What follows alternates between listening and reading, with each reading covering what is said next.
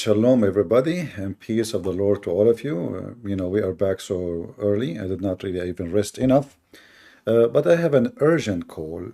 A Muslim from Indonesia, and he is an ustad. He said, if I come to Skype, he will demolish me. He don't go to Discord. So I said, what time? He said, anytime. Any what? Anytime. Is that you? But he said he will be in the Skype, not Discord. The one who put his hand up. Guys, don't put your hand up unless you are Abdul. Anyway. So my Skype is open. All right. In case you don't have my Skype, let me pause it for you. He have my Skype, and he said that I'm running away from him. And since I learned that he uses Skype only, since then, like a century ago, I'm not coming to Skype no more. So my Skype is in the info of the video, if you click in it. And this is my Skype here, and he have my Skype, as he claimed. And he told his friend, the one who spoke to me, the Christian Prince is running, and he will not dare to debate me. I asked him, what is your, who are you? He said he is a big ustaz. He will demolish me. He don't speak good English, but don't worry, he have a translator. All right?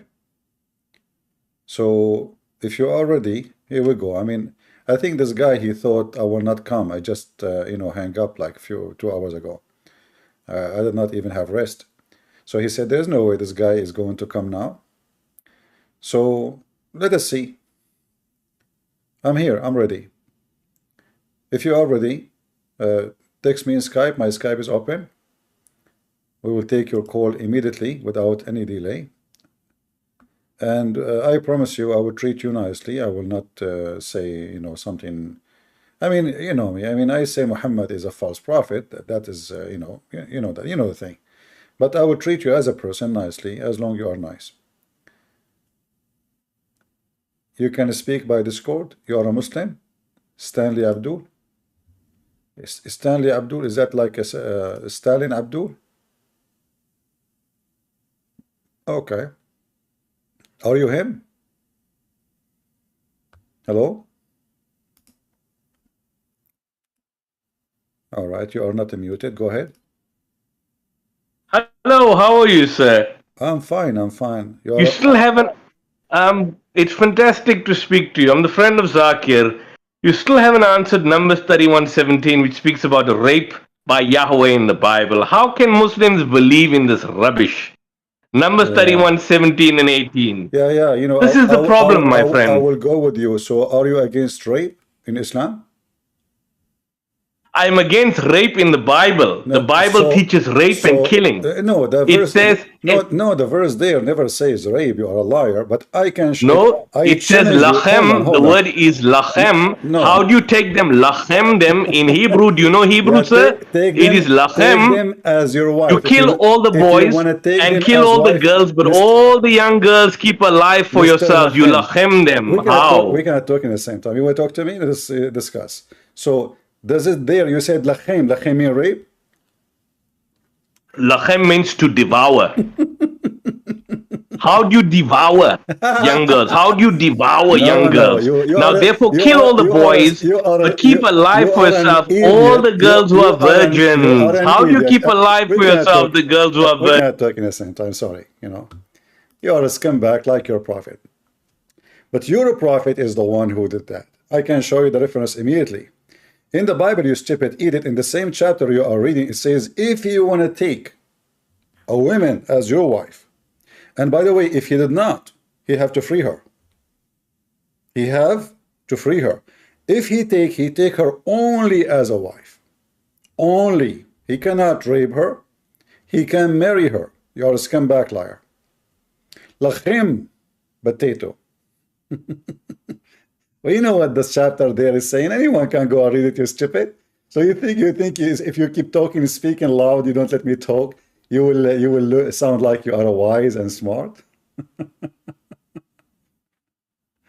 Mic is muffled? Guys, my mic is muffled? How is my mic? Really muffled? How come? Let me see. Okay, let me leave the stage and come back. Give me a second.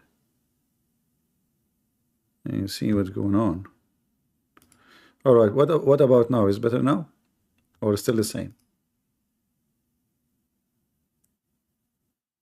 Good.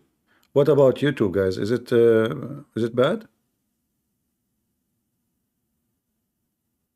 So this is only in yeah, you know, the funny is he said he is against rape only in the Bible, right? But he is not against rape in the Quran. This is what he's saying. And here you see how Muslims are really a bunch of liars, you know, trashy conversation. It doesn't take you anywhere. If we go in the whole Bible, nowhere it says you can rape a woman. Nowhere. Empower them, like taking women, those are captive of war. The enemy, they take the Jews as captive of war. They enslaved them. Muhammad, he did that himself. And he raped Jewish women. But in the Bible, a man, he cannot rape his slave. Nowhere it mentions that. In fact, when they take a slave of war, this woman, she have to shave her head for a reason. So the man will not be tempted by her beauty. She will look like a man. This is additional, let us say, step to prevent the man from being tempted by the slave he just took from war. So those liars, they fabricate words, they fabricate stories, and we know what the Bible says. And you know, when somebody claimed that he knew Hebrew, you can go and you can check word by word what the Hebrew is saying. You do not need even to be a scholar in Hebrew to see what it says. There's tons of websites, Jewish websites. It's going to show you every Hebrew word, one by one, what they mean. All right. If the Abdul from Indonesia would like to join us, feel free. My Skype is open, and now I have no text from anybody.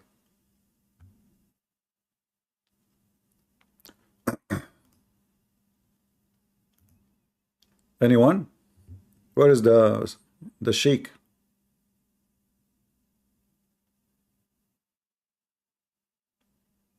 Anyone?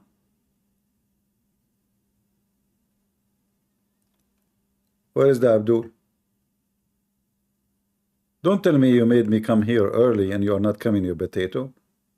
If you think that is like is a nice game, well, it's your fault now. I am going to insult your prophet for the coming 2 hours at least. So you did not, you know, play me. You just made me come online again and spank your prophet. Any Muslim would like to join us from Indonesia, from Pakistan, from England, Bangladesh? Until the Sheikh from Indonesia join us. He is getting ready. I'm sure he is coming. There's no way. I mean, he promised. He's a friend. He said he is sure. He said that Christian Prince is not coming even in certain time, so I can avoid him. I mean, this guy do not know how early for me. I mean, in the morning, but he think I am avoiding him. This is why I'm not coming in this time. So this is the time he is ready for me. So we are here. My Skype is open. My Discord is open. Even the door of the Kaaba is open. You have no choice to say, you know, he is not there. Yeah, we have an orang challenge. Any sheikh, but for sure, if this guy come, you know, like we will not take anyone. As soon as he texts me and join us, we will not take any Muslim until we finish with him. And I'm sure he can defend Islam very, very well. You know, he sound like he refused to give us his name. I don't know why. Maybe he will lose his career. Like maybe what he would do, if his debate was successful, he will mention that, here we go, this is me. But if I demolish him, nobody knows who is he. You know what I mean? Like if victory happened, which will never happen, then he will say, this is me, the one who was talking to Christian Prince, you know. If demolish happened, he say, this is not me. Like the guy with his name? Uh, Shabir Ahmed? Shabir Ahmed? This is not my voice, brothers and sisters. This is not my voice. Shabir. Oh boy. Okay, what about we make it? Let us say this is not you. What about you call me for real and demolish me? Sheikh Uthman, all of them, they want to debate me to face. Fifi, Farid, Christian Prince, I willing to debate you face to face. But he have 100 video to respond to me, but he don't dare to take one call from me. I mean, do you see how brave they are? Lie number 99, lie number 101, lie number 102. But you don't dare to call me and show me one of them and let us see who is lying. Potatoes. Any Abdul? The big Abdul is coming. Maybe he is, you know, combing his beard. Maybe he's waiting for the translator. I don't know. Because he said, you know, the guy who spoke to me, he said he don't speak good English. He speak English, but his English is not good, so he will depend on him to translate if he could not express himself. But, you know, don't worry. I mean, Allah will help you. Do you think Allah will not help you to express yourself? Are you kidding me? You have Allah on your side. Maybe you need Jesus, because Jesus, according to Muslim books, he made his disciples speak all languages. They woke up in the morning, everybody speak different language. Muhammad, he have Allah in his side, and he could not even read or write his own language. Imagine the disciple of Jesus, they woke up in the morning, they found each one of them, according to Ibn Kathir, they found that each one of them speak different language, speak or write. But Muhammad, who is Allah in his side, he could not teach him how to write his name. 60 years, Muhammad did not learn how to write his name or how to read it. Something fishy, isn't it? I mean, even Christian Prince, you can teach him in 60 years how to write his name. And the videos, by the way, sorry, this is something I hang on the side of the wall. So, according to Muslims, Indonesian, Christian Prince don't speak Arabic. Okay. I don't speak Arabic. What you can say? What you can do about it? Any Abdul? My Skype is open. My Discord is open. We are on Rumble. We are in YouTube. We are everywhere. But Allah knows where to be found. Anyone?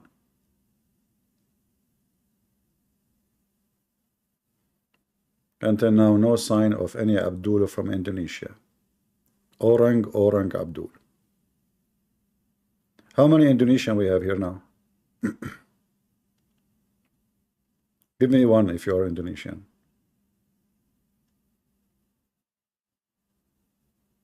You are here? Stanley Abdul. You know, the funny is, when somebody he wanna make a lie,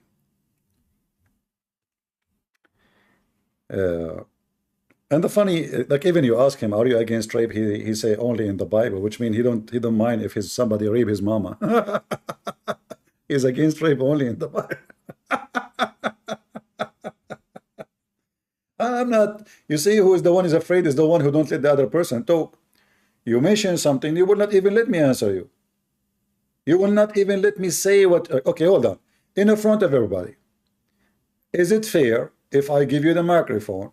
Okay, in the front, no problem.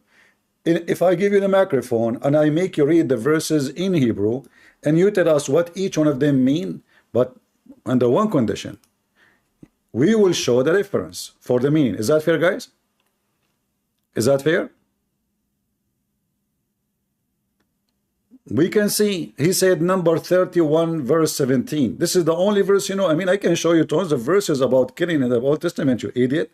This is the only one. I mean, I can help you. But you potato, you mention something you cannot back up.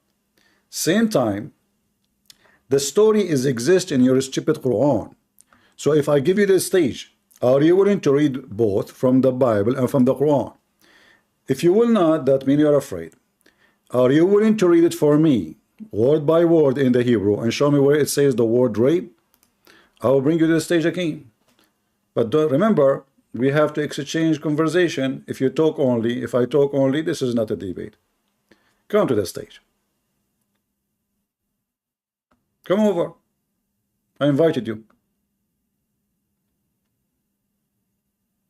All right. Why you don't come? Let me get the Hebrew.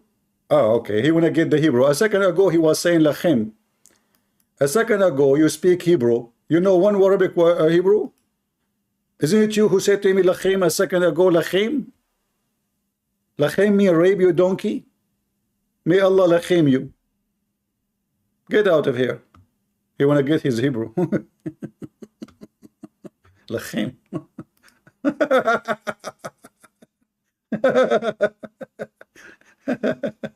I know Christian Prince is lucky. I go in the elevator, I see a Muslim. You know, once I was in the Philippines, this is many years ago. I was speaking on the phone Arabic, you know, and then the connection lost. So that's it. There's no connection. So Abdul, he was wearing hat. Abdul, you know, he look Indonesian actually. He don't look Filipino. Obviously, they are from the south of the Philippines. So he said to me, "Assalamu alaikum, brother." I said, "Wa alaikum assalam, Abdul." He said, "MashaAllah, how you know my name?" I was going to explode from laughing. He said, "MashaAllah, how you know my name?" I said, I said, "Don't worry, I know your name."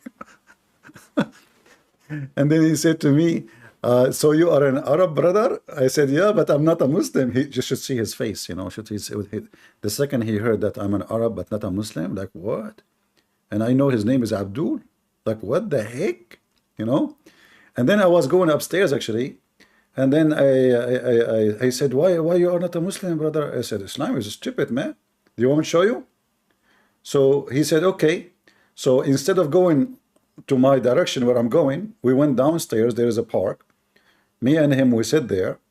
The Abdul, he is very religious. He have a small Quran, like tiny Quran, like pocket Quran. He have like a purse, you know, like he have papers in it, etc. So he said, you have Quran with you? He said, I have Quran with me, for sure I have Quran. I carry Quran with me everywhere. I said, do you have a Quran, the Quran you have in Arabic? He said, yeah, in Arabic. I said, okay, well, that's great. And then we opened the Quran. I didn't know Arabic. Okay, why you are carrying Quran in Arabic? You know? Anyway, we solved the problem. We opened the phone, we start reading.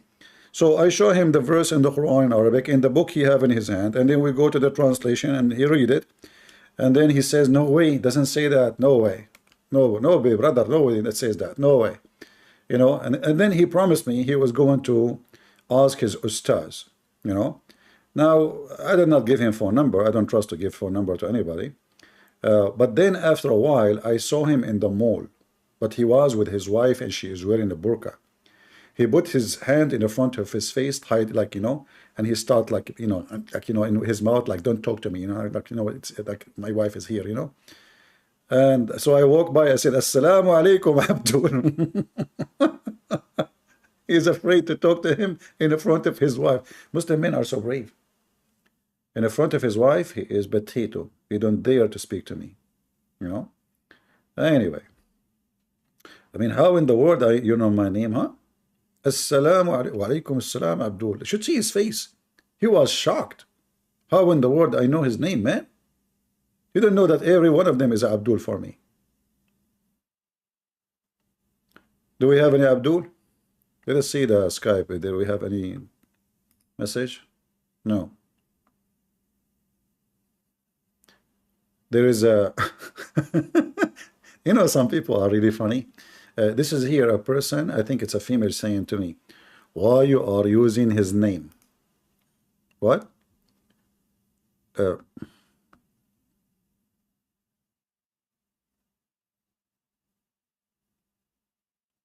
I need your book. Okay, and then I text back and then said, wait, So you are not Christian Prince. He uses Skype for voice call, for VC. I said, I am. Why you are using his name?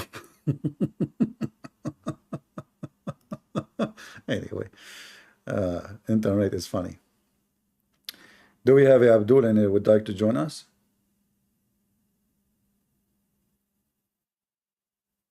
Anyone?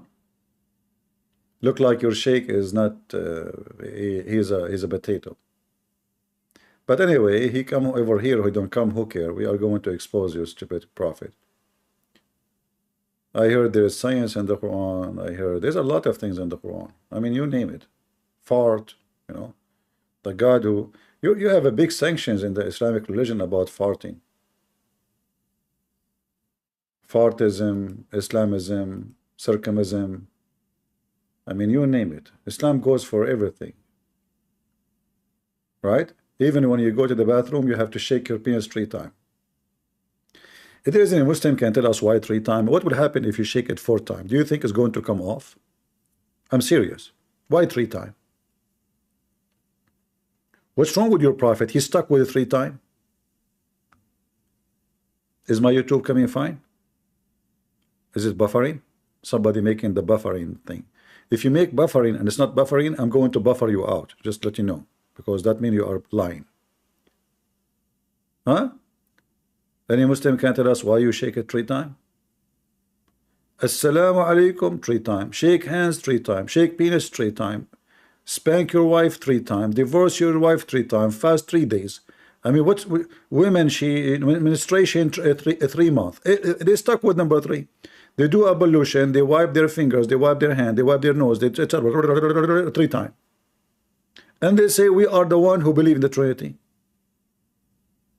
And their religion is based on 3: Allah, Jibreel, and Muhammad. But remember, they are against Trinity.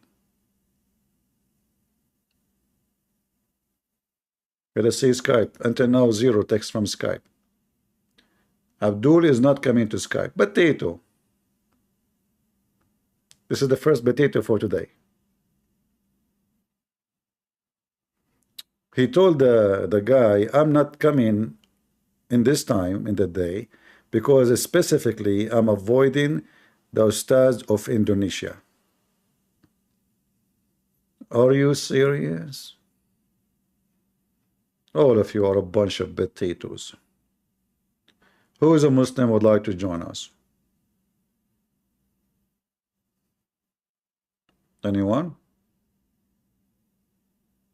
No, fart that 3 times. No, there is no hadith says fart 3 times. You don't make things up. Come on, show respect to the Prophet. The Prophet never mentioned farting 3 times. No.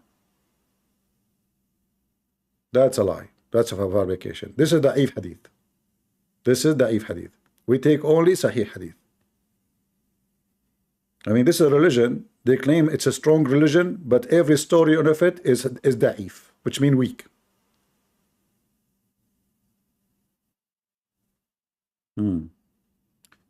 Any Muhammadan?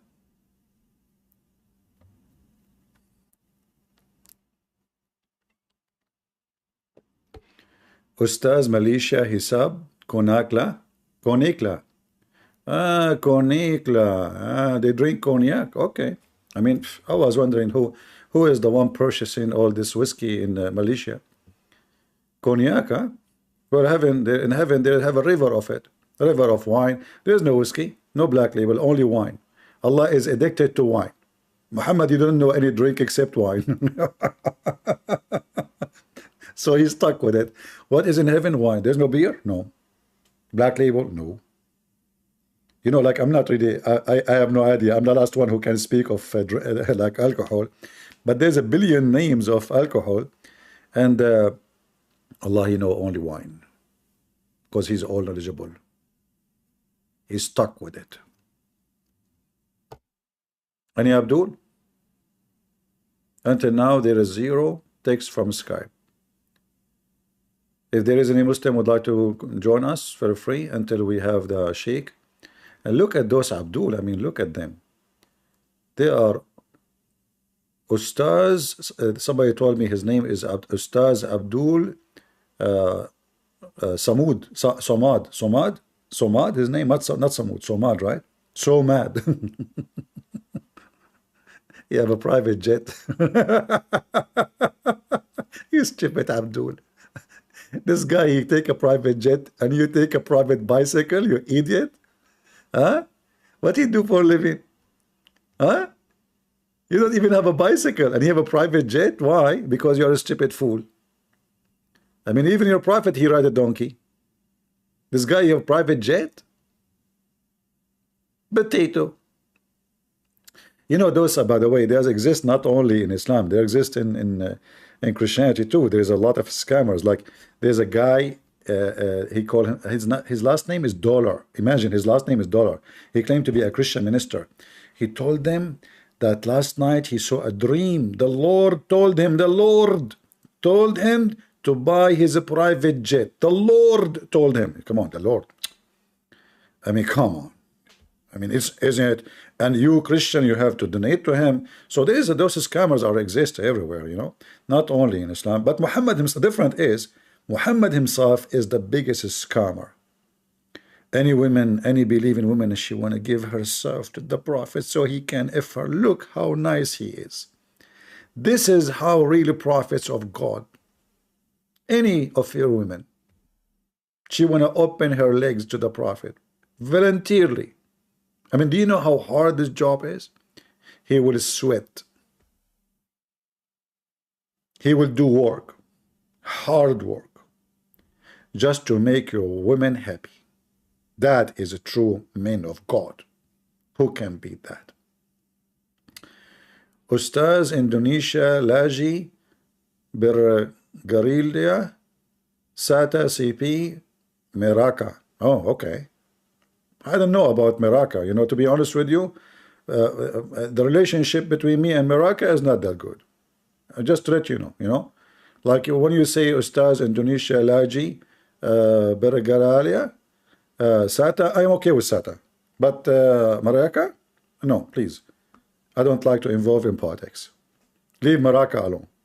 I have no idea what he's saying, by the way. But anyway, you have to act like you know what you are talking about. Like, you know, that's what Muhammad do. Muhammad, he debate the Christians. He never debate the Christians. But he act like he knew what he's talking about. You know the thing? Like, if you remember when they asked Muhammad about the 7 sleepers, I mean, the question is so silly. Hey, Prophet of Allah, how many are they, the 7 sleepers? Prophet Muhammad,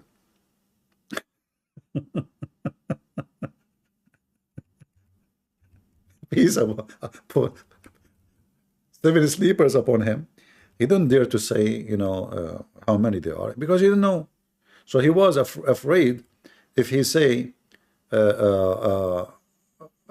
you know, Rabi'ahum. If he say there are 4, he will be in trouble. If he say there are 3, he will be in trouble. But we don't know. So look at the answer. The one who's talking is Allah. Remember, this is Allah. Some they say there were 3 and their dog is being the 4th. Some they say there are 5 and their dog is number 6. Guessing at the unseen. This is the unseen.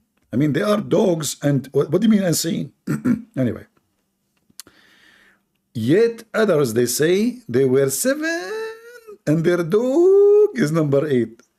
Muhammad, tell them, Allah knows best their number.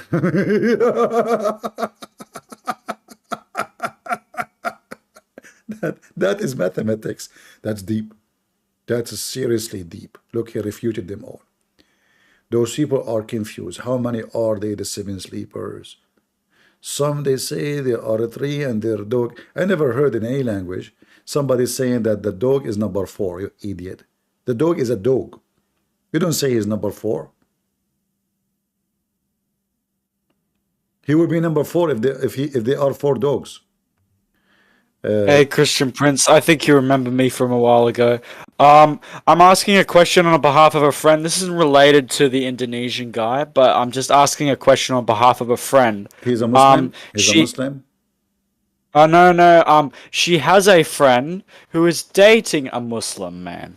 And she's trying to tell to her friend that this is actually a bad thing, and she shouldn't be wanting to marry a Muslim man. And I want you to like, is there any like reasons to say that well we shouldn't have interfaith marriage or something? Is there like There is nothing is called interfaith. The Bible says light and darkness cannot be under one roof. However, if a woman she wanna go out with a Muslim man, she is not marrying a Muslim man. She is having sex with him. For me, I don't have advice for them. This is a whore. This is an act of a whore. She don't care about God. She don't care about religion. She don't care about right or wrong. She care about having a man in the bed. It doesn't matter who is a Muslim or not.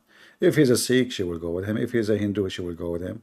Those are not women to really to convince by based on belief and faith, because a faithful woman, she will not even date. She will not. What date? I mean, what date mean exactly? So those women, they don't care for right or wrong. They care for who is going to be with them in the bed. They are looking for a mate. They are not looking for God. Therefore, talking to such people is just a waste of time. Let her go.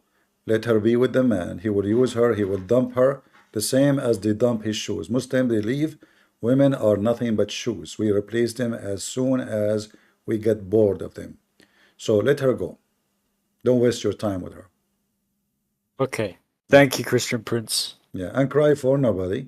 For those women don't deserve even anything. This is her choice. You know, remember, like the Abdul is not kidnapping her, correct? He is not hijacking her. No, she is going willingly to his bed. This is not an action of a good woman. I advise your friend not even to talk to such a woman, because bad apple will make every apple around bad. Stay away from such a woman. All right? Somebody saying Jesus came for the sinner. Yeah, he came for the sinner, but when the sinner they're lost, those sinners are in their own. So what if Jesus came for the sinner? Does that mean you can go and sin? What does that mean? Jesus came for the sinner, but you, by your choice, you decide to go and sin. You decide to go and rape. You decide to go and steal. You decide to go and do all kind of garbage. So Jesus came for the sinner, yet you are insulting Jesus by still doing what Jesus came to save you from. So this is not an excuse.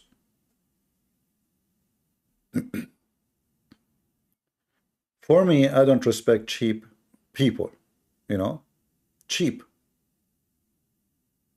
A woman, she is available for everybody. She is available for everybody. Same for the man. The man who sleep with everybody, he is just a whore. You know what a whore is? Whore is not only a phrase we use for women. Sadly, in society they use the word whore for women, but the fact whore is everyone. He act like one. He seeks sexual relationship for the sake of money. So, and some women, they convince themselves they are not getting paid, they are not whore, but they receive gifts. It's the same. It's the same. So he buy you an expensive gift, you take off your panty, you lay down in the bed. You are a whore. You claim you are not receiving cash, but it is cash. All right? And the man who is giving you that, he is a whore too. I mean, he is so bad, so disgusting, to the point nobody want to sleep with him unless he spend money. This is how bad he is a desperate sex maniac. This is my opinion. You can, it's up to you. But we know what the Bible says. All right? You know, when the Bible says the earth committed adultery, earth don't sleep around. It's earth. Correct? The earth committed adultery. So are we talking about sex? No. Adultery in the Bible is a great sin against God, not necessarily about a private part. Adultery, people, they think about it only as a sexual behavior.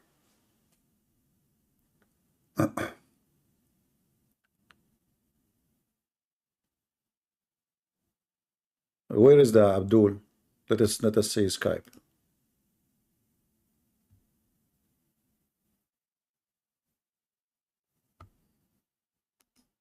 You know, those women, everybody knew that Muslim, they have multiple wives. They are taught to beat their women. I mean, the videos of Mimi Hijab is all over the place saying you can lie to your wife. And then she wanna go with the Muslim. She is just an idiot. You are wasting your time. Stay away from. Don't allow her to come to your house. Don't allow her to associate with your family. For such a woman, she will trash your house. Bad apple.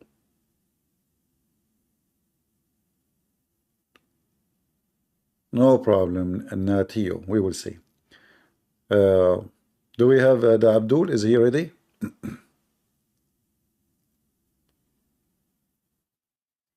Any Abdul?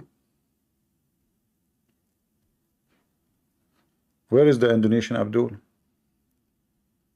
Maybe he was taking a shower and a rock stole his clothing, the same what happened to Prophet Moses, police be upon him.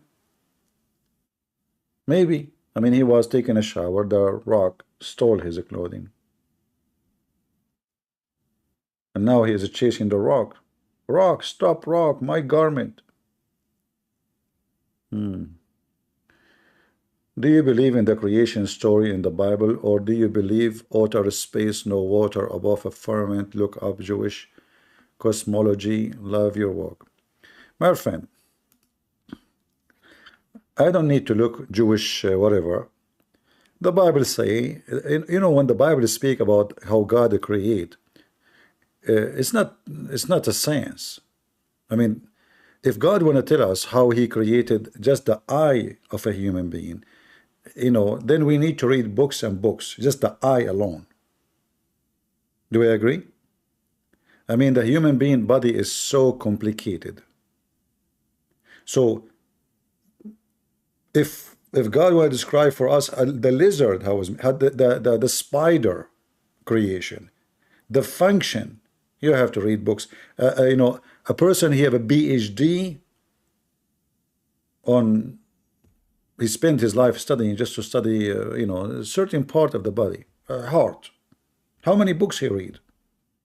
How many books he study just to study the heart, which is nothing but a muscle. So the Old Testament is not a book of science, and we are not considering it a book of science. The Old Testament is just description about what God did in a very simple way, simple manner. So when the Bible says 6 days, we cannot, and I'm not going to make it 6 billion years. That's what the Bible says. If God, he meant something else, then God one day will say to us. But this is what the Bible says. So we are not the same as the Muslims. We switch what Bible say to make it fit with so-called science. Are you with me? We don't believe in Jesus because Jesus is science. Science says Mary, she cannot have a son without a man. This is what science says. Correct? Science says a man who is blind, you cannot put some mud in his eyes and he will see. Science says nobody can multiply a piece of a bread and fish. That is not science.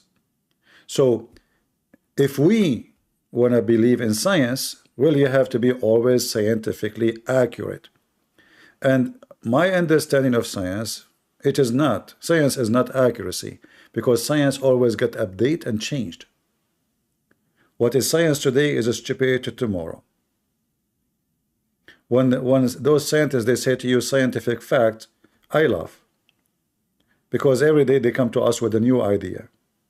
You know, like I saw an article about, I remember once, one of my cousin is a doctor, said, oh, don't eat salt, you know, it's your heart is not good for the heart, you know, blah, blah, blah. And then I think a month ago, I saw an article made by famous doctors supposedly saying there's no proof that salt can affect your heart at all. So all those years they are telling people about what salt can do to you. People stopped eating salt. People are afraid to eat salt. So people don't enjoy their food. And now they are saying to you it was false. Who you believe? Tens of years they are speaking about the global warming. that the earth will go dry, the earth, and now they are talking about ice age. Which one we believe? Global warming or ice age? I mean, it cannot be both. Are we warming up or cooling down? So, you know, those scientific study, usually they are sponsored by organization, and they have to make a study to get money, to get donation. As an example, European Union, let us say you claim to be a scientist, and for sure you have a PhD. So you get 2 or 3 people, they make an application for European Union. European Union have a huge budget for research. And the search can be about anything. It can be about masturbation, not about necessarily about astronomy. It can be about games online. It can be about anything. Just submit your papers, they approve it, you get the money. And then you have to give them proof that you did work. But the work you did is mostly is a scam.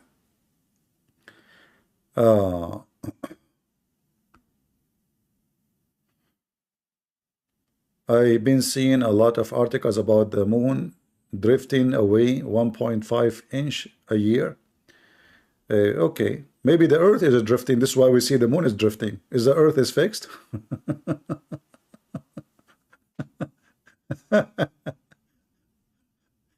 You know, that reminds me of my cousin who was in the highway, and they said there's an idiot driving in the opposite direction, but it was him. So he said to himself, what one? Are you kidding me? There's 2, there's a 3, there's 4, there's 5. So if they saw the moon shifting, it's possible that the earth is shifting, but they think it's the moon. It might be the telescope is shifting. It might be their numbers is shifting. It might be all is false. Anyway, Mansoor, are you a Muslim, my friend? Are you the Sheikh from Indonesia?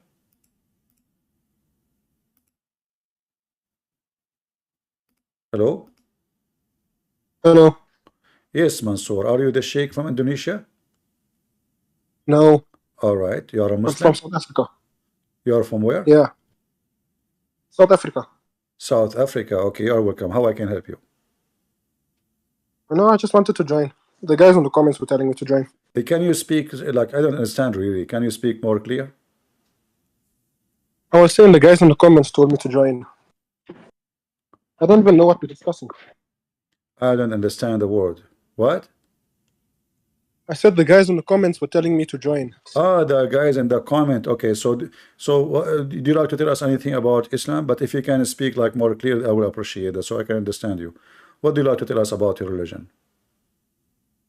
I don't know. You tell me what you want to talk about. No, I don't tell Muslims to tell me, because I mean because if I question you, you might say to me, okay, you see in the front of us on the screen, it says chapter 18. They asked Muhammad about how many are they, the 7 sleepers. What? So why Muhammad could not answer? Very simple. I mean, the 7 sleepers. What? Why Allah could not tell us how many are they, the sleepers? It's just simple question. How many the sleepers of the cave? Why would you want him to tell you? I mean, what is it even relevant? Huh? Is it even relevant whether you know or not? I don't know. You speak too fast. It's hard for me to understand. How many are they, the 7 sleepers, according to chapter 18:22? There's 7 people in the cave, according to the hadith. According to the Quran, how many? Allah knows best. Allah knows best. So the hadith knows better than Allah? You just said to me. Read the ayah. You just said to me. You just said to me. According to the hadith. According to the hadith, they are 7. So why, according to the hadith, they are 7, but according to the Quran, Allah knows best? Because only a few know. What? Because only a few people know. Even according to the ayah, only a few people know. So why you say Allah knows best? We should say the few people knows best.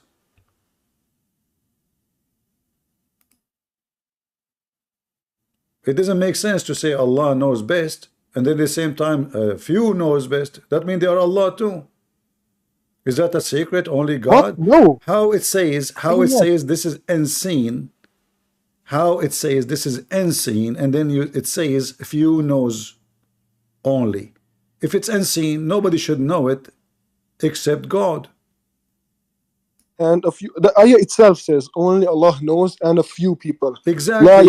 So guys, only Allah knows only. Why you are saying only? And if there's a few people know. Same time, how they are knew the unseen. It says here that this is unseen. Where does the Arabic say it's unseen? It says here the unseen. Do you see it? Guessing at the unseen. The dog. Guessing. They're guessing. They're not saying. No, hold on. No problem. It says. So, exactly okay, no problem. Guessing. So,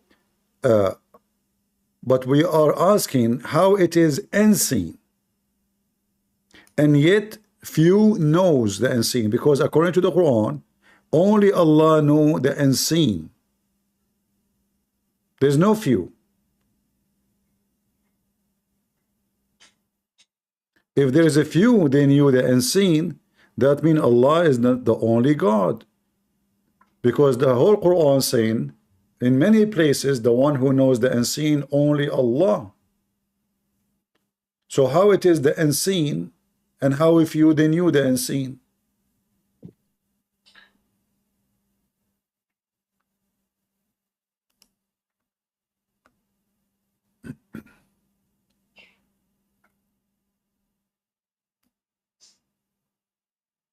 No, the ayah doesn't say that they know the unseen. They're saying that they are guessing at it. Exactly. Guessing doesn't mean, my friend, listen carefully.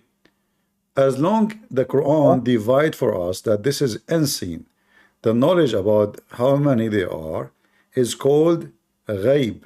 You see it in Arabic, ghaib. So the ghaib is the unseen. So those are the first team. They are guessing. Some they say 3 and their dog is number 4. Some they say 4 and their dog is number 5, etc. So those are the guessing part. But the other part knows the number. There's other part of people who knew their exact number. So now the Quran says to us that this is unseen, and yet few knew their number.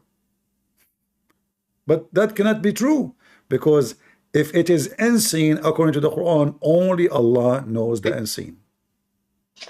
If we type the word ghaib here in the Quran, we will find tons of verses saying it clearly that only Allah knows the unseen. So, and it's a duty for a Muslim, to believe in that only Allah, knows the unseen. Chapter 3, verse number 44. Allah is the one who tell you about the unseen. Chapter 3, verse 179, etc. All of this is about the unseen. Chapter 5, verse 109, make it clearly that you are only the one who knows the unseen, or Allah. Only you. Only you. But if we go to that verse there, where does the ayah say only Allah knows the unseen? The ayah says, I should call it, you know everything. Go back to the ayah. No, it says innaka anta allamul ghuyub. Read it. You are depending in the city translation. In Arabic it says innaka anta allamul ghuyub. You are the only one who knows the unseen. The one that knows the unseen, not the only one. The ayah doesn't say Allah subhanahu wa ta'ala is the only one that knows the unseen. I want you to confirm in front of everybody that Allah is not the only one who knows the unseen. Say it. Huh? I want you to say, you just say the verse does not say you are the only one who knows the unseen. I want you to confirm that Islam does not teach that Allah is the only one who knows the unseen. Say it. No.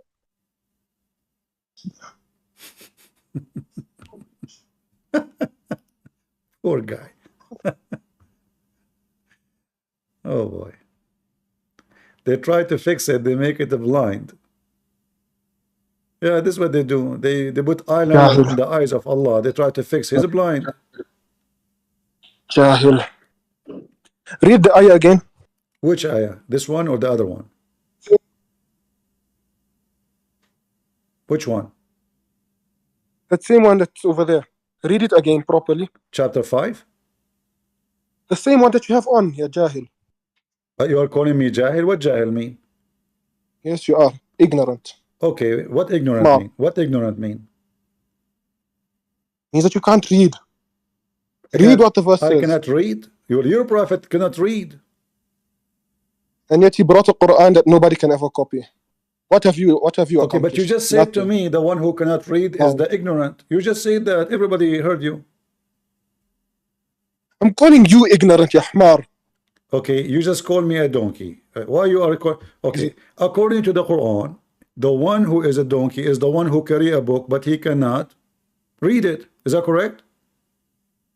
What? According to the Quran, the one who is a donkey is the same. The one who carry book is the one is a donkey. Is that correct? Repeat that. If you carry a book in your back, but you cannot read it according to the Quran, you are a donkey. Do you agree? The seer is talking about the Torah. These people It that doesn't matter. You're a prophet. The Torah is the book of Allah. You're a prophet, cannot read it. He cannot read the Quran. He cannot read his name.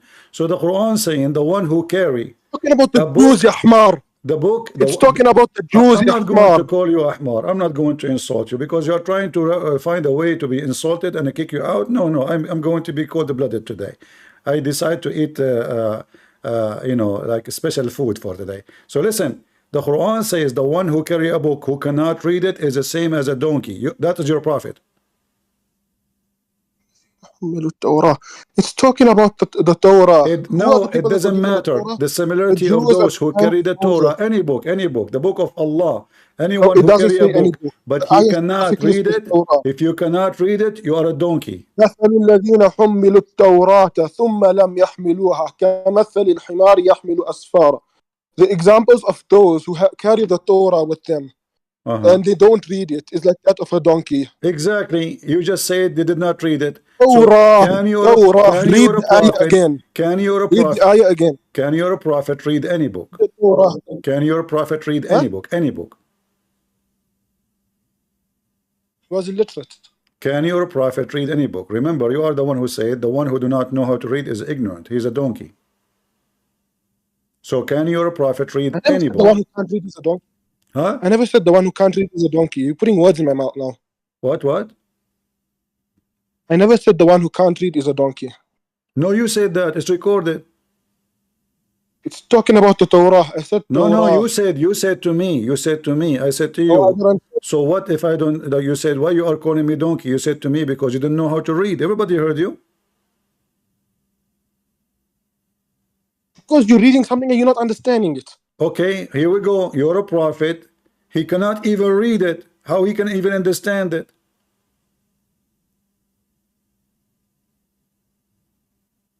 If you cannot read it, how you can understand it? What is that? Allahu wa ni'mal wakil. What does that mean? Never mind. Don't worry. You won't understand it. No, don't tell me never mind. Your God, his name is never mind, by the way. Do you know that your God, his name is never mind? What is one of his names? Huh? Your God name is never mind. Oh, why are you trying to teach an Arabic? No, here we go. They are asking him, how many are the seven sleepers? He don't know. He said, never mind. I told you 7. No, I told you 7. No, he did not say. Show me where it says 7. Go ahead.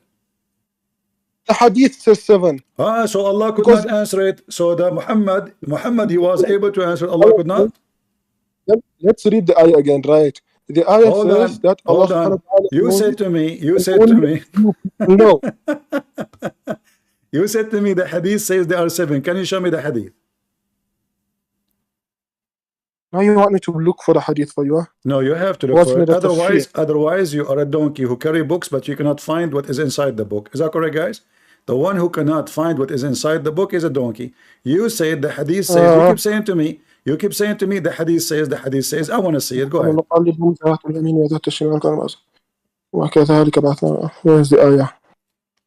Give me the hadith where it says the hadith. You keep saying the hadith says there are 7. Everybody heard you. Yes, let's say that. Where it says there are 7.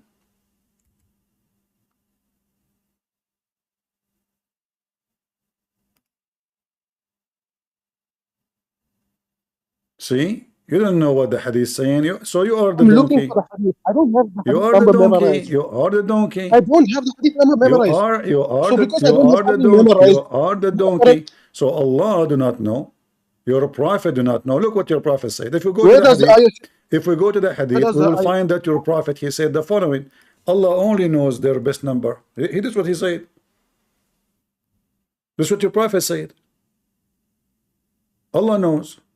He didn't say I know. He didn't say they are 7. This is what your prophet says. Rabbi Alam. You know, let's see. Alam bi'uddatihim. Let us see if we can find the reference. Give me Yeah, there's a. So your prophet says that, right?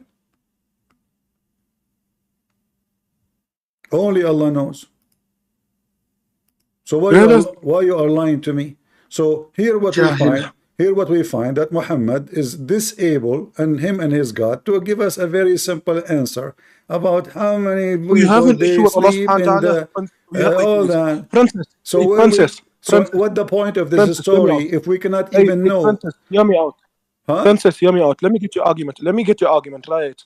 Your argument over here is that you have an issue with Allah subhanahu wa ta'ala not telling you how many there are in the cave. Is that really your argument? Yeah, this is my argument. He could not. Is that your argument? Yes, he could not.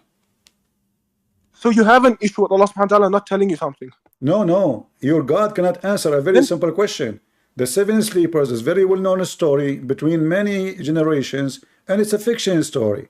You're a prophet, he could not even give the number. The story is all over the place. Go right now and type in Google. This is exists long before Islam. It's not a secret. So why he cannot say they are 7? What the problem? Because Allah doesn't want to. If the verse says only and few they knew their number, what the problem? Why he don't want to? Is that like a secret of nuclear weapon? Are they going to be arrested? I mean, this is a story happened a long time ago, hundreds of years. Not knowing something doesn't mean you're going to get arrested. Are you mad or something? What? Not knowing something doesn't mean you're going to get arrested. Are you really that?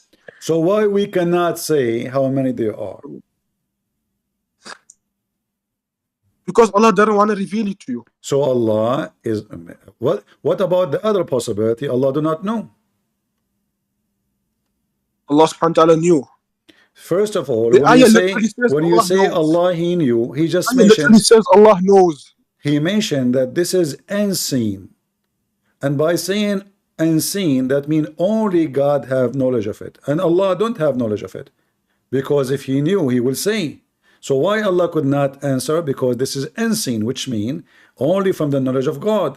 And then in the same verse says, and if you knew their exact number. So how it is the unseen and there is a few people know the number? It's not unseen no more. Either it's unseen, only God knew it, or it is unseen, or like seen for everybody. But when you say only few they knew, that means it's not only Allah. That's not a secret no more. There is a few. When we say few, it means at least 3 and more. So what is the drama is about? What this is about? Muhammad cannot answer. Very simple question.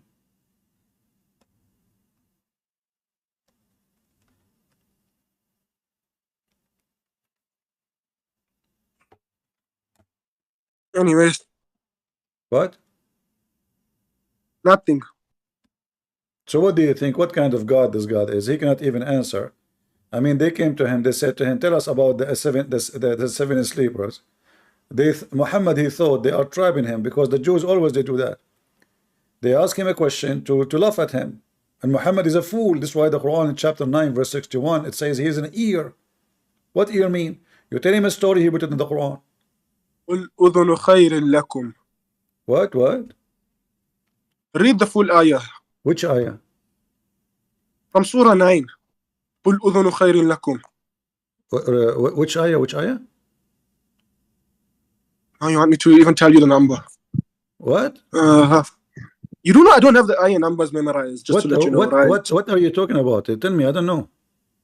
The one from verse 9, from Surah 9, from Surah Tawbah. Talking about chapter 9. Okay, we go there. You want to talk about chapter 9? So why they call him that he isn't? Actually, no. Wait, go back. I want to go to the satanic verses. I heard you were speaking about that a lot. I want to discuss that. You want to switch to satanic verses, guy? Did he just call it satanic verses? He called it satanic verses.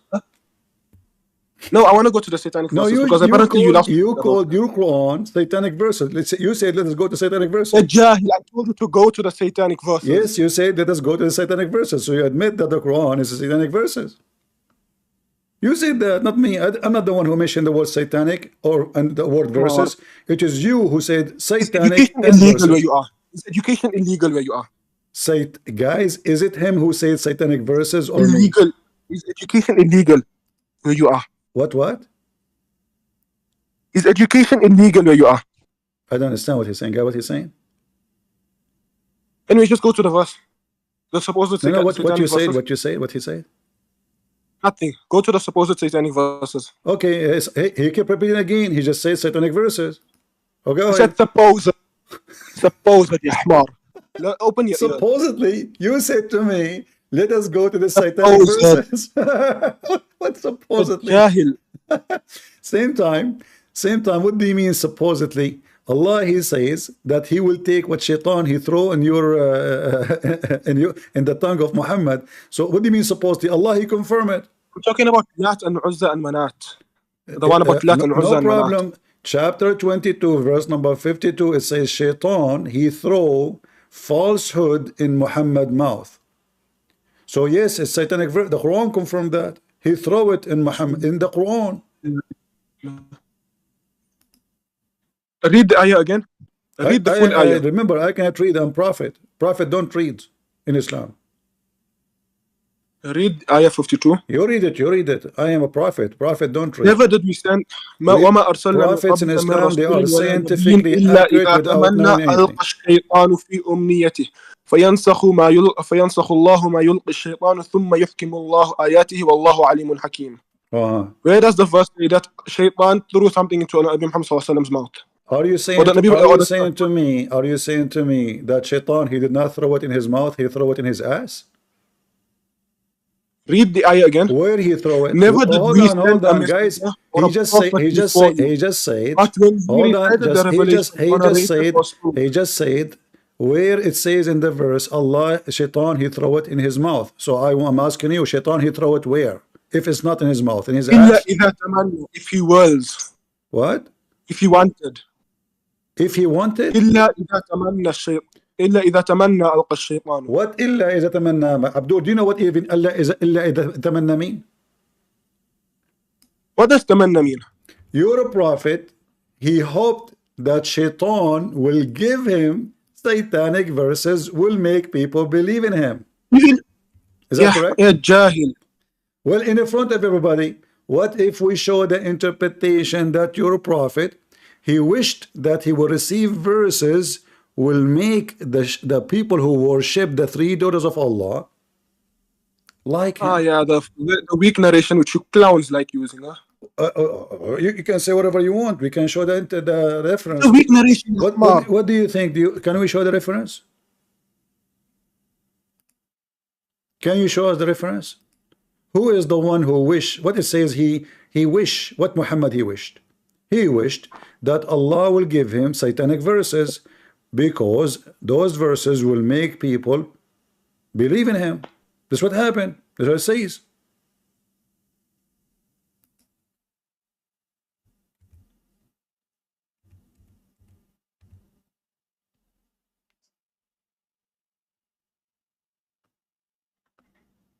Are you there?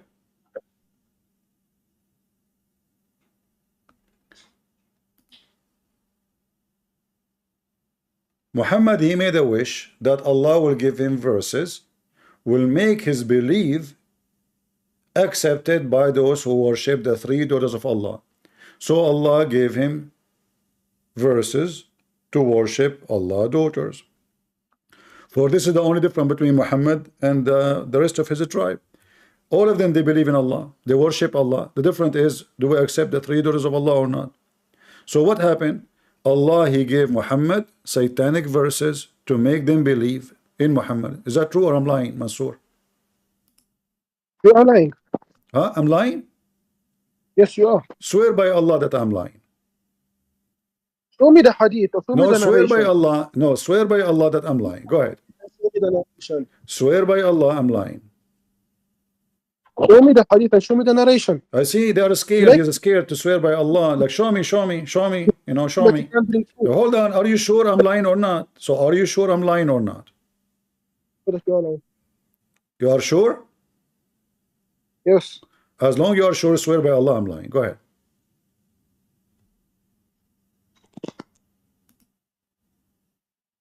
What happened? Swear by Allah that I am lying.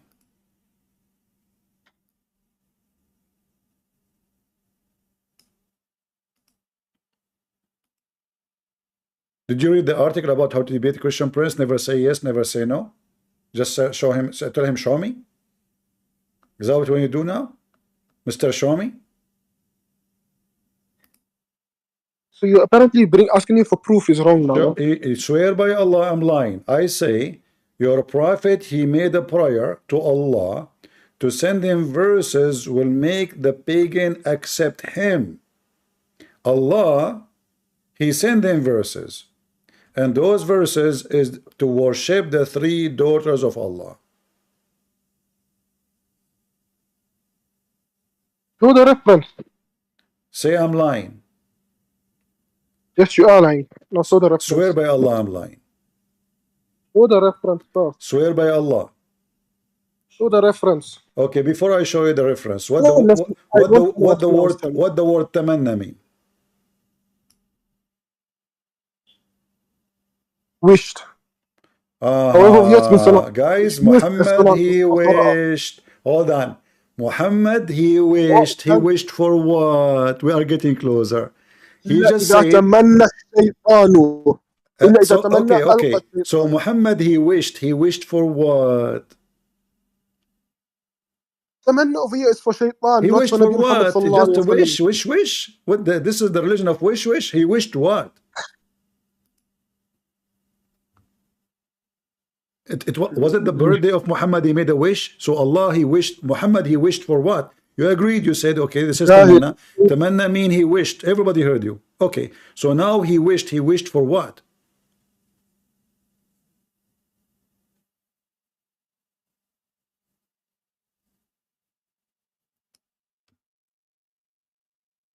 Are you searching Google? No, I'm reading the tafsir of Ibn Kathir. I mean, the tafsir of Ma'arif al-Quran. You want tafsir Ibn Kathir? No, Ma'arif al-Quran. Who is the one who wrote this tafsir? Who wrote which tafsir? Ma'arif al-Quran. Who is the one who wrote this tafsir?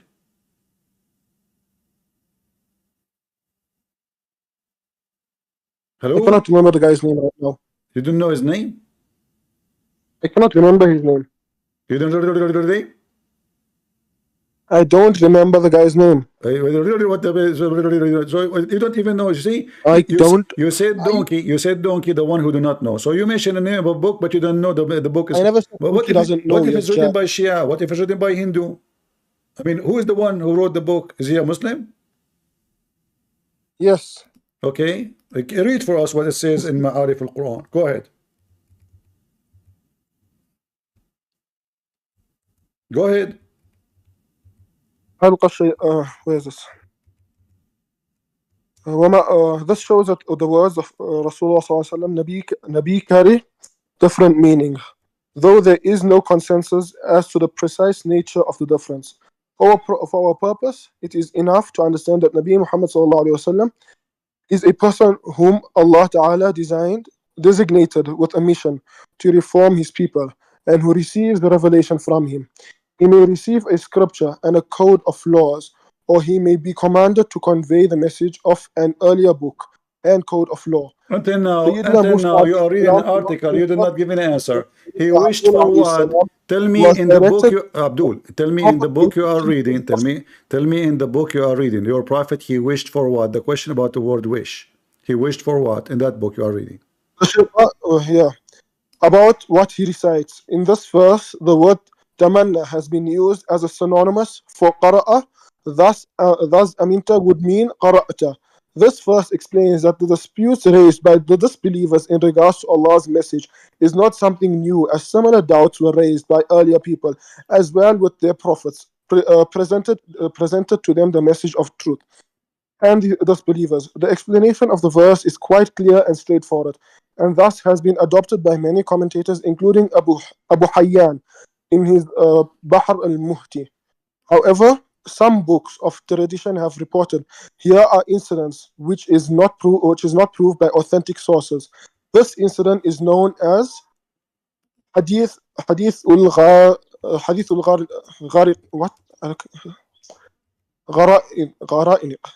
Like that. Some scholars have held that it is invented by some heretics and enemies of Islam. By even those who believe this tradition to be worthwhile have taken pains to remove the doubt which the words raise about the categories and undisputed laws of Quran and Sunnah. So what does that tafsir say? That the satanic verses, the supposed made-up story of the satanic verses, is based on what? Weak narrations which heretical groups have fabricated, which you clowns love using all the time. Are you done? Yes, I'm done. All right. You mentioned Abu Hayyan. Here we go. This is Abu Hayyan. Will get you busted. Remember, you said Abu Hayyan said. Abu Hayyan is my friend. Here we go. This is Abu Hayyan. Say hello to Abu Hayyan. So according to Abu Hayyan, your prophet, he received satanic verses.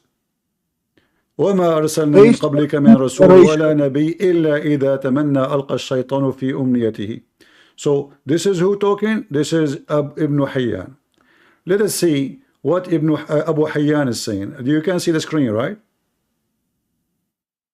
Can you translate it? Do you see my screen? Can you translate it? Do you see the screen? Yes, I can see the screen. Okay, so it says here, this is the word tamanna. Do you see it? Tamanna. Yes. All right. And here it says التمني نهاية التقدير ومنه المنية وفاة الإنسان للوقت الذي قدره الله ومن الله لك أي قدره.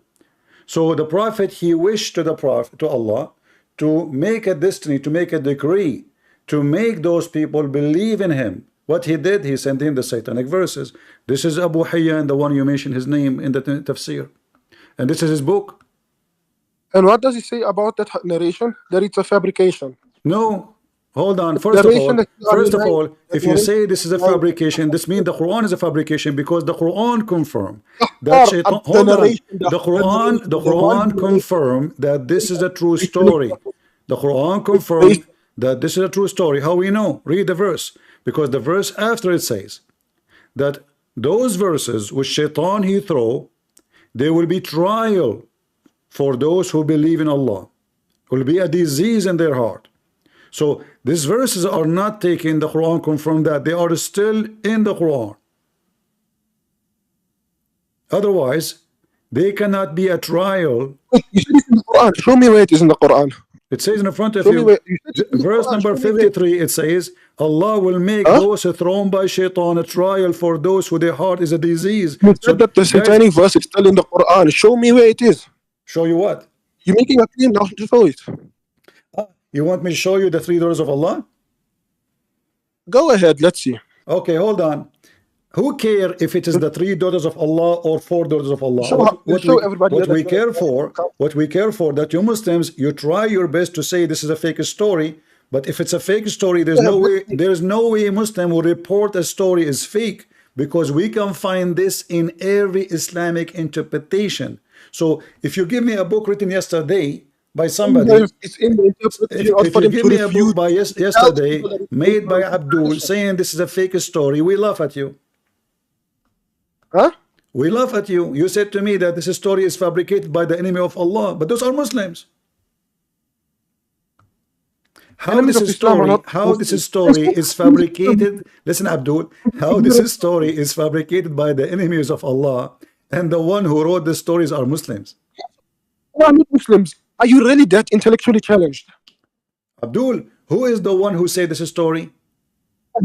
Are you really that intellectually challenged? Who is the one who read this story for us? Huh? Who is the one who gave us this story? I don't know who gave it, and I don't care because it's a heretical No, group. we care because the one who gave it is Ibn Heretical Abbas and Al-Qadhi, etc. And those are big scholars in Islam, not potatoes who came 2 years after now, like in YouTube, like the one you named for me, did not even know how to read the book. This is Ibn Abbas. He is the one who's quoting the story. قال ابن عباس and Mohammed ibn Ka'b al-Qadhi وغيرهما من المفسرين. Look how many big name Ibn Abbas. Allah Prophet he named Ibn Abbas only to explain the Quran. Only. He did not name anyone.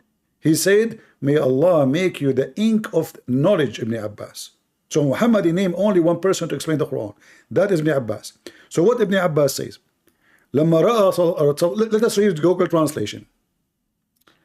Here it says, when he was reading to Quraysh, Allah he sent to him this chapter of An-Najm. So the Prophet he did read it.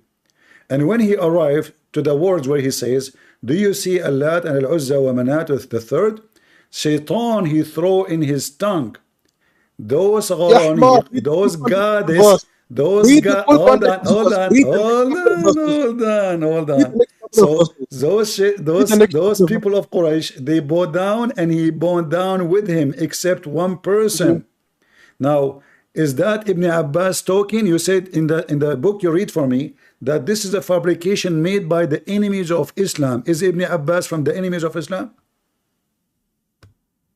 No, Ibn Abbas is not an enemy of Islam. So, and as I already explained, so why Ibn Abbas? God Almighty revealed Shihab the star and the messenger of God. May God's He's prayers and peace be narration. upon him. Huh? He's narrating the weak narration that these heretical What groups weak have been, narration? It says, where it says weak narration here, it says Ibn Abbas says so. Read it. This is your interpretation. This is Tafsir al-Baghawi, the master of Ibn Kathir, the master of Islam. Listen carefully. Qala Ibn Abbas, who said? Ibn Abbas and many other mufassirin, many others, not only him. People, ya jahil. Ibn Abbas is quoting that. So let us make it simple. So the Muslim books, one book says this is a true story. Ibn Abbas report the story, and many other mufassirin say the story, and this is a true story. And then the Muslim today, in order to fix it, they make new books saying this is a fabricated story, brother. Those are written by the enemies of Allah. Ibn Abbas, an enemy of Allah. And here you see, it says it clearly, when he arrived to the verse where he says, do you see Allat, Al-Uzza, and Manat the third? Shaitan, he throw in his tongue, you must worship the goddess, the daughters of Allah. Read it. Satan put on his tongue what he was telling himself and wishing for. Those are the most exalted cranes, and their intercession is hoped for. Do you see it? So he was wishing for, Muhammad was wishing for that. So Allah gave him what he was wishing for.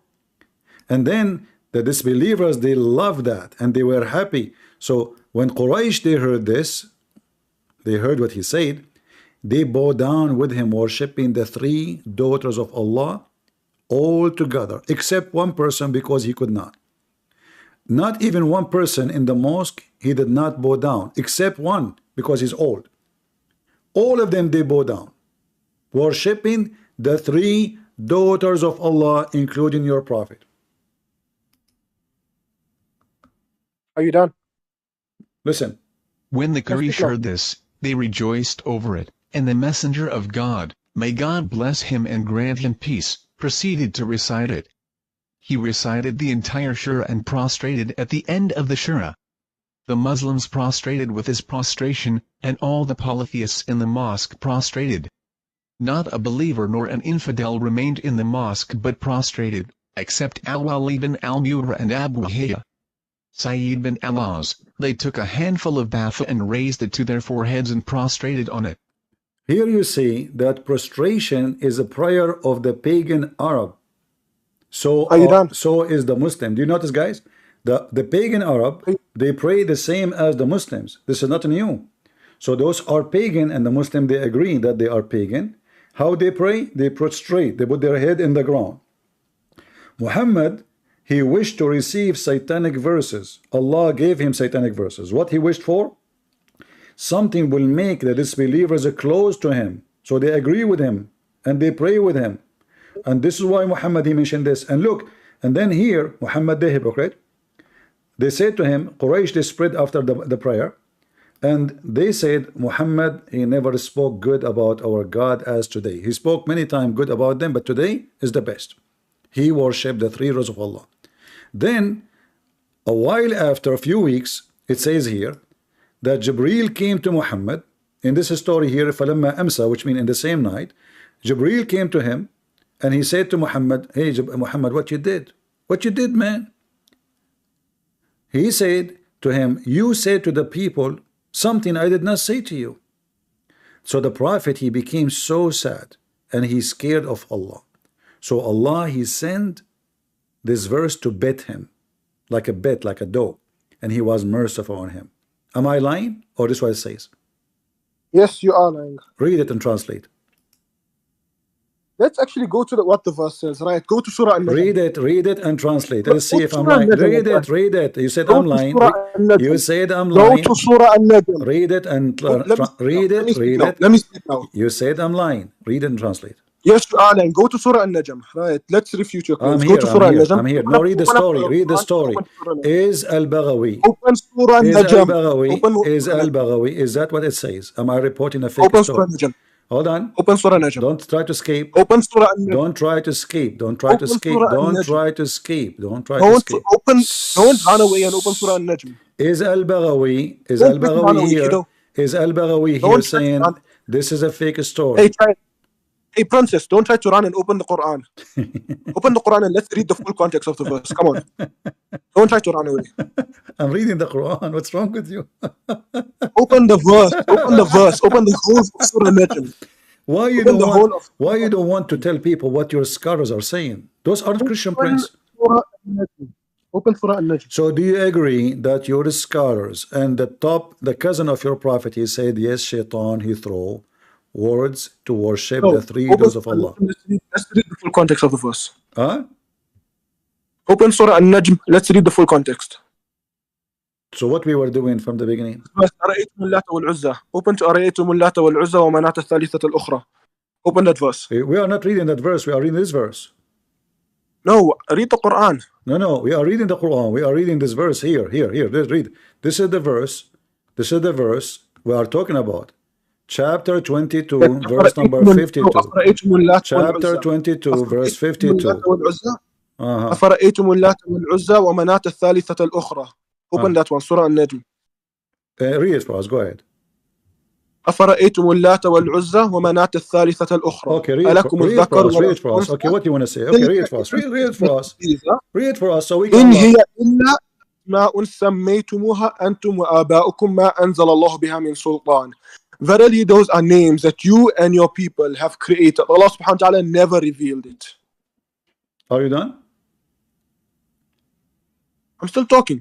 You are lying. Allah, he is upset because look at the stupid Quran. Allah, he said, for you the male and for him the female. It's like a whore is talking. Is that how God he talk? So what the problem with Allah? He don't like to have female daughter. He want to have a male daughter. The verse in front of you. Read the next verse. Now read the verse. Does it say for you the male and for him the female? What the problem? Why Allah is upset because they have the male and for him the female? What is this? Answer. What is this?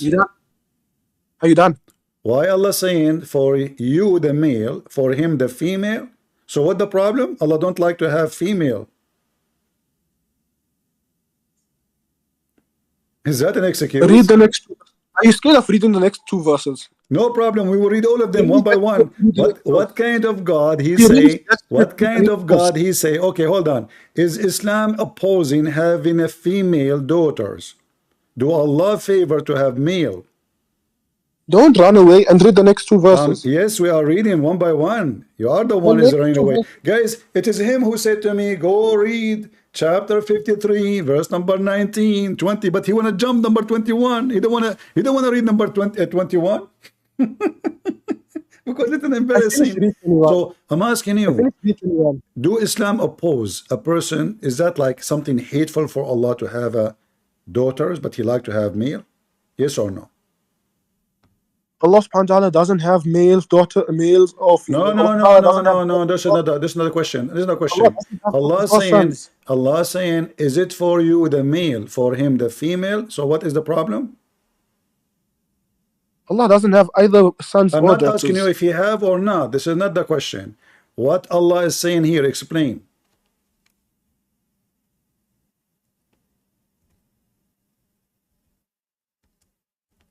You can search Google.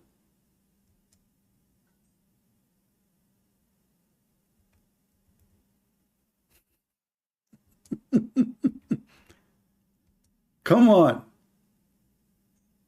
What? I told you read the next two verses. What is the verse saying? What is the problem? Allah saying what? For him, the female, for you, the male. So what Allah is saying? Explain. Read the next two verses. Why next two? Why you want to skip this one? Is it a shameful one? The next two verses refute your. Is it embarrassing? Argument. Is it embarrassing? Explain this one for us. What do you want me to explain in that verse? Why he is saying for him the female and for you the male? What is upset from? What the problem? Why he is talking about male and female? Why he is saying to them, what's wrong with you? You give me the female and for you, you have the male. So why Allah, what is the problem with having females? The fact that Allah subhanahu wa ta'ala doesn't have sons or daughters is the issue, maybe? This is not the question. This is not the question. This is not what he said. He said for you the male and for him the female. So Allah is saying I want the opposite. He is saying this is unjust division. Read it. This is indeed a division most unfair. What kind of God this God is? So what is fair? That he have the male and they have the female? This is God talking? Are you sure? No. So that's not why he is saying this is unfair division? Explain why he is saying this is unfair. Why? Okay, listen. I don't want to repeat myself 1,000 times. Come on, Mansoor. Explain. So Allah, he said this and he said this. Two verses. Guys, do you want to hear Mansoor explain them? They're very simple. I mean, don't make it a drama. Explain. So for you the male, for me the female, this is unfair division. Allah says that. Explain to us. Go ahead. I'm listening. It's refuting the idea that Allah subhanahu wa ta'ala doesn't it's refuting the idea that people have that claim that Allah subhanahu wa ta'ala has daughters and or that this is not about Allah not having daughter. He is saying for you the male. You are dodging the question. Why he is saying for you the male, for me the female. This is indeed unfair division. I don't question Allah subhanahu wa ta'ala says something. Oh, you don't question him. No, we question him. That's you because your problem. No, because you are because you are stupid. You don't dare to question. This is stupid. This is no way God will say that. God will say, "Oh, for you the female, for you the male, and for me the female." I don't accept that. This is indeed an unfair division. Hold on. Isn't it the Quran says that the Arab, when they have a female daughter, their face go like bad? Is it true? The Quran says that the Arab, when they have news that they have a daughter, they get upset. It turned to be. Why are you jumping? It is. Hold on. No, I'm showing you a contradiction because the Quran says. Why are you running? Hold on. The Quran says that if this book is made by other than Allah. Why are you running? If this book is made by other than Allah, you will find contradiction. Look, guys, look at this. When the news of a birth of a female child brought to any of them, which means those Arab, his face become dark. Do you see it? This is the Quran. Yeah. So he get upset. Okay, so he get upset. Okay, get upset. Chapter 16, verse number 58. So now, Allah is an Arab male. He got upset. He said to them, aha, for you the male and for me the female. This is for sure and just division. So when the Quran says the bad ones is the one who get upset for having a daughter, that is him. No, Allah subhanahu wa ta'ala gets angry when people attribute daughters or sons. No, hold on, guys, listen carefully, listen carefully, listen carefully. Did you just say that daughters and sons are the same in Islam? Huh? Huh? Did you say Allah, he says daughter and son is the same in Islam? Did you say that? No, I said Allah subhanahu wa ta'ala gets angry whenever somebody attributes to him a daughter or a son. No, he said it clearly, for you, the sons, and for me, the daughters. This is what he said. Why you are making things up? Why you are adding things? Why you are adding things there? Listen. Why you are adding things? Come on. I mean, Abdul, people are watching. So listen. Here he said, for you the males. So what the problem? Unjust. Where is the unjust? The unjust is that those Arab, they choose for them to have male sons, and they gave Allah female daughters. But the same Quran saying that those Arab, when the news come to them that they have a female daughter, his wife, she gave him birth, his face become black, you know, black. And Allah here talking about you or about him, obviously Allah himself, his face now is getting black. Allah, he heard the news that those people, they are giving him a female and keeping for themselves the male. So his face go black, and he said, indeed, this is unfair division. Allah is upset.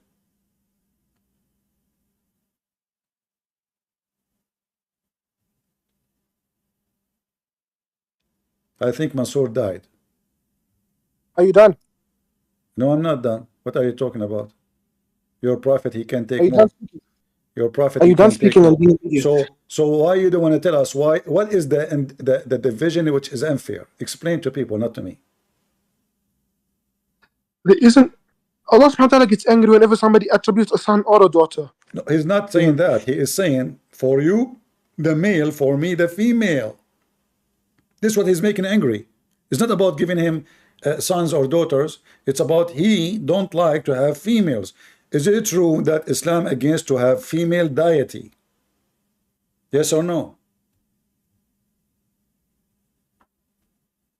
Are you? What? Over here, Surah Maryam, right? Verse I think 8, Surah Maryam. Open Surah Maryam, right? Why you keep jumping from place to place like a monkey? What's wrong with you, Masood? I'm showing you what happens whenever somebody attributes to Allah subhanahu wa ta'ala a son or what you call it, a son. Okay, let me ask you. If Allah want to take a son, if Allah had Allah wished to have a son ever? Huh? Had Allah wished to have a son ever? No. So the Quran is a lie. Why are you running to another topic? I'm no, speaking over here about. Running. Here we go. It says in the Quran, had Allah wished to have a boy, not a girl. Allah don't like to have girls. He like to have boys. Had he wished to have a boy, he will elect from the best he have, from what he created. So according to the stupid Quran, if Allah wanted to have a son, he will chosen from those who he created. But look how stupid is that.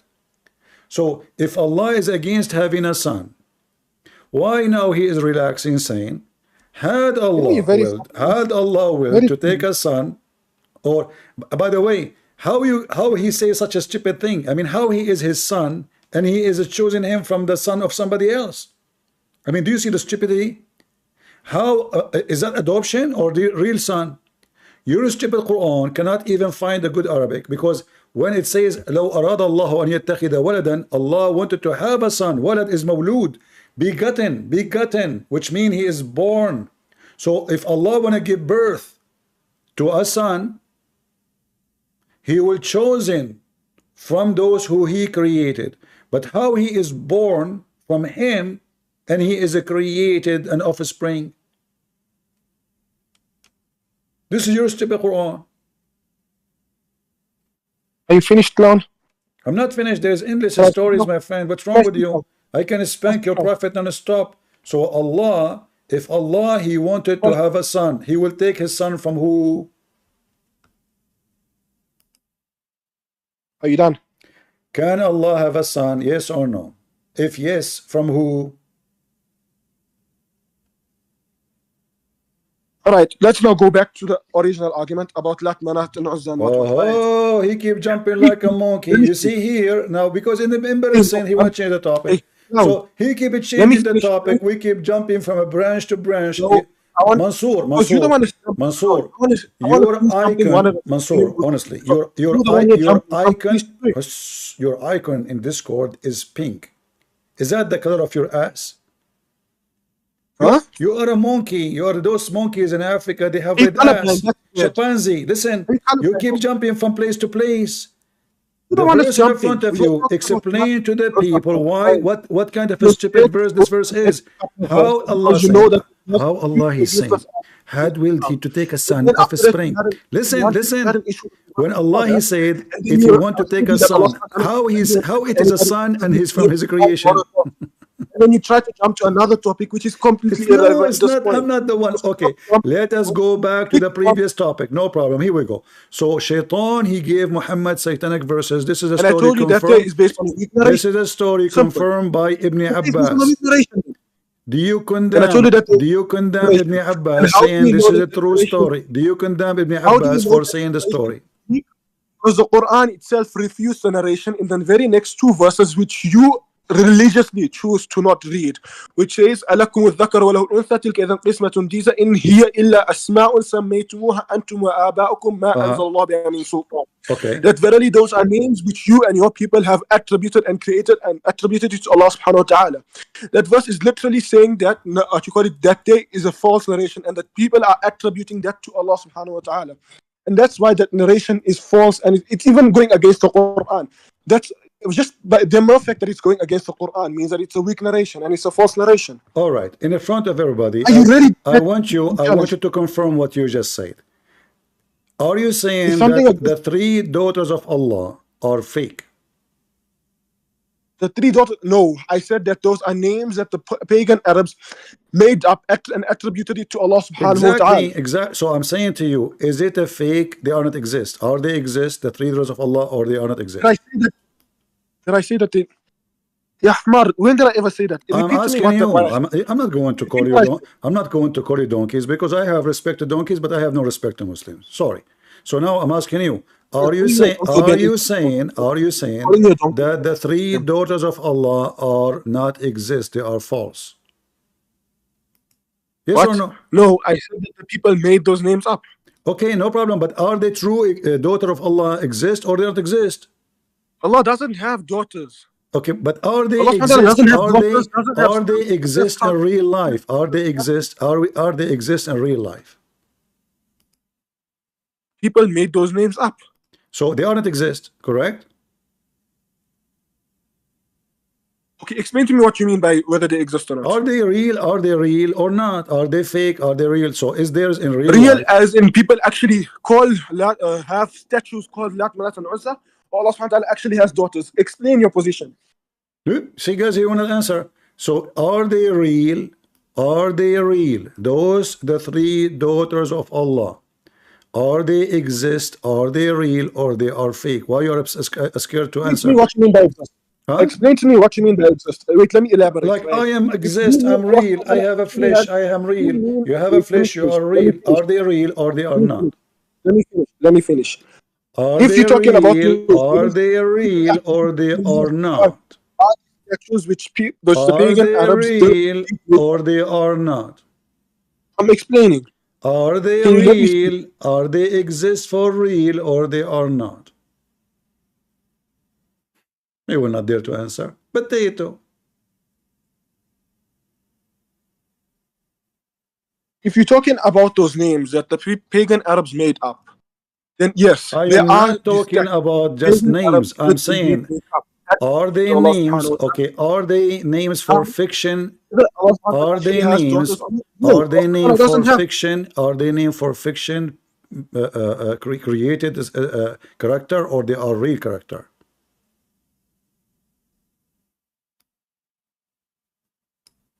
I already explained to you this before. If you are referring to the No, I don't statues, want which the people, explanation. which I the want pagan, either they are real or they are fake. Are they exist? Do Allah have daughters? Yes or no? Allah subhanahu wa ta'ala doesn't have daughters. Is I already told you that. Al-Uzza a real person? Is it exist? I told you, if you are referring to the names which the people, which the pagan I am Arabs asking you, said, is Al-Uzza is exist? Al-Uzza Yeah. as a person, is it exist? Are you listening? Is it exist? Are you listening? Is it exist? Okay. Is Al-Uzza, Al-Lat, and Manat or exist three women in the time of Muhammad? Yes or no? There are three idols in the time of Muhammad sallallahu I'm alaihi not wasallam. talking Yes. about idols. I said women. Women. Yeah. I don't know whether there were actually women called Black Manat and Uzza. Well, according to your prophet, he killed Al-Uzza, brother. Non-Muslims who do right. Here we go. This is your prophet. He said Khalid ibn Walid, and Khalid, he killed Al-Uzza. He slaughtered Al-Uzza. So you keep saying to me Al-Uzza is a fake. The Quran says Al-Uzza is a fake. But the prophet, when Khalid, he killed her, a woman, Muhammad said to him, that was Al-Uzza. Read it. Do you see it? He killed the woman, he cut his hair, her head. What Muhammad, he said to him, that was Al-Uzza. And this is Tafsir Ibn Kathir, An-Najm, the same verses we are reading. Listen, this is the same verses, this is the same verses we are reading. Ibn Kathir. Narration. What? Give me narration. Narration of your ass. Get out of here. Each time I give him something, give me narration. Who said that? This is not true. This is weak. This is so how you can kill the Uzza if the Uzza is a fake woman? If she does not exist? This is your story. This is Ibn Kathir. The chapter of An-Najm 53. Your prophet, he sent Khalid, and Khalid, he saw a very sexy woman with very crazy hair, Harry Potter. When he went first time, he just break the idol. Okay, he told him, go back, you are not finishing your mission. He cut the trees. He said to him, go back, you did not finish your mission. When he went back, he saw the servants of Al-Uzza. They saw him.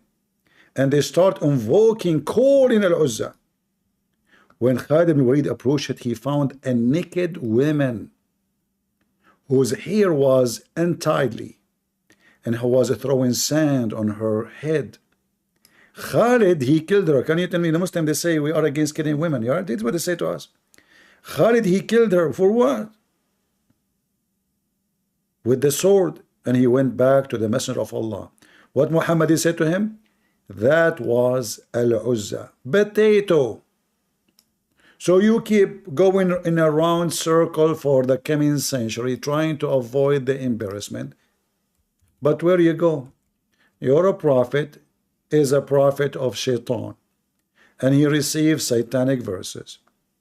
And this is a story registered by you, not by us. And if you want to say to us, whoever say this story is a fraud, I agree. That is your prophet. I'm not against the word of fraud at all. And this is here.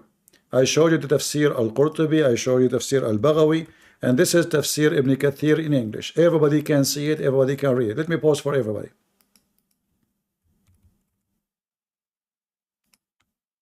And here it says, the story of Al-Uzza. Do you see it?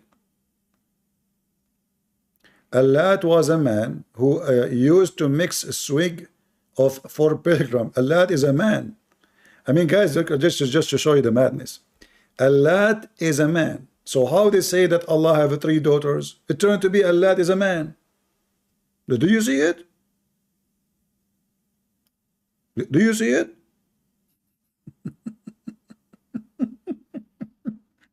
It turned to be not daughters. It turned to be a man. He's a man. The Muslim, they have transgender confusion about the daughters of Allah. It turned to be Allah is a man. And then it says here, here explain to you the idol of Al-Uzza, and then if you go down, here we go the story. So he sent Khalid ibn al-Walid. He told him, go and finish your mission. You have not finished it yet.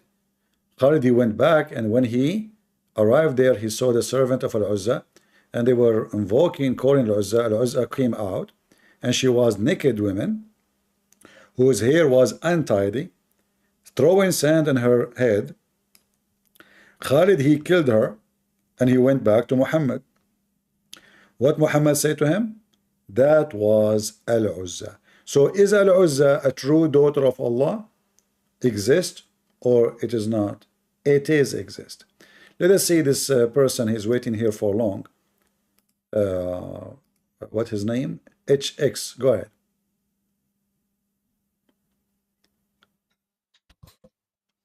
Hello. Hello. Okay. Assalamu alaikum. Can you speak louder, please?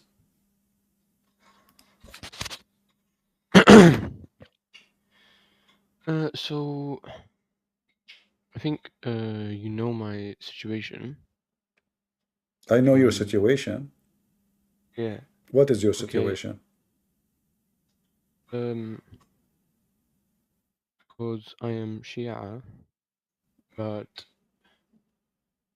I'm not fully sure. You are Shia, but you are not fully sure. Sure about what? About Islam, you mean? Yeah. Islam is a great religion, my friend. What are you talking about? In Islam, you will have a banana in heaven. I mean, do you hate banana? What's wrong with you? Allah will give you a lot of women, and their legs is open anytime. You don't even need to open them. They are always up, ready. And you just, you know. Yeah, what's wrong with this guy? This guy, he don't appreciate Allah. What's wrong with this guy? He's a Shia. Crazy people. You know, I'm trying to fix his brain. Sorry, guys. Excuse me. Let me put up my sleeves to fix it. Listen to me carefully. You know what are you missing? Allah will give you a penis scan if 100 women in 2 seconds. Even me, I cannot do it. Even my rabbit, he cannot do it. So this is probably hold on. Sunni.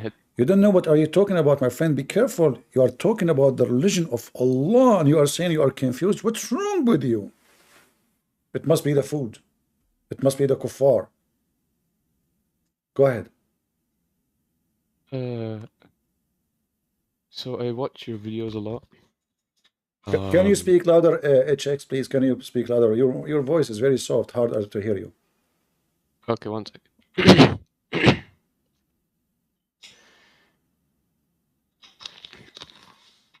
Okay, so I watch your videos a lot. Okay. And you say some convincing things, but I would like to maybe know more about why you think this is wrong religion. Most things you say is against Sunni, so I don't really see much you saying against Shia. So. You want me to speak against Shia now? Yeah. Well, first of all, I cannot talk much about Shia because Shia religion is so good. You know, for me, I really like it. Like as an example, we have the advice. I don't know if you know the advice between the Prophet Muhammad and Ali. Do you know it? No. Yeah. So your prophet, he was talking to Ali, and he gave him advices about sexual intercourse. So as an example, your prophet, he told Ali, don't have sex with your wife after noon, for if you do so, your son will have cross eyes. And according to scientific studies around the world, especially in Japan, there is a scientist, his name Yama Aidulai Yama. He confirmed that if you have sex with your wife after noon, that will cause a defect in the DNA and cause a problem for your son. In fact, me myself, I have a cross eyes. Are you there? I don't Yeah. see you. All right, sorry, I cannot see you. But anyway, so if you want to talk about the Shia books is way more hilarious than the Sunni books. You don't know? I've never seen this. All right, let me get you some reference then, as long you do not know. Let us see, let us go to the Shia books. Even though I don't like to share such a sexual knowledge with everybody, people have to pay for it these days. You know, people are pervert. So the second you say sex, money come from everywhere. Let us see. Here we go. Okay, here I we know go. certain This is let they me show you. You see my screen? yeah. Do you know Arabic? No. All right, no problem. I will translate. You know the book of Bihar al-Anwar? Yeah, Lama Majlisi. Lama Majlisi. Big name. This is like the one who is bigger than Al-Bukhari than for the Shia. So this is Bihar Yeah. al-Anwar, volume number 100, page number 281. Good? Mm-hmm. So here it says, Ya Ali, Muhammad saying to Ali, don't if your wife in the beginning of the month or at the end of the month, for that child will be crazy and mental when she give birth. What do you think about that? Uh, uh, um, I don't know. I never heard this before. You never had sex in the beginning of the month? Okay, try it. Let us continue. Ya Ali, don't if your wife in the afternoon. So if you if her afternoon, your son will have a cross eyes. Do you know anyone, cousins, family, friends, they did such a bad, ugly behavior having sex afternoon and then their son come with the cross eyes? I know it's haram. It's haram in the afternoon, I think. They told I you it's heard. haram, but they did not explain to you why? No. Yeah, this is the reason. Because you will have, your son will have a cross eyes. So now if you walk in the street and you see somebody is a Shia and he have a cross eyes, poor kid, his dad and his mom, they are stupid. They have sex in the afternoon. And let us Is this continue. Sahih? This is Sahih. Yeah, this is authentic, very authentic. And then Okay, I mean, Muhammad it said, could be.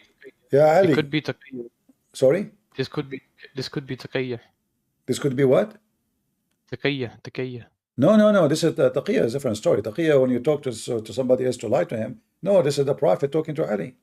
This is a conversation between Muhammad and Ali. Sometimes some hadith is written for taqiyya, so it's No. not real. No. This is not. Taqiyya have nothing to do with this. Taqiyya is to lie to protect the faith. Here, this is Muhammad is speaking to Ali, advising him about sexual intercourse. Oh Ali, don't speak during intercourse, because if your wife she carry a child from that, he will be mute. He will be what? Mute. Did you see anyone mute in your town? H? No. Yeah. Well, if you see anyone, you should know that according to your prophet teaching in the Shia books, because the husband was talking, maybe he was saying to her, I like your butt, or I like your boobs. Or she said to him, man, your penis is so small. So you should not talk. I mean, stupid people, man. I mean, what the big mistake? They should put something in their mouth, like maybe a carrot. Don't talk during sex. And then he says here, and not anyone should look at his wife's vagina, because he should not look during the intercourse, because if you do that, the son will be blind. Okay, but What butt? I just told you don't look at the butt. Come on, we have to be careful. You want to have a son, he's blind? Just because you want to look at your wife butt, you don't look at it. Ask the neighbor to do it for you. He can describe it for you. Haram. You cannot, I mean, the guy is effing the wife and he cannot look at her vagina, he cannot look at his butt. So what he's seeing? It have to be total dark, huh? Otherwise the son will be blind. No wonder Muhammad was saying Aisha is so sexy. Aisha, she said the Prophet was so good looking. Okay, see, this is what I wanted to talk to you about. We believe that she is 19. She's not 9. Who, Aisha? Yeah. Who care? You know, Aisha, she was 19, she was 9. I mean, you Shia, you have tons of stories, but at the end of the day, you Shia, you say that Aisha, she was a whore, correct? I know some of them say this. I don't know. Yeah, so she was 19. She was at the age of 19, but she was a whore, according to Shia.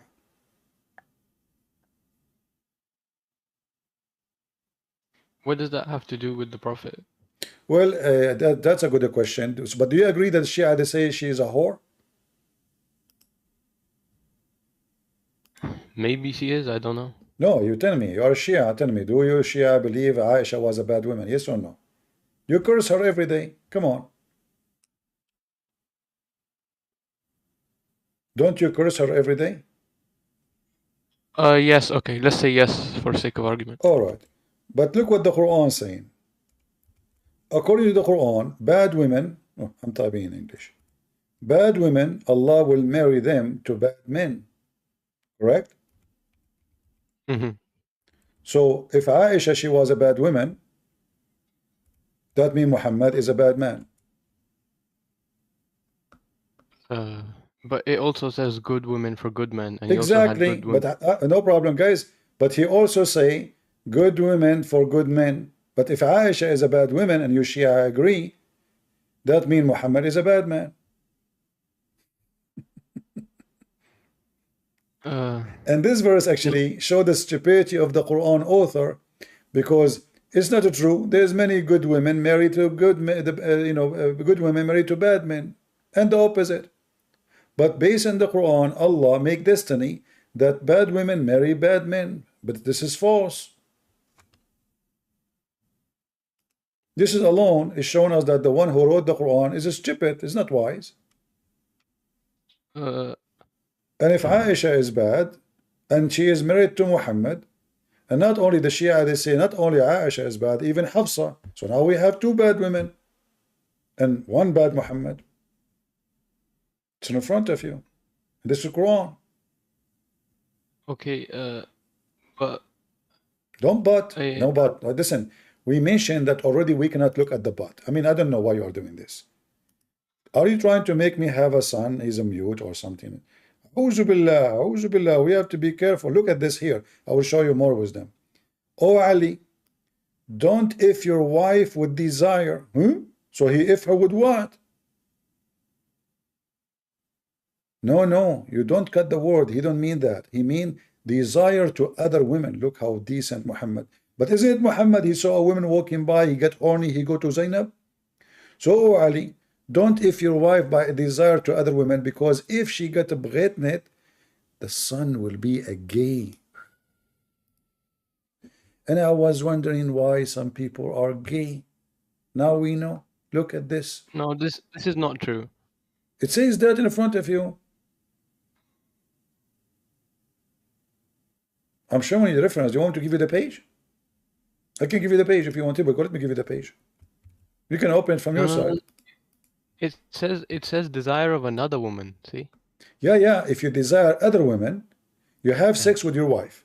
But when you are having sex with your wife, let us say your wife, she looks so ugly, But so you desire that you are having sex with someone so beautiful, like Kamala Harris, So so you imagine Kamala, but you are effing your wife. If you do that, the son will be a gay.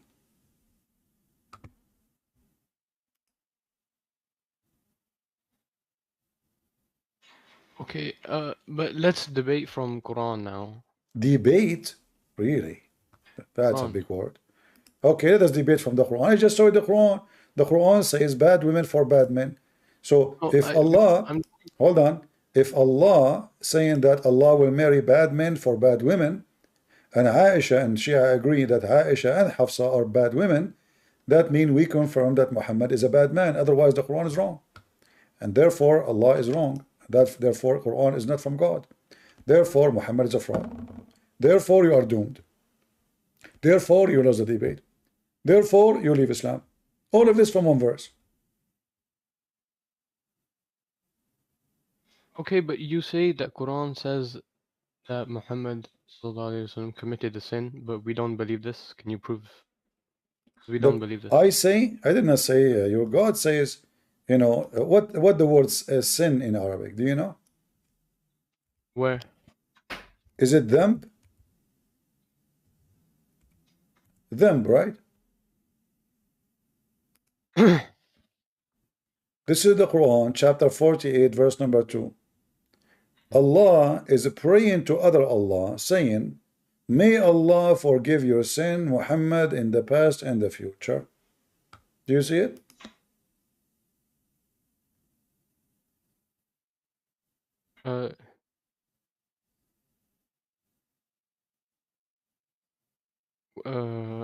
What is the context? What's the tafsir?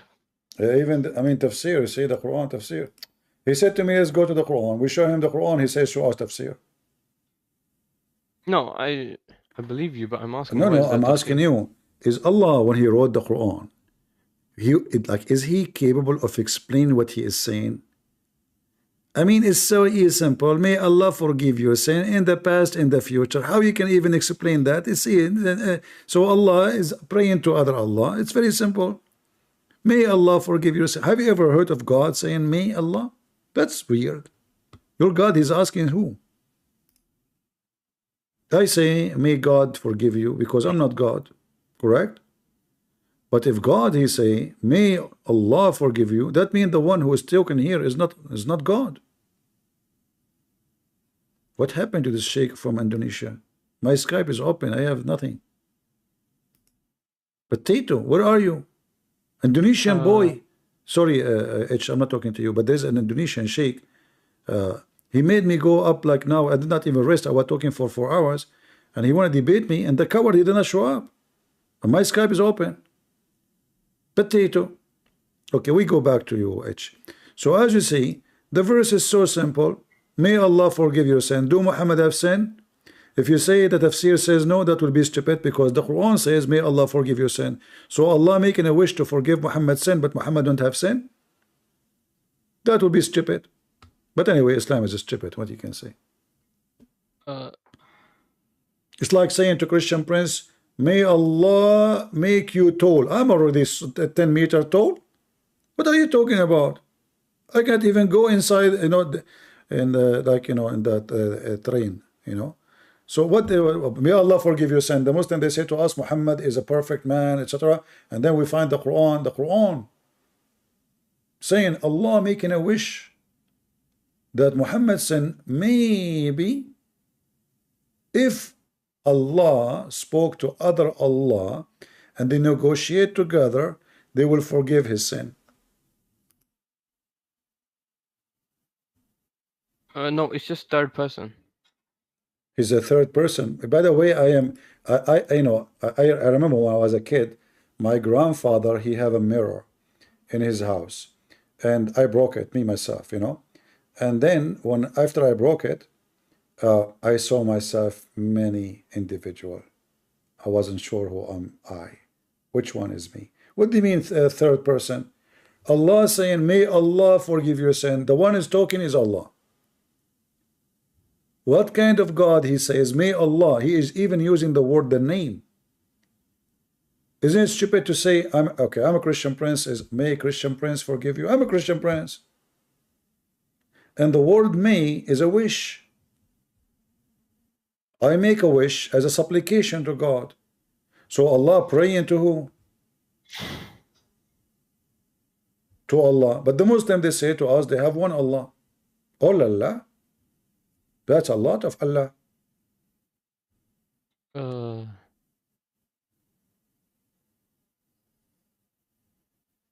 Okay, fair enough. You know, I will tell you a story. My mom, when she gave birth to me, she said, may Allah take you back, you know. But because Allah is fake God, I'm still here, you know. I mean, come on. She made a wish for the wrong God. So your God, Allah, he must be making a wish for the wrong Allah. What do you mean, may Allah forgive your sin? Allah sending application to other Allah. How many Allah you have? This is stupid. You want to drink water? I have water for you. It's from Zamzam. You know Zamzam? Yeah. You know what they call it? Zum and Zum. Two Zum in one time? That's too much headache, man. Zum Zum. The name is so funny and silly. Zum Zum, Mum Mum, Al Mum, Sam Sam, Lamam. By the way, do you know the story about the Lamam? The what? Al Lamam. No. Oh, this is a story you will like it. Me and you, we are men. Hey, girls, like, just leave. Close your eyes. Close your eyes. You can hear us, but don't look, okay?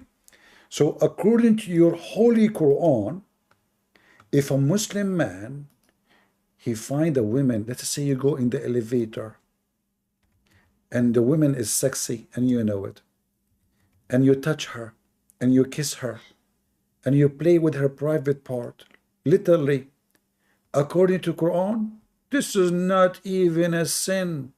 That's nothing, brother. It is lamam. Is that true? No. What, no? Okay, here we go. I mean, come on, you know. I don't know what's your name, by the way. What's your name? Give me a name so I can call you. Ahmed? Hussein. Hussein. Yeah, Hussein. Okay, my friend. Go ahead. So here it says, illa lamam. Well, where is the lamam? We search for the lamam. It says kalimat. What's wrong with this search engine? The Muslim search engine is messed up. Unbelievable. What is this, man? All right, let us go and do better search. This is a chapter of An-Najm, verse number 32, but here in the Quran, here, this website is messed up. Here we go. All those verses here is speaking about, but chapter 53, verse number 53, verse 32, speaking about that. And here the Muslim translation says, small faults. What is a small fault? You read the interpretation. A guy, his name is Nabhanut Tammar. A married Muslim woman, she came to him. He said to her, listen, let us go inside the store. I have something to show you. She went inside, and according to the story, the man, Nabhan, he did with her everything the man he do with a woman except intercourse. He told the Prophet maybe, he said, perhaps her husband is doing jihad. And he said to Nabhan, don't worry, this is a small fault. Is that true? And we can show the interpretation for the story. This is the interpretation. We can show you from the Shia and from the Sunni. Okay, can you show the Shia tafsir? Yeah, we will show you both. Hold on, just give me a second. So here, this is Al-Qurtubi, the chapter of An-Najm. Here is the story about Nabhanut Tammar.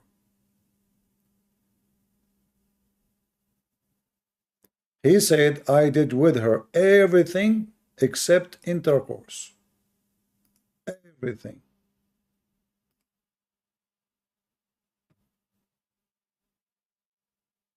He was called Naban al-Tamar.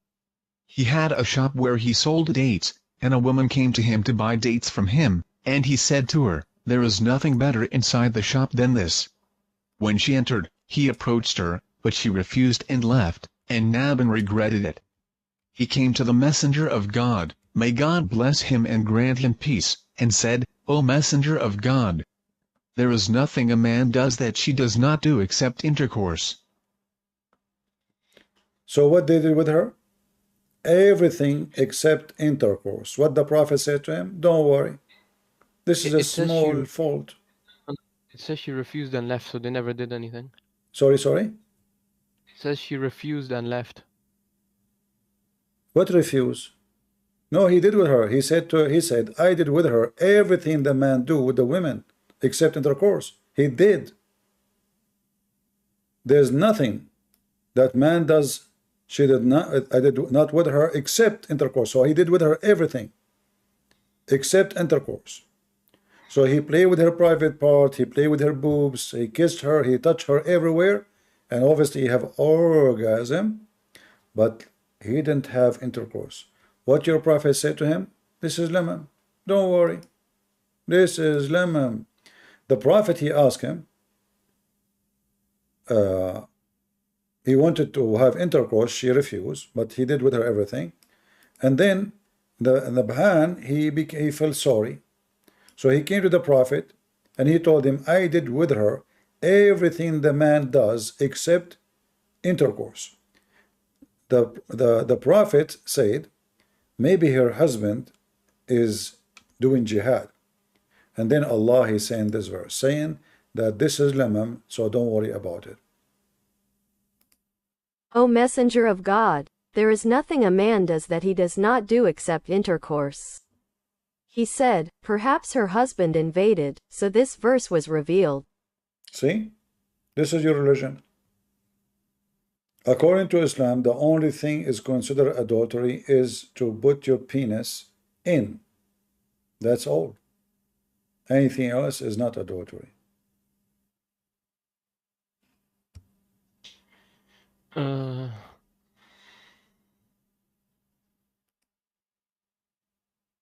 Anything else is holding you to stay a Muslim, Shia?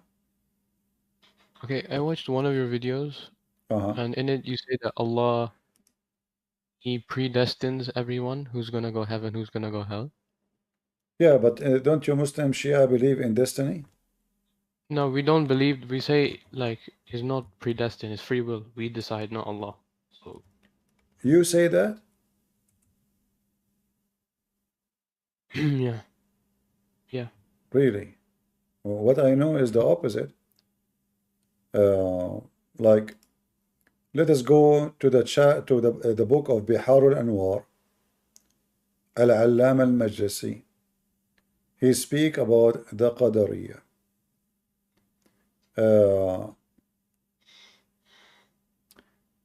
Yeah, we have to agree that the Shia, they have their own differences with those who believe in like the predestiny. But isn't it Allah? He created the whole world for the sake of Ali and Fatima and Hassan and Hussein. Created what? Huh? He created what? Yeah, so this is Qadariyya. The whole world created for their sake. So how we don't believe? How we don't believe in destiny, and then we believe in the same time that every creature is destined for the sake of Ali and Muhammad and their children. No. It means He created the universe as a gift for them. Exactly. So this is destiny. Did you choose? Based on this, destiny? Did you choose to be created as a gift for Ali? No, you did not. This is destiny.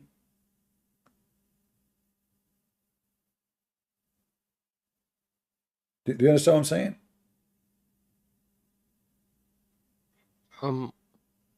Okay, but can you prove in Quran about predestiny? Oh yeah, sure. This is the Quran says here.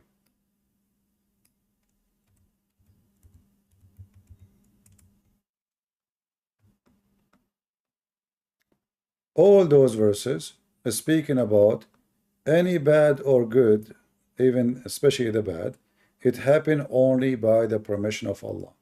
So nothing will happen except by predestiny. Do you see it? Chapter 64, verse number 11.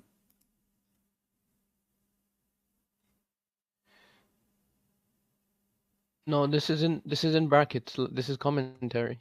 I don't care for the bracket. I read it in Arabic. No, it says the true faith, certainty, Allah's befallen name was already written for him. This is in brackets. We don't believe this. Take the bracket away. Who cares?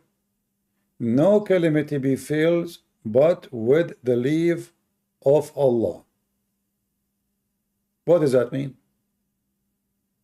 Allah he have to put his signature on it to be or to happen.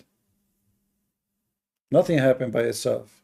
No thing happened to you, bad or good, except by Allah's decision. That is predestiny.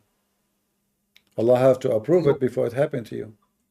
No, it's saying that if something bad is going to happen, then Allah gives it permission to happen. He does not make it happen. Allah give it permission. He don't make it happen. Yeah, no, because Allah gives permission for everything, even All right. the leaves I'm going on to the do tree. this. I'm going to do They this. cannot fall off the tree unless I'm Allah going gives to them do permission. this. Okay. If somebody believe in Allah, do he believe in Allah because Allah will or against Allah will? Huh? If somebody believe in Allah, Yeah. all right, is that because of his will or it's against his will?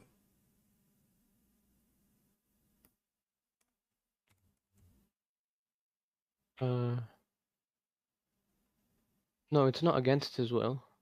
So do you believe in Allah because it was the will of Allah? Like now, I don't believe in Allah. Is that my will or the will of Allah? That's your will. Okay. The Quran says the opposite. Chapter 6, verse 107. Had Allah willed, they would not have taken other beside him to worship.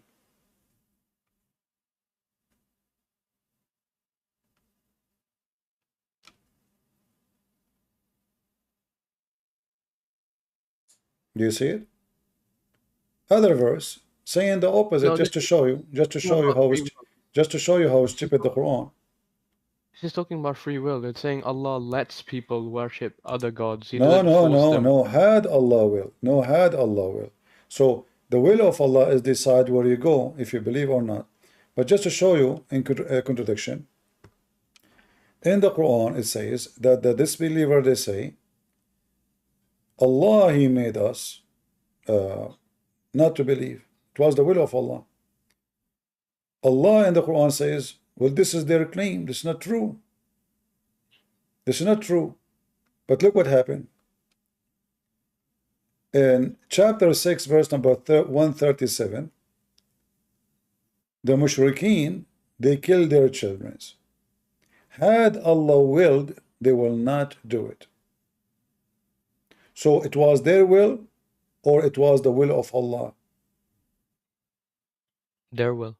No, because if this is their will, the verse has no meaning, because had Allah will, they will not do it. That means Allah will, they will kill their children. Let me show you more. Maybe you can understand better. Chapter 6, verse 148.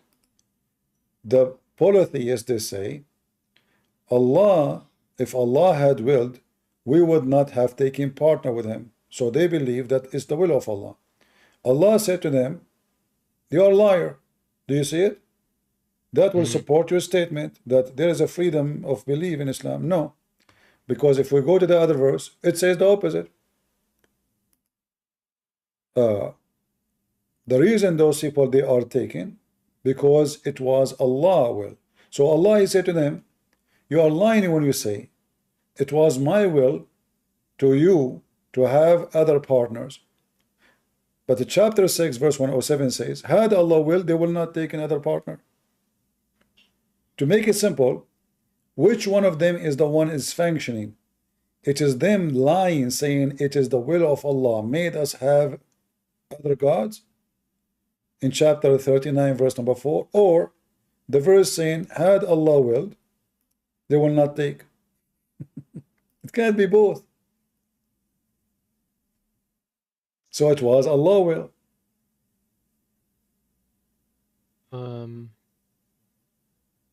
This could be Allah saying that He's not gonna force anyone to worship Him. No, no, no. No. In fact, you see, the idea of forcing, not forcing, this is not exist in Islam, because there's nobody have a choice to believe or not. Like if somebody been deceived, let us go to deceive. When somebody worship other than Allah, he is being deceived, correct? If Allah, if he what? If somebody believe, let us say he believe, Mickey Mouse. He believe in Mickey Mouse. He worship Mickey Mouse. Okay. Who is the one who deceive him, Shaitan or Allah? Shaitan. No. The Quran says Allah. And the one who Allah misguide deceive, nobody can guide.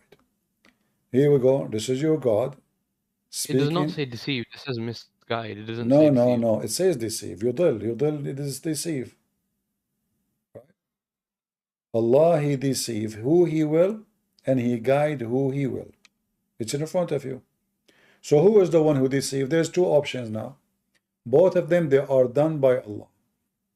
Do you see it? Both are done by Allah. Deceiving and guidance. Both are done. So where is the free will? The one who is misguided and deceived by Allah. And this is what the word in Arabic means, yudil, deceive. And the one who is guided by Allah. There's no other choice. Same time in chapter 16 verse number 37 says, Allah will not guide the one He deceive. Do you see it? So verily Allah guide not those who He make them deceive. It's not shaitan make them deceive. Do you see it? Did he leave? Oh, he's gone. Okay, who was here first? Mohammed? Who was here first, guys? This guy, he left, I don't know. Yes, I am already there. You were here before them? Yeah, I was here, I'm waiting. You are ready for what? Yeah, I'm waiting for your letting me to talk. Okay, you are a Muslim? Yeah, I'm Muslim. But I spoke to you 5 hours ago, you were a Muslim. You still a Muslim until now? Yeah, that's true. That's true. I mean, come on, what happened to you, man? No, What? you disconnected. Why you still a Muslim? Tell me why you still a Muslim. Because I have reasons. Give me that number one reason. No, let's take it away. Right now, I will talk on the debate you were talking about before 1 hour.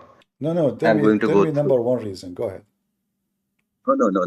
Listen, the verses you have here shown to the audiences, I want to talk about those. Which one? Yeah, I will let you know. Just give me some time so that I will tell you. You are not ready yet? Right now, Surah Fatah, you are saying, God is saying that may. So can God say may? Is there another God? You were saying right now. Is it true? Yeah, this is what the verse saying. May Allah forgive your sin. Okay, so you were saying, right? So you agree. It says, may Allah forgive your sin, okay? Your claim was that it is saying may. May means that so Allah is also asking for someone else. There is someone, so He says may. Because if Allah is going to do, there is no may. Is it right? I don't understand what he's saying, guys. Can you speak slower? Can you speak slower? Here is the verse. It is on the screen. You have shared it. Al-Fatah, very nice. It says, may Allah, may Allah forgive your sin. Yeah. Okay, so Allah, Allah making supplication to who? You did it. You done it for many minutes. You are talking on this. So now I am going to talk. Give me 2 minutes. Okay, go. But are you ready? Try to make it more clear. Like, your voice is not clear for me. So don't speak fast. Don't speak fast. Okay, go ahead. Listen, I do not want to go very long. Few words just I want to say. All right. There is no Arabic word which says may. So you are translating it wrong. Then the meaning will also be wrong. The meaning what? The meaning what? Listen. لِيَغْفِرَ لَكَ اللَّهُ. So that I don't understand what he's saying, because if I want to answer you, I need to understand what he's saying. No. First you were saying may. So your translation is wrong. I'm saying this is not my translation. So whoever it is made, but there is no may. Okay, give me the translation you accept. So I am telling you the meaning. No. So who are you? So I am the person who is talking with you. No, you are not a person. You are a half person. What do you say? I am also Arabic Give me, speaking. okay, hold on. Give me the translation you accept so we can read it. Yeah. لِيَغْفِرَ لَكَ اللَّهُ. So Liya that, what? You don't know Arabic, you idiot. This is not Arabic. listen, لِيَغْفِرَ لَكَ Speak to اللَّهُ. me. Speak to me in Arabic. Speak to me in Arabic. Speak to me in Arabic. So why do I will speak? I'm trying You are an to Indian boy. take. You are an Indian boy. You are not reading Arabic. Let me show people what you are reading. You are reading this. No. You are reading. You are Man, reading this. You are reading this. It is just a translation to sound like an Arab. This is what you are doing. ليغفر لك الله ما تقدم من تدبر يا بلدودا. This is what you are reading. أنت جاهل. You are not ready. I am giving. So listen. Okay. Why the Muslims in their translation saying may Allah forgive you? We can change the translation. What translation you like? What translation you like? You ask him who has done it. I don't have any problems. I'm not making a claim. This is your Muslim. I just changed the translation, guys. Here we go. Second translation. If you give me that God may forgive thee the former later sin. This is your translation. Who is the one who made this translation? Look, Muhammad Arbari. Let us go to the different one. Ahmed Raza Khan. I mean, we can show you translation after translation. For layman, so that Allah may forgive. All of them, they are saying may. Talking all the listeners that this meaning. Just take a hike. All of your translations saying may. I'm not even translating. This is your stupid translator. They are my translation now. I said to you, show me the translation you accept. You don't want to show me. This is your translation. What I will do? All the Muslim translation says, may Allah forgive you, Muhammad. May Allah forgive you. So if the word may is not there, then a new Muslim you added there, that means you are a bunch of liars. Mr. Mohammed, how are you doing? We have two Mohammed. The one in Arabic. Go. Wait. What do you hear me? Yeah, I hear you. Go ahead. Yeah. What? First of all, why you bring a Shia in here, bro? The Shia is the worst example of Muslim possible that you can debate. Why the Shia is the worst? Why? Tell me why. Because first, in the Quran there is specific say that you cannot curse Sahaba, and then let Aisha getting cursed. And in the Quran it says you cannot curse the Sahaba. Where it says that? No, that you cannot curse Sahaba. Yeah, show me where it says that. Yeah. Where it says in that? Quran. Where? Show me where. Bro. Do I need to pick the word for you and put it in the chat? Because you made a claim, you have to show it to us. Otherwise, you are just a kid. Wait, I cannot lie. You say the Shia are bad. It turned to be you are a Sunni bad because Muslim Sunni they lie a lot. You said it's in the Quran says don't curse the Sahaba. Show me. Go ahead. Isn't it you Muslims? Okay, hold on. Listen. Isn't it you Muslim Sunni believe that your Prophet and the Sahaba they have a fight using shoes?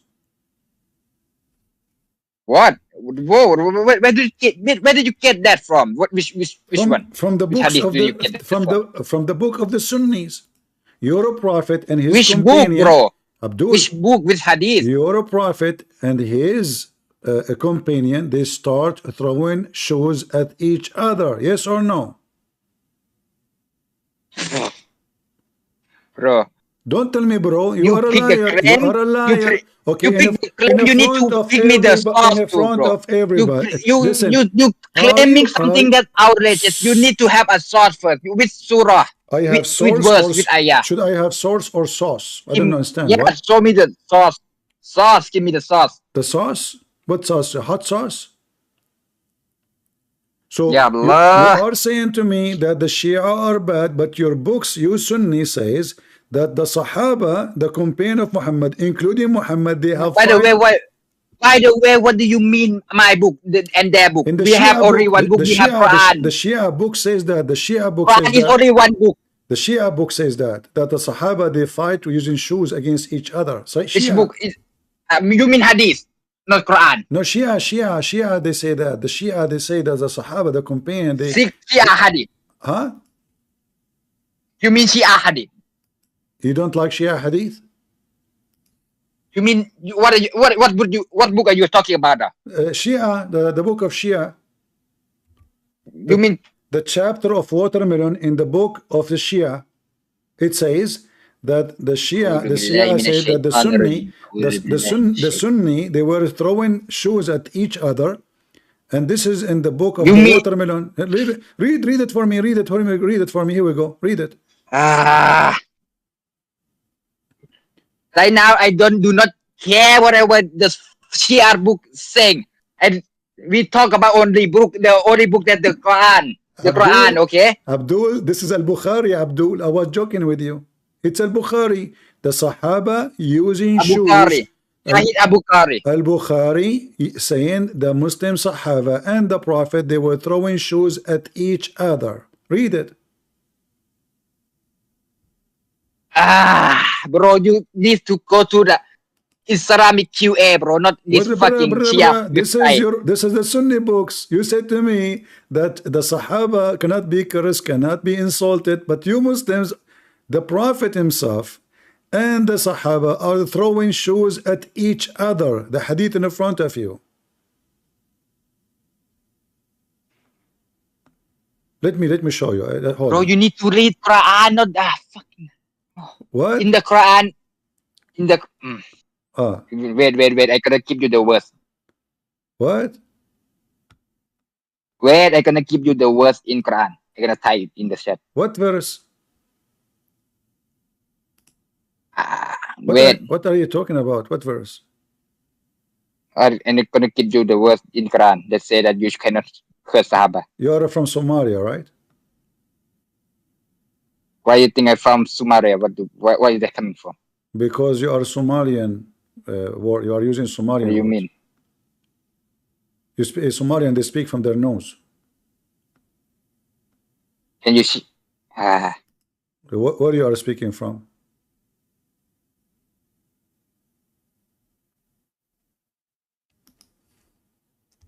Hello. Okay, I'm gonna type it on the chat. Is it true? I'm gonna put this. Is it true? I'm gonna put this word. Listen. Is it true that the Prophet and his companion? Surah Al-Baqarah ayat 88 wa qaruku rubuna kuf banla annahumuna lahu bikufrihim wa qari lamma yuminun. That Arabic, I have no idea what he is saying. What are you saying? And they say our heart, our Rabb, but in fact Allah has cursed them for their disbelief, so little is that they believe. And then I put it on the chat. Okay, what verse you are reading? I don't understand a word from what you're saying. Chapter what? Al-Baqarah. Okay, chapter 2. Okay. Verse? Ayah 88 to 89. Okay, 88, 89. Let us see, because I don't understand what you are saying. Here we go. 88, 89. Go ahead. Tell us what is this verse saying. What does have to do? What does have to do? You said to me, you cannot curse the Sahaba. Because you keep the fact from Hadith. You need to keep the fact from the Quran first. Then after that, Hadith. So listen, you said to me that this verse saying you cannot curse the companion of Muhammad. Where it says that? Read it for me. Here we go. It's in front of you. You asked me to read this one. What does it have to do with our topic? What is? Read it with me. I read it. Where it says don't curse the companion of Muhammad. Where it says that?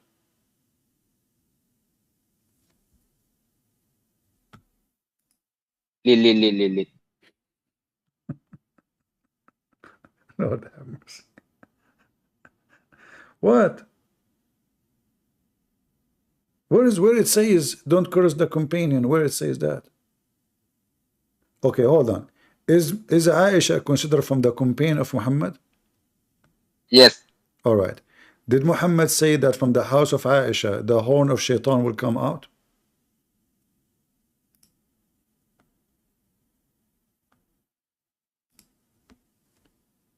Again? The horn of Shaitan will come from the house of Aisha, yes or no? Bro, what is it coming from? It's in front of you. I'm showing you the reference. Look. the horn of Shaitan will come from the house of Aisha. It's in front of you. And those all are Sahih Hadith. And Abani. And they are Sunni Hadith. You see? You see? This is your books. By the way, you need to read Tafsir first. Tafsir. What tafsir? Even this one need tafsir? Yes. All right, my friend. You need to read Tafsir. You not just read this our contact, bro, because you people just get everything our contact and then you interpret whatever you want. Is the companion of Muhammad or kuffar? La. No. Okay, so why the Quran accuse Aisha that she is a kafir? Bro. What? Which verse? You give me you did accuse me that the Quran said that Aisha is kuffar. Which verse that said? Yes, the Quran says that. Here we go. The Quran says show me the verse. The two wives of Muhammad, they became the hearts of kuffar. Chapter 66, verse number 4.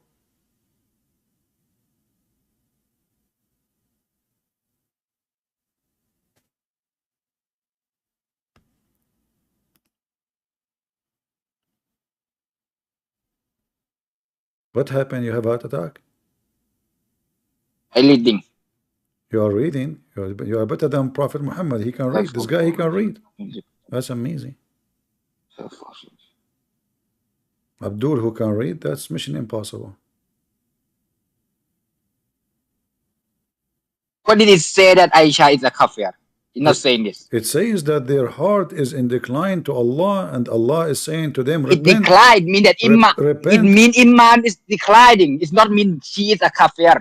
It means she is in the very bad place. Is he asking them to repent? Iman. Okay, he's asking them to repent? Yes, repenting is something that all Muslims do every day. What do you mean, bro? No, this is a verse made for them specifically. They are so bad to the point Allah will send an army. Look at the army. Okay. Can you count for me? The army is going to come to fight Aisha and Hafsa. Bro, and which one did say that Aisha is a kafir? A'udhu billahi minash shaitanir rajim. What which verse? Can you give me the specific word that say that Aisha is kafir? Listen. It says here, but if you help one another against him, against whom Muhammad, then verily Allah will be his protector, and Jibreel, and the righteous Muslims, and furthermore all the angels, all of this to fight two women. So if they are not kuffar and they are not bad, why we need Allah and Jibreel, and furthermore all the righteous Muslims,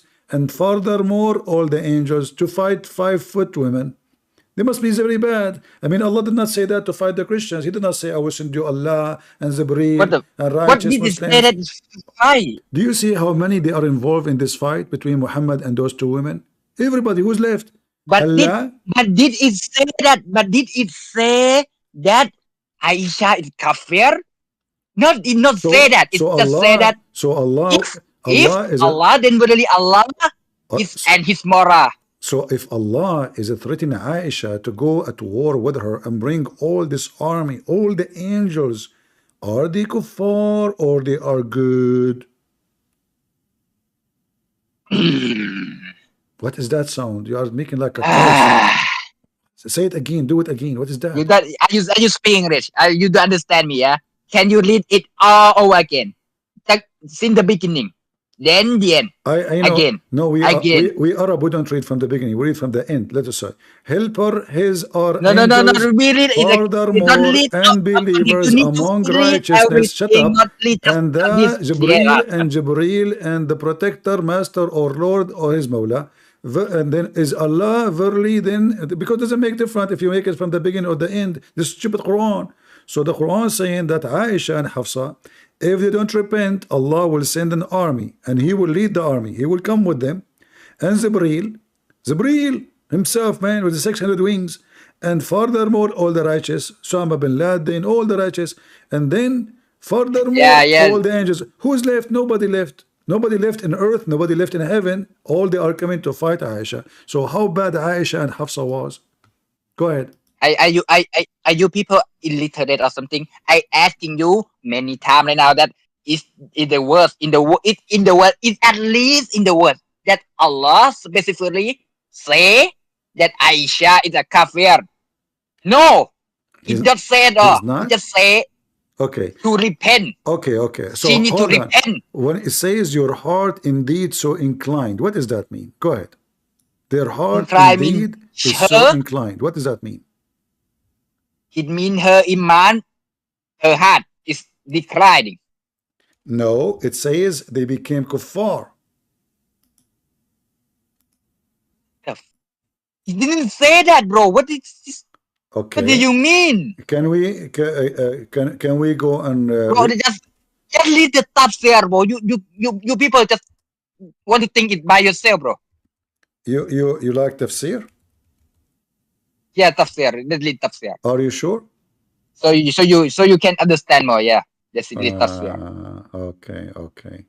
So it is. And by the way, Sunni tafsir, not a fucking Shia. It is. Sunni tafsir? Yeah. Okay. By the Sunni scholar. Yeah. All right. Here we go. This is Sunni tafsir. This is the book of the Shia. Here we go. This is Shia book, because you asked me for Sunni tafsir, so I have to give you Shia, because Sunni like Shia and Shia love Sunni.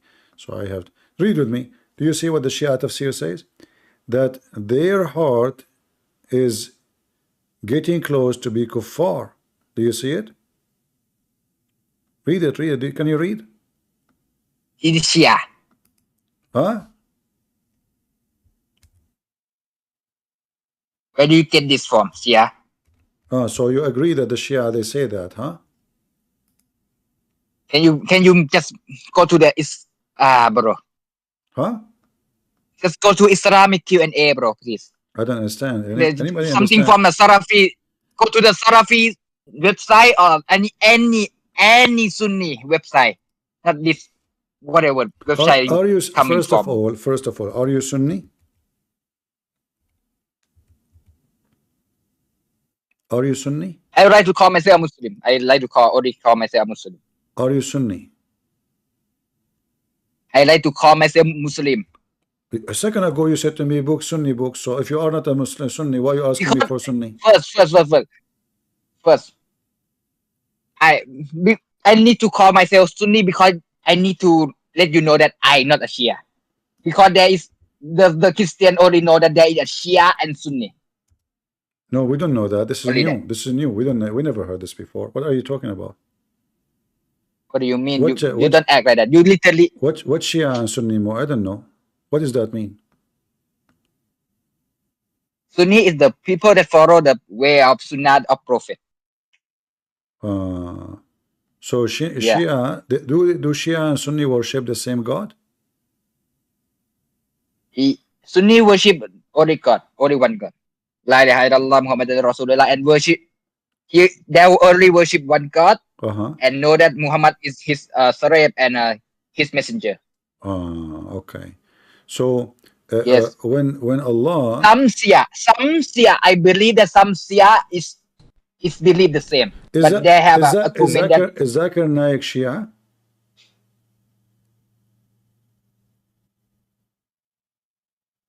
Is Prophet Zakir Naik Shia or Sunni? Listen, Prophet, the Rasulullah didn't say that we should separate into sect. But you see, because some of the sect in Shia. Okay, hold on. Your prophet says, my nation will be 73 sect. Yes, there will be. It's inevitable. Right. Because in the last day, before in the Ankiyama, there's gonna be a 73 sect, and the only one sect will be the true. The two follower. Are they the majority or the minority? They will be the true one. What do you mean? The sect will be saved with their 73 sect, right? So one of them will be the saved sect. Which one? Is it the big sect or the smallest? I don't know. Why? How you will know now? How we will find out? How you can save yourself from the fire? How you know then? Because there is 73 sect. How we know which one of them? You follow what in the Quran and what in the Shahid Hadith. Well, all of them, they read the same book. All of them, they read the hadith. All of them, they claim to be right. Yeah, if you follow the Quran, so you save. So what is the problem here? If I wanna convert to Islam now, which is the true sect will give me a lot of women for sex? Which one? How could I know, bro? Everyone think that is the good sect. So how are you asking? You follow what is the Quran? You follow in the Quran. We follow one thing. One thing that the same that every mahab. So now, follow the same. What you are saying, we follow the whatever that Muslims are gambling. Rule in Quran. They don't know who is going to be saved. There is 73 sect, and based on your luck, maybe this one, maybe that one. There's no proof which one is of them will go to heaven. Nobody knows. Islam is. You asking this question the same. No, I only say that only Allah. Only Allah. No. I don't even know that I can lead to Anqiyamah. Listen. Your prophet said that the Christians, the Jews are 71 sect, the Christians are 72, the Muslims are 73. So being a Jew is the best choice based on your prophet, because you have better choice or better better luck. yeah, read it. It says clearly, guys. Does it say the Jews is split into 71 sect, the Christians 72 sect, the Muslims 73? So your option of being saved in Islam is 1 to 73. Your option to be saved in Christianity is 1 to 72. Your option to be saved in Judaism is 1 to 70. Based on this, listen. Did this hadith say that this Jew and Injil, this Yahud and Injil, you go to heaven? Yes. It go to paradise. It says the Jews. It says the Christians. It says the Muslims. It says Yahud. So yeah. It says Yahud. Yahud. It says Yahud. Yeah. It says there. Here we go. طلقت اليهود. Yes. Because then this Yahud. Okay. So the Jews. They become 70. Hold on. The Jews become 71 sect. The Muslims are 73. So you Muslims are screwed. How? Because the Jews are better than you. Look, they are 71 sect. One of them will go to heaven. You Muslims are 73 sect. The one of this Yahudi so is the true. Listen, Jack Shalom from Jerusalem. He is more lucky than you because he will go to heaven. He has better opportunity to go to heaven to save his ass. But you Muslims are screwed up. 73 sect. The Jews are 71 sect. How you 70 sect actually? You know how you can answer that? How you can refute Prophet Muhammad? Are you going to say now Prophet Muhammad is Shia? Shame on you. Guys, this guy is saying Prophet Muhammad is Shia. Why did I say that? I didn't say anything about that. By rejecting what he's saying, obviously you're a Shia. He said that. I reject that. I didn't say any reject that. I mean you interpret it wrong. You don't understand what this hadith means. Okay, listen, Muhammad. According to what you said to me, the most screwed up people are the Muslim Sunni. You Muslim Sunni are screwed up. 73 sect, man. The Jews are 71. So the Jews are not the most confused. It is the Muslims are the most confused. It's in front of you. Refute that. Go ahead.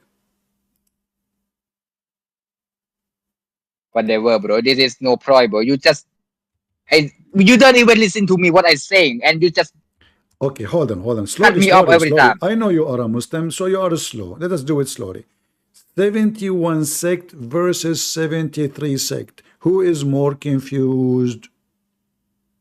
I don't care what is the number say, bro. Guys, he just said he don't care what Prophet Muhammad number said. I didn't say that. I didn't Everybody say heard you. that. You mean Brother, I insulted the Prophet of Allah. I didn't insult the Prophet. I said that I don't. May Allah close the door of the van over your penis. I don't care about how many number of the sect we have, bro. No, you just said I don't care. So if you don't care, that means you don't care what the Prophet is saying. You are making fun of the Prophet. May Allah curse you. I mean that I don't. Listen, the Prophet. Look. Please have the Christian agree with us. Muhammad, they just pick out every for the sake of the shin of Allah, shall respect you, idiot. I'm so upset from you. You are insulting Prophet Muhammad in my presence. Look. I didn't insult you. So, you are the one who. You are the one who pick out whatever you want. When I speak something, you interpret it wrong. I'm not interpreting anything. Your prophet said the Jews are the less screwed. You Muslims are the biggest screwed religion. It's in front of you. How? How you mean we have the more number sect, and then it means we screw up? Okay, How? yes, because We don't care about because that, if bro. the Jews have 71 sect and the Muslims have 73 sect, who is the one is screwed more? Who's the one more confused? The Muslims. It's in front of you. No, no. What do you mean no? Okay, we have 71 religion. One of them is true. No. That is the Jewish No. religion. La, And la, then we la, have la, 73. la, la. What la la la? Don't are you going to open the camera and dance for us? Don't do that. Listen, 73 is the Muslims, 71 is the Jews. So who is the most confused one? The Muslims. It's in front of you. Face it, it's your destiny.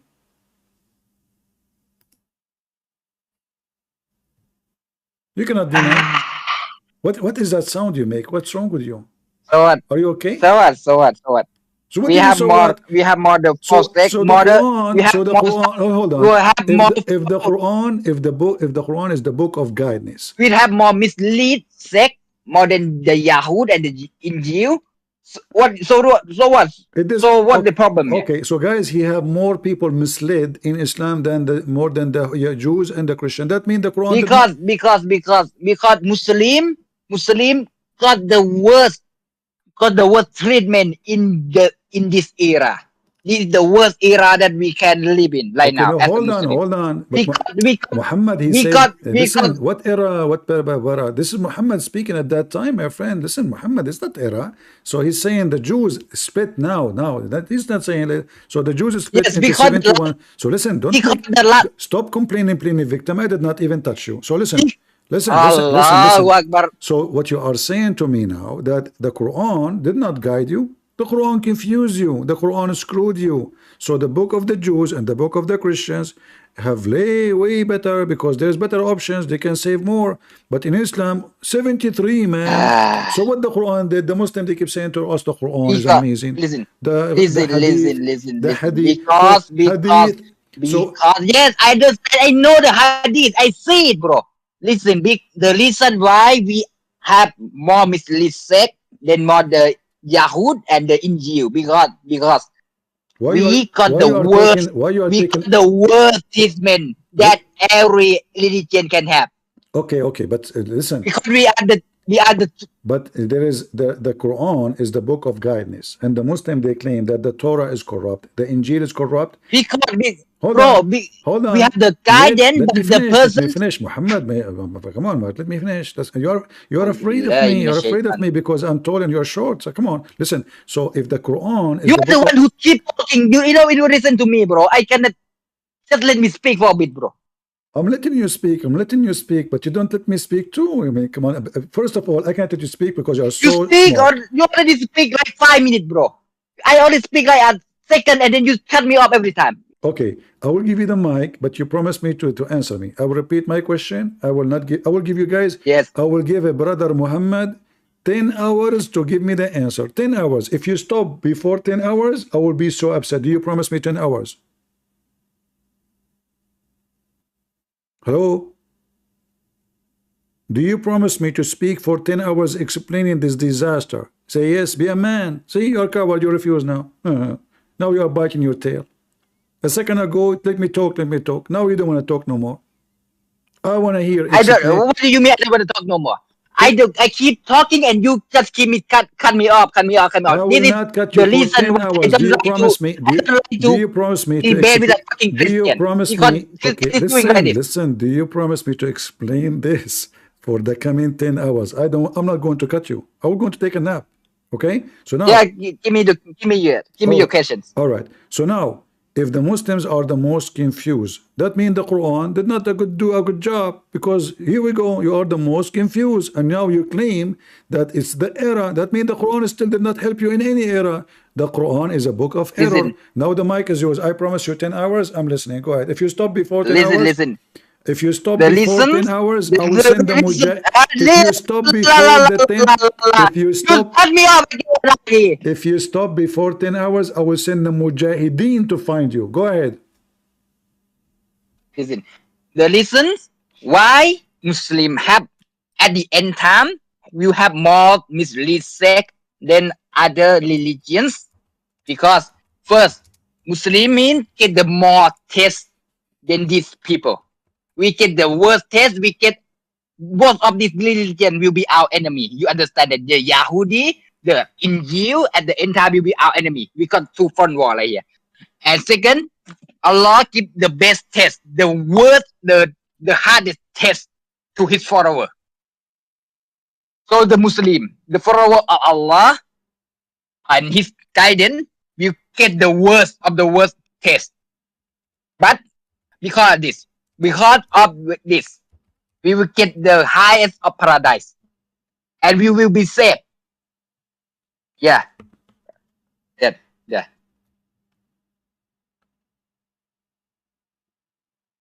What happened? You stop?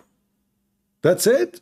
Yeah, I already done. I already explained it. You promised me 10 hours. What do you mean I speak 10 hours? Are you stupid? No, you promised me 10 hours to explain because this is needed 20 hours. Look at this, Abdul. Listen, what are you talking about? Allah, He sent Quran. Quran is a book of guidance. He gave you a hadith to guide you more. Yeah. And then it turned to be that you Muslims are the most screwed because you are 73 sect and the Jews are 71, which means the book of the Jews is more clear, more nice, more book of guidance. So I gave you 10 hours to explain it. What you said to me, we eat shish kebab and we eat hummus and then we pray to Allah and we are screwed. At the end of the day, we are 73 I sect. already said that. Because we are the true follower. What? I don't understand what? Guidance. I don't understand what? We are the follower, the true follower of the guidance. You are the true follower? And what follower mean? He's a true follower. Follower of who? The Hitler? What follower? Still, who cares? 73 sect, and you told me nobody knows which one. You just told me nobody knows. We got the. I already said that. I said to you, which sect is the one? Which one is the one will go to paradise? You said I don't know. I don't know. Yes, because I don't know. Who know, man? It's not the end time right now. But it's so you are screwed. You are screwed. Very near, bro. It's like playing cards. This is fucking stupid, bro. I already explained it to you, but you still cut me off and you don't even listen what I explained. I gave you 10 hours to explain it and you stop. Guys, did I cut him off? I gave him 10 hours, he stopped. You did not give me the answer. Because I already explained it's that easy, bro.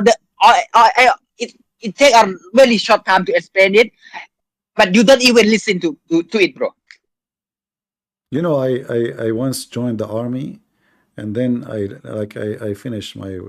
I think I'm going to join the army again because of you. I mean, you are driving me crazy, man. You remind me of the drill sergeant. He's screaming in my face. I have no idea what he's saying. I told him no English. No I don't English. care, bro. So I don't care. I don't care whatever you drill fucking sergeant. story is. It doesn't.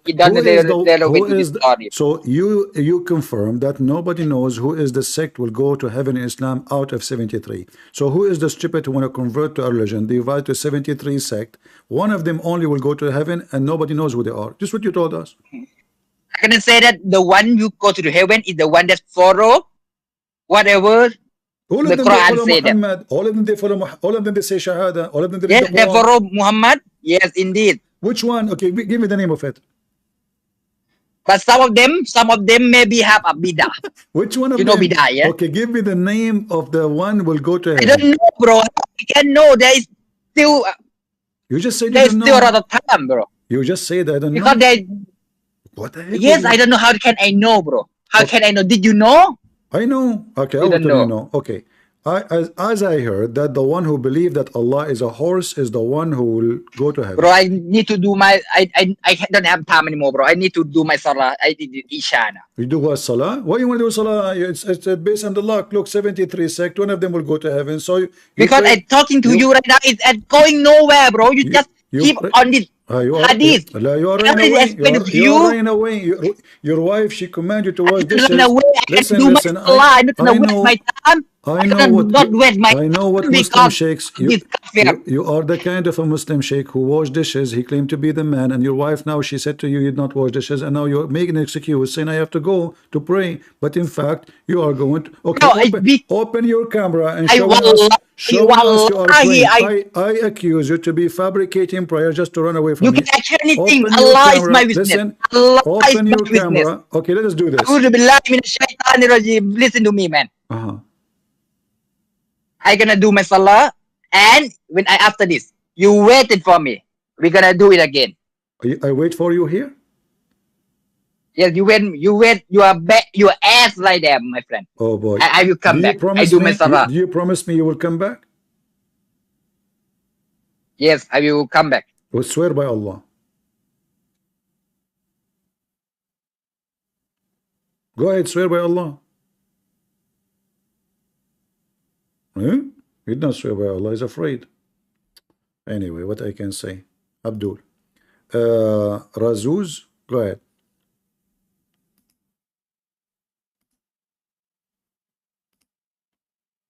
Go, Razuz. Can No, you hear me? brother, No, it's my turn. this guy from Senegal. Who, me? Just get out of here, potato. Go, Mohammed. Hello, brother. Hello, hello. Do you know me? Today I called you. Yeah, you called me, you were thinking to leave Islam, right? No, please, brother, don't Oh, you tell are the one such things. are you the one who said the prophet he used to suck his fingers? No? No, brother. I know, I was not I'm saying really this. No. confused because a lot Like, of all of you, your name is Muhammad. You go to Egypt, you say Muhammad, everybody say me. You say Ahmed, everybody with his hand up. I mean, like you are like in Italy, everybody is Tony. Like you say hello, Tony, everybody put his hand up. So anyway, brothers, please, how I will know? Like now, in the last 15 minutes, we have 3-4 Muhammad talking to me. So how I know? So tell me who you are. Go ahead. sorry for that. I'm not one of them. All right, what are you then? Introduce yourself. Go ahead. So, can we come to the topic? What topic? You want to change topic? No, brother, I don't want to change the topic. I know you know me better. You remember me like I called you today, but I don't know why didn't you recognize? You know, I'm getting old. Sorry. You May know, God bless you. So, can we come to the topic? Yeah, go ahead. What do you want to talk? Can we talk about muta? I'm single. I'm sitting alone at home. And no, brother. And you are talking Just about want to muta. I mean, why clarify. you are trying to tempt me, man? I mean, why you want to do that to me? Come on, haram, haram. I want to do muta, and there's no women around. Okay, there is any Muslim woman. She offer herself to me. By the way, guys, I need donation. No, yeah. People, I need donation to do muta. You know, we do it halal. Your donation is halal, and muta is halal, and if business is good. Okay, any woman, she offer herself to the Prophet. She is a Muslim. I'm a prophet, Arabian prophet. I speak Arabic. Look at me. Can you? What? Can you quote the hadith that Prophet forbade the muta until the day of judgment?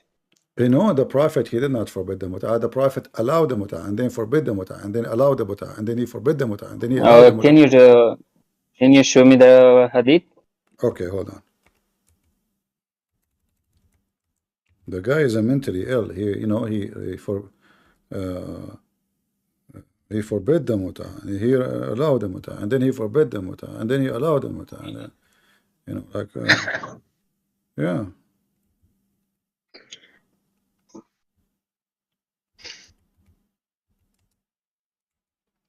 All right, let us see.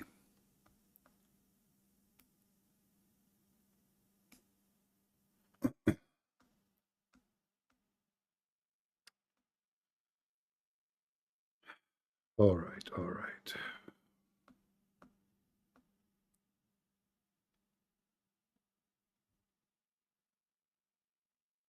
I have many hadith actually, but let me see the one we can show in English. As I remember, you know a little bit of Arabic, right? Yeah, I know. All right. Let us see.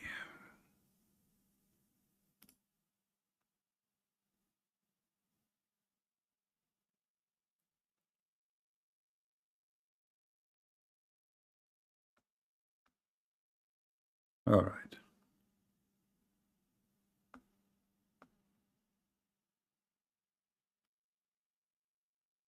Let us see this one if we can find it in the English website. All right. Do you see here? this hadith? Yeah. Read it for us. Go ahead. Ali reported that Jabir bin Abdullah came to perform Umrah, and we came to his abode, and the people asked him about different things, and they made a mention of temporary marriage, whereupon he said, yes, we had been benefiting ourselves by this temporary marriage during the lifetime of the Prophet and during the time of Abu Bakr and Umar. Yeah. So is the muta forbidden or it is lawful? You know, I'm not like Muslim who are hypocrite, like they're standing in their topics like it's forbidden until the day of judgment. You know why did I mention the no, focus with you, focus with me. It says yeah, brother, I'm focusing. Yeah, it says that they did it during the time of Muhammad and during the time of Abu Bakr and Umar. That means yeah, after Muhammad died, still Muslims are practicing the muta, correct? Yeah. Okay, so if the muta is forbidden by Muhammad as they claim in other hadith, then how in the world this hadith is very authentic, saying that the Muslim they practice it during Muhammad time, during the Caliphate Abu Bakr, during the Caliphate Umar? Yeah. And so, this is after Muhammad can I death. say, in order to be forbidden, it have to be forbidden by the Prophet, not by Umar. So what the Muslim they claim that the one who forbid the muta, it was Umar. And this is when Muhammad himself, he have sex with the women. They claim that she is his daughter according to the Shia. So he have sex with the women. Later he found out that she is his daughter. So then he said, we will not do muta no more. But Muhammad never forbid the muta, because the hadith here confirm that during the lifetime, which means when Muhammad was alive, and then during the lifetime of Abu Bakr and Umar, we practice muta, which means there's no Quran came down and there's no forbidden practice came to Muslims. Yeah, I just wanted to clarify this because you know, I studied some of the hadiths. Even if I read the Arabic passage, they says like فَفَعَلْنَاهُمَا مَعَ رَسُولِ اللَّهِ. Exactly. يعني it says if you remember that hadith or not, but I told you the passage, here the Muslim will find it. It's a Sahih hadith. It says that we had two mutas, two kind of mutas. They are just, you know, chewing it. We had two kinds of mutas and we did it with the Prophet. So my Prophet is doing muta and I'm just silent about him. I can't. Yeah, فعلناها مع رسول الله.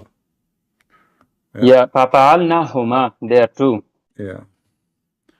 So I have a little bit some more topics. You know, they are short. I don't want to take your time. Yeah, no problem. But so I don't know. You still a Muslim now? Brother, you know, after this discussion, I will clarify my faith. You will do what? I will show my faith, like I'm Muslim or not. You know, now I'm as a Muslim. You know, I'm as a Muslim. I confirm. But you know, I just want to clarify some of the things that are not clarified to the Muslims in today's world.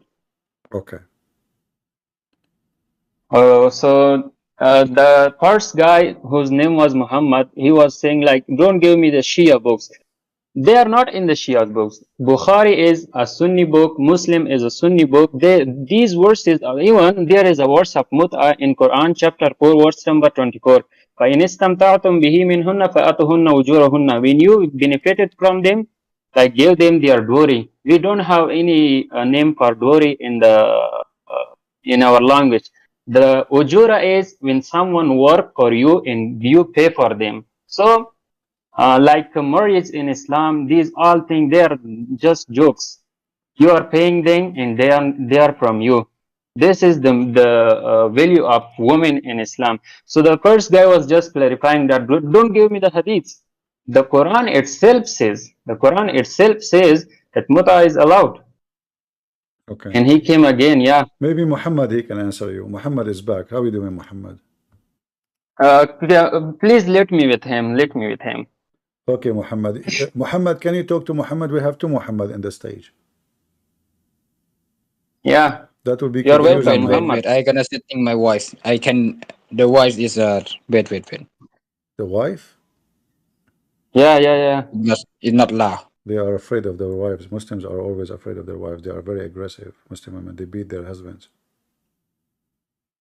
I don't blame him. How do you guys set your voice, ladies? Oh, she is doing massage to my feet right now. What about you? You just told us you cannot talk. Your wife is around.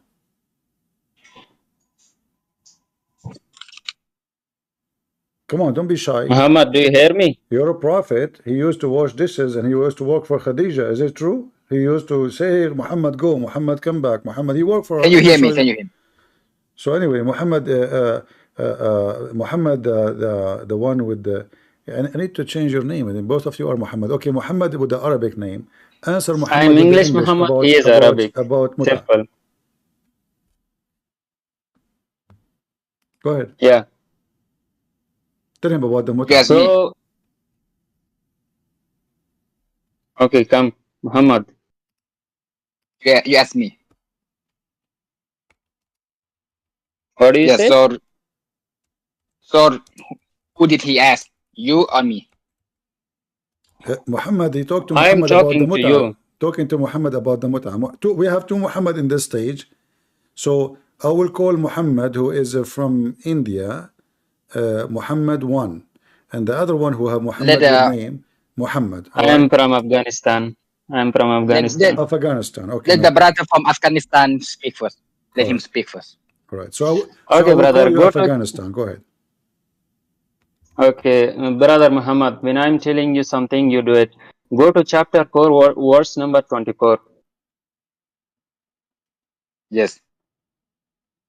Did you find it? Again? Chapter 4, Chapter 4. verse number 24. Yes. Okay, so read it. In Arabic or in English? No, in Arabic. I and you are Muslim, we should know Arabic for the Quran. I'm word. I convert from Buddhist. You convert from Buddhist? Yes. I Okay, thought you can I I translate? convert Can I- So you know you are brainwashed. As a Muslim myself for 24 years, they washed my brain. You know how they washed? What you mean that was your name, your brain? Which one was your name, Yeah. brain? Now let me tell you. Okay. So read the verse 24. Like you said already that don't give me the reference of the Shia books. Okay. You already Yes. said. Yeah. So first of all, let's go to Quran, which belongs to Shia, Sunnis, all Muslim around the world. So here it says, فَمَسْتَمْتَعْتُمْ بِهِ مِنْهُنَّ فَآتُهُنَّ أُجُورَهُنَّ. What you enjoyed from them, gave them their glory. What does it mean? Can you translate it for us? What does istimta' mean? Istimta'. Again? Can you translate the word tamattu, istimta, tamattu, muta? They are all the same.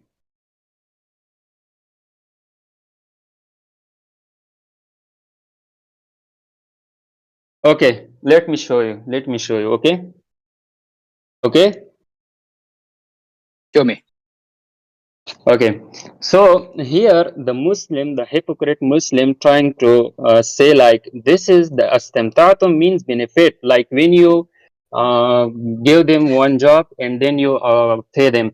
So in Arabic, if you see, we don't use the word istimta for working. Like you work for me. We use the word nafa for benefit. Here they are translating this word as a benefit. Nun fa ain. This means benefit. So here your Quran. I'm no more Muslim. Okay, as I already said that I'm a Muslim, but I don't want to stay as a Muslim. Okay.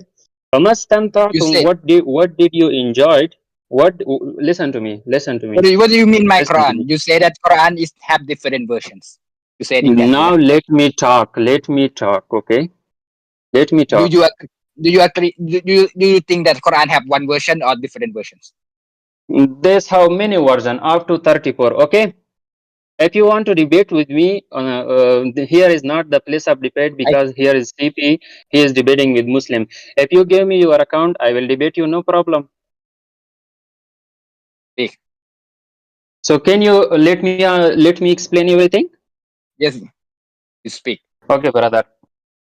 Famastamtatum, it means what you enjoyed, sexually enjoyed. When you enjoy a woman in Islam, and if you pay them their dowry, there is nothing wrong about else. And I'm challenging you to show me a single verse in the Quran that forbade the muta. Okay? So here is one proof. The other is, here you see on the screen Sahih Muslim, that during the lifetime of the Prophet and during the time of Abu Bakr and Umar. So what does it mean? They were fornicating with the women in the time of Abu Bakr, in the time of Umar. So all the time they did it, and they did not forbid. Who would forbid that? Umar. Umar is not a prophet who will forbid such things. Okay. So there is nothing clear in the Quran to forbid the muta, and the Prophet once forbade and then allowed it. So it means the Prophet himself did a sin. So when you prohibit something, you should not commit. He prohibited and then committed that. What do you say about that? Do you agree? Are you agree that the Sahaba is not man? Okay, agree with that. What? Are you agree that Sahaba is not man?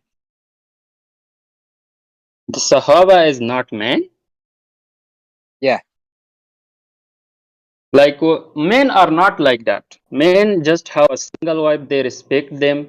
They don't look at other women. They don't enjoy other women. They don't pay to their to other women for sex. So that is the example of a man. My example is this. So if this is men, they were not even in the category of women. Yeah. So you think that it's fine to curse Aisha?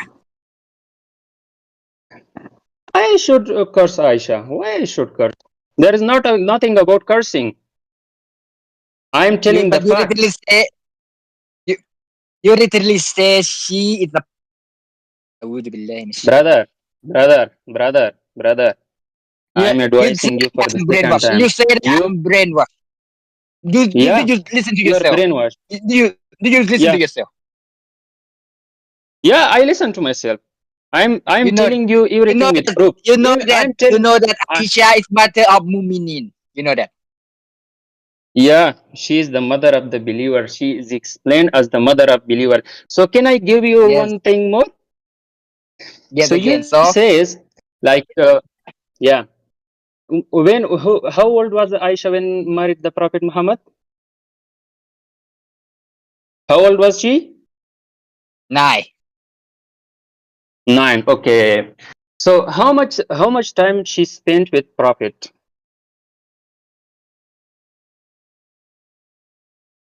So why is this relevant? No, brother, please answer me. Don't change the topic. Don't change the topic, okay? How much time did she spend with the Prophet? So no, I mean, what is relevant in these questions? You want to ask, you ask. Yeah. Just okay. Let me educate you. Okay. When she was 9 years old, so it means she was definitely a child. Okay. Okay. Bro, 9 years is a child. It's not acceptable for us, brother. You say that. Ask any Muslim. Listen. You're gonna say brother. that the hadith is say that you say that the Aisha is 19 years old. She is 19. No, you're gonna say that Aisha is 19. She is 9 years old. Can you CP quote the hadith 9-year-old? Yeah, I see. She made at 9. First of all, here in America, we have police, and if they find that I'm searching for 9-year-old girl, they will arrest me. What is the age of consent? What? You want brother? Listen. Yeah, listen. Okay, here we go. This is the hadith. It says she was 6 years old when the Prophet married her, and he had full intercourse with her when she was 9. and she was playing with the children like her. Read it. Please, CP, can you let me talk with him? Sure, sure. You asked me to show him the hadith. What? Okay. Yeah. So Muhammad, read the hadith. The Messenger of Allah married me when I was 6. I am challenging you to prove to me that a 6-year-old girl can differentiate bad and good things. Now, give me the proof. Prove it. Did you read the hadith that she is the Here. She is the very intelligent. She is a very intelligent woman. She is different than any other 6-year-old that you find in this era. Different. And different era, yeah? No, So she different. now She is more adult than okay. what I was Okay. you speak right here. Okay. So You need to understand the maturity, the mental maturity, not the physical one. Yeah. Astaghfirullah. Listen to me. Are you listening to me or fighting? I listen to you right now, but you don't let me speak. Okay, brother. You don't let me agree with you.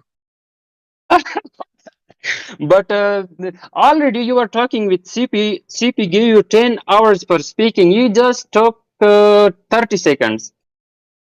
Now you are telling me that you are... I need to do salah. I went better with the kafir. Before you say, okay, tell me kafir. I don't care. I don't care anymore about your filthy prophets, about your filthy beliefs. Okay? A Muta prophet who did fornication for the whole of his time. And what do you mean? Listen to me. What does Muta mean? To have sex with a woman and pay her. Enough? Are you agree? What do you mean, filthy prophet? What do you refer? Please, Christian Prince. This man is just passing time. He just don't want to educate himself. He's a Buddhist. You should remain as a Buddhist. You don't even know Islam. Respect this guy. He just did salah. He's a Muslim and he is circumcised. Muhammad, are you circumcised or not? Why is that little bit? Are you circumcised or not? Why did little bit? Muhammad, you bring this. This guy, the other Muhammad, is accusing you, Muhammad, the one you claim to be a Buddhist, you became a Muslim, that you are a liar. Are you circumcised or not? Be honest with me. Why do I need to answer you? This is because a Muslim, he have to cut his penis. Did you cut your penis or not? He's not cutting penis, it's cutting the false skin, you dumbass. No, here we go. This is Abraham. He's cutting the false skin, you dumbass. Abraham. You don't know how the Abraham was a true Muslim. Hold on. Abraham was a true Muslim. He cut his penis. Can I answer him? With the ads. Hold on. You're saying no, he don't cut his. This is Abraham, Prophet Abraham, peace be upon him. He cut false skin, not the penis. What do you mean? He cut his penis. His penis was 8 foot, and then he cut 2 foot of it. Read the hadith. Read the hadith. Look at this. Look at these people. Look at these people. This is madness. Look at this. This is madness, bro. You know. Listen. Leave me with him. This is madness. You claim to be. You used to be. By the way, okay, let me ask you. Hold on. You claim to be Buddhist. Can you tell me what the word Buddha mean? The follower of Buddha. What the word Buddha mean? You said Buddhist. You don't even know. You are lying. Why you are lying? Shame on you. In my language, it means พระพุทธเจ้า. It means that. No, you said you used to be Buddhist, but you do not even know what Buddhas mean. What Buddha mean? I gonna say to you, you just cut me fucking off, bro. Okay, so listen. Prophet, don't use bad language. Come on, haram. By the way, the Prophet, he says, brother, you are a Muslim. Bite the penis of your father. Don't say that. So Prophet Abraham, he cut his penis with the ads. Do you cut your penis with the ads? Do you follow the Sunnah of Abraham, or you Muslim, you don't use ads? I'm not gonna answer anything what why, you say. Why you will not answer? Are you afraid because you because when I answer so now you are being exposed. You don't not cut your penis brother, with the ads. Leave me with him. No, he need to tell me why he did not cut his penis with the ads. I mean, he is being a hypocrite. A true Why Muslim, I didn't? a true Muslim, he will bring the He's hammer not of cutting Thor. peanut, it's cutting foreskin, you dumbass. A true Muslim, he will use the hammer of Thor, and he will cut his. I Look, fucking God, bro. this is what Abraham This is he did to fucking his. retarded. This is what he did to Bro. his This is penis. so fucking retarded. You understand that? This What? is so retarded. Don't use bad language. You see, you are a good Muslim. CP. Because, listen, because this is true. This is true right now. You guys just bring. You guys don't even listen to me, bro. So okay, now listen. I'm going to let you speak back to Muhammad, but I want you to convince Muhammad. You're not refuting him. You're just cursing. Whatever about you. Refute the guy. Can you refute me? Well, he refuted you, but you, he left. He left. Brother, let's continue our conversation. We were doing what? No. There is no way. Muhammad, you run away. Shame on you. You promised me to come back. He left. Guys, did he promise me? He swear by Allah he will be back. He ran away. Just talking to other Muhammad, he ran away. If the other Muhammad make you run away, so what if I bring Aisha? What will happen to you? Be a man. So you lie. You said you used to be a Buddhist, but you don't even know what Buddha mean. You don't know anything about Buddhism. You're a liar, and obviously you have an accent like a Somalian. Buddhist, huh? In Somalia? Shish kebab. Are you an Asian? Open your camera to see how you look like. Potato liar. Buddhist, huh? Potato. So, CP, can I continue my conversation? Okay, go ahead. So we just talk about muta, that Prophet didn't prohibit it. Even there are hadiths that there is not a single verse about this revealed which forbids the muta. So in Islam, when Shia is doing it, this is Islam what says. This is not a sin like Sunnis cursing Shia. Why, brother?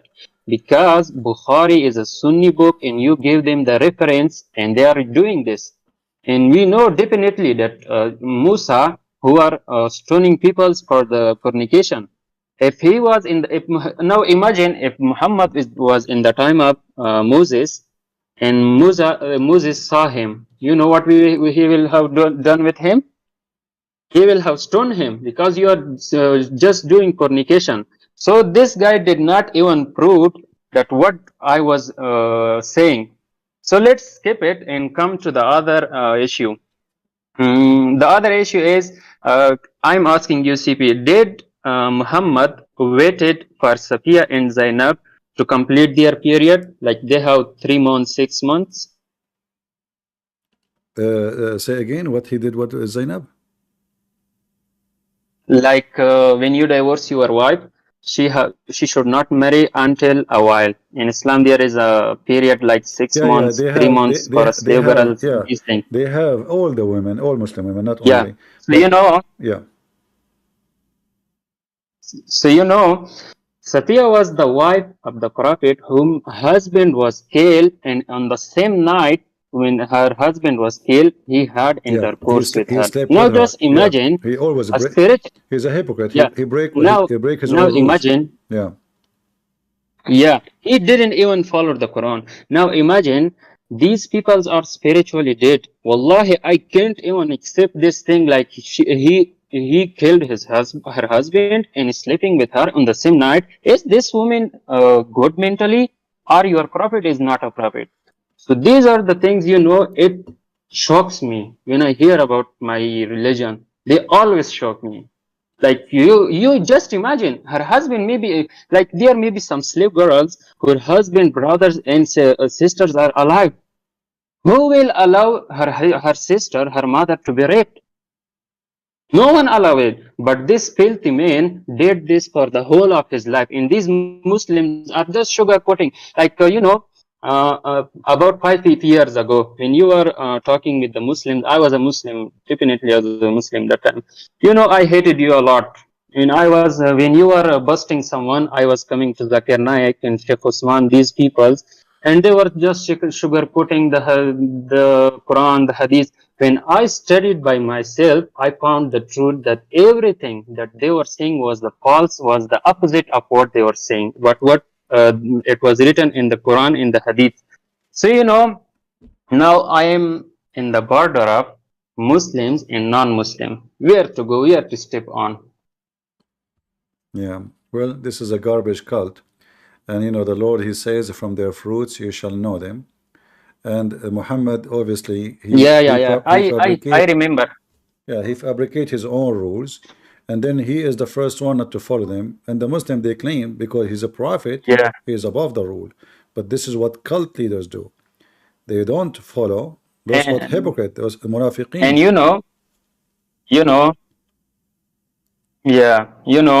what Aisha is saying to him, to the Prophet. And this is a hadith maybe in Sahih Bukhari or what else thing. He is saying to the Prophet, like, I have not seen your Lord except fulfilling your desires. So imagine when a Sahaba is telling a Prophet such thing, you decide what kind of person was this? Only for his desires, the ayah was coming. When it was for his desire, like this guy was talking with you, Surah Tahrim. You know Surah Tahrim? Yeah. He fabricates chapters as he wishes. The only one who understands Prophet Muhammad perfectly is Kamala Harris. She can unburden what has been.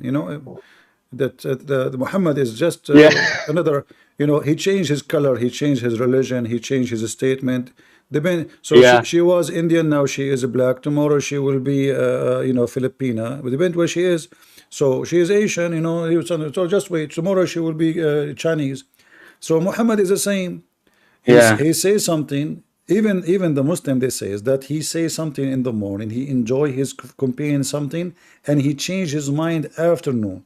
So he gave them verse in the morning saying you can do this. Afternoon is not even second day.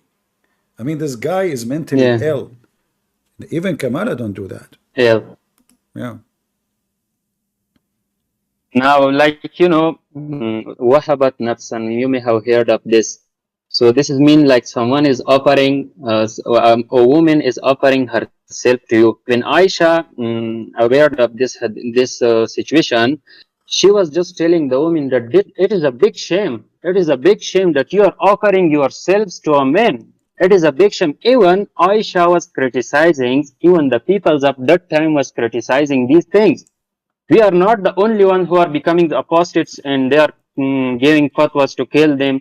I don't care about them. Even, I live in Afghanistan, in a Muslim country, where, if you declare your faith, even if Zakir Naik come to my country, he will be stoned because he is not with our belief. He is against our belief.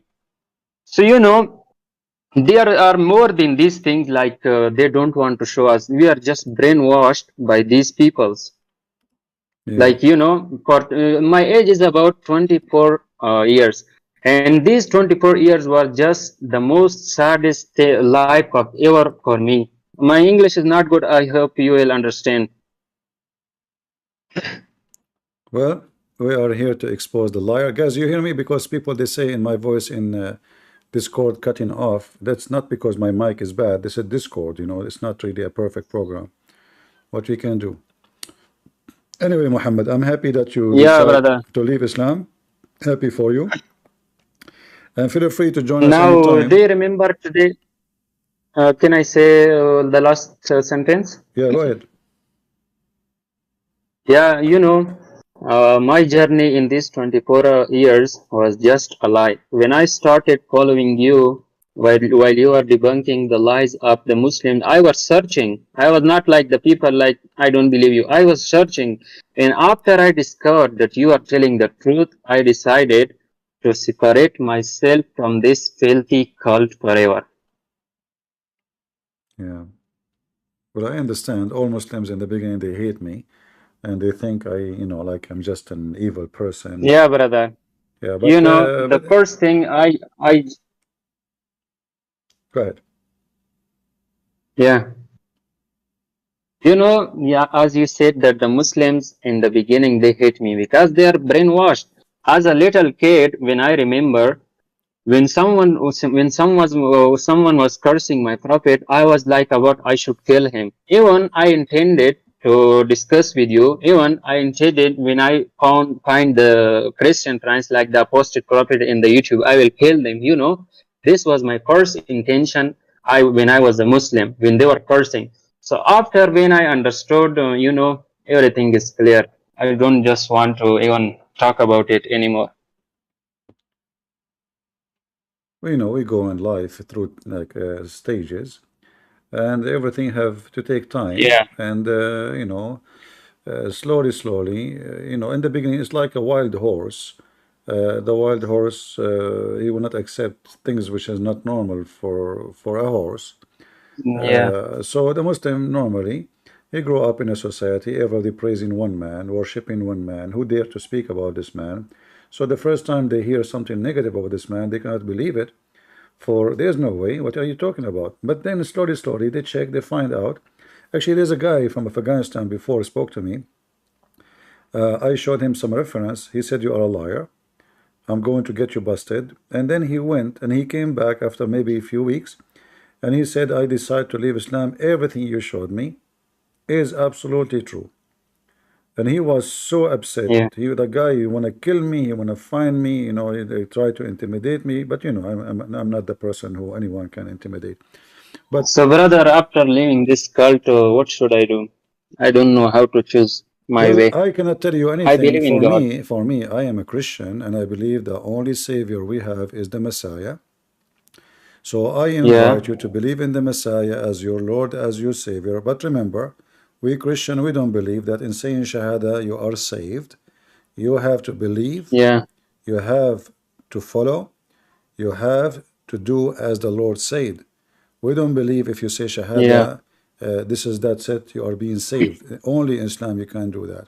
So I invite you to believe in the Lord, in the Messiah. He is your own Savior. So to be your personal Savior, not only the whole world. This is the difference between Islam and Christianity. Every one of us, he is considered as a child of God. And a child of God, He knows us by our names. And He knows us by our fruits, for we are His children. So we as a Christians, when we pray, we say, "Our Father." We don't say our God. We say, "Our Father." This is how God, He is loving. Because, you know, we are no one. We are nothing. It's like saying, imagine an ant saying to you, "Father." And still you say, "Yes, I am your father." I mean, that doesn't make sense. It's an ant. But because this God is an amazing, loving God, He allow us to be calling Him Father, for we are His children. And when you are a child of God, this is the time you are saved. It's not by saying the word Father, but by following the Father. So to be Christian is to do, to act, to live, to die as Jesus asked you to do willingly, not because somebody forced you.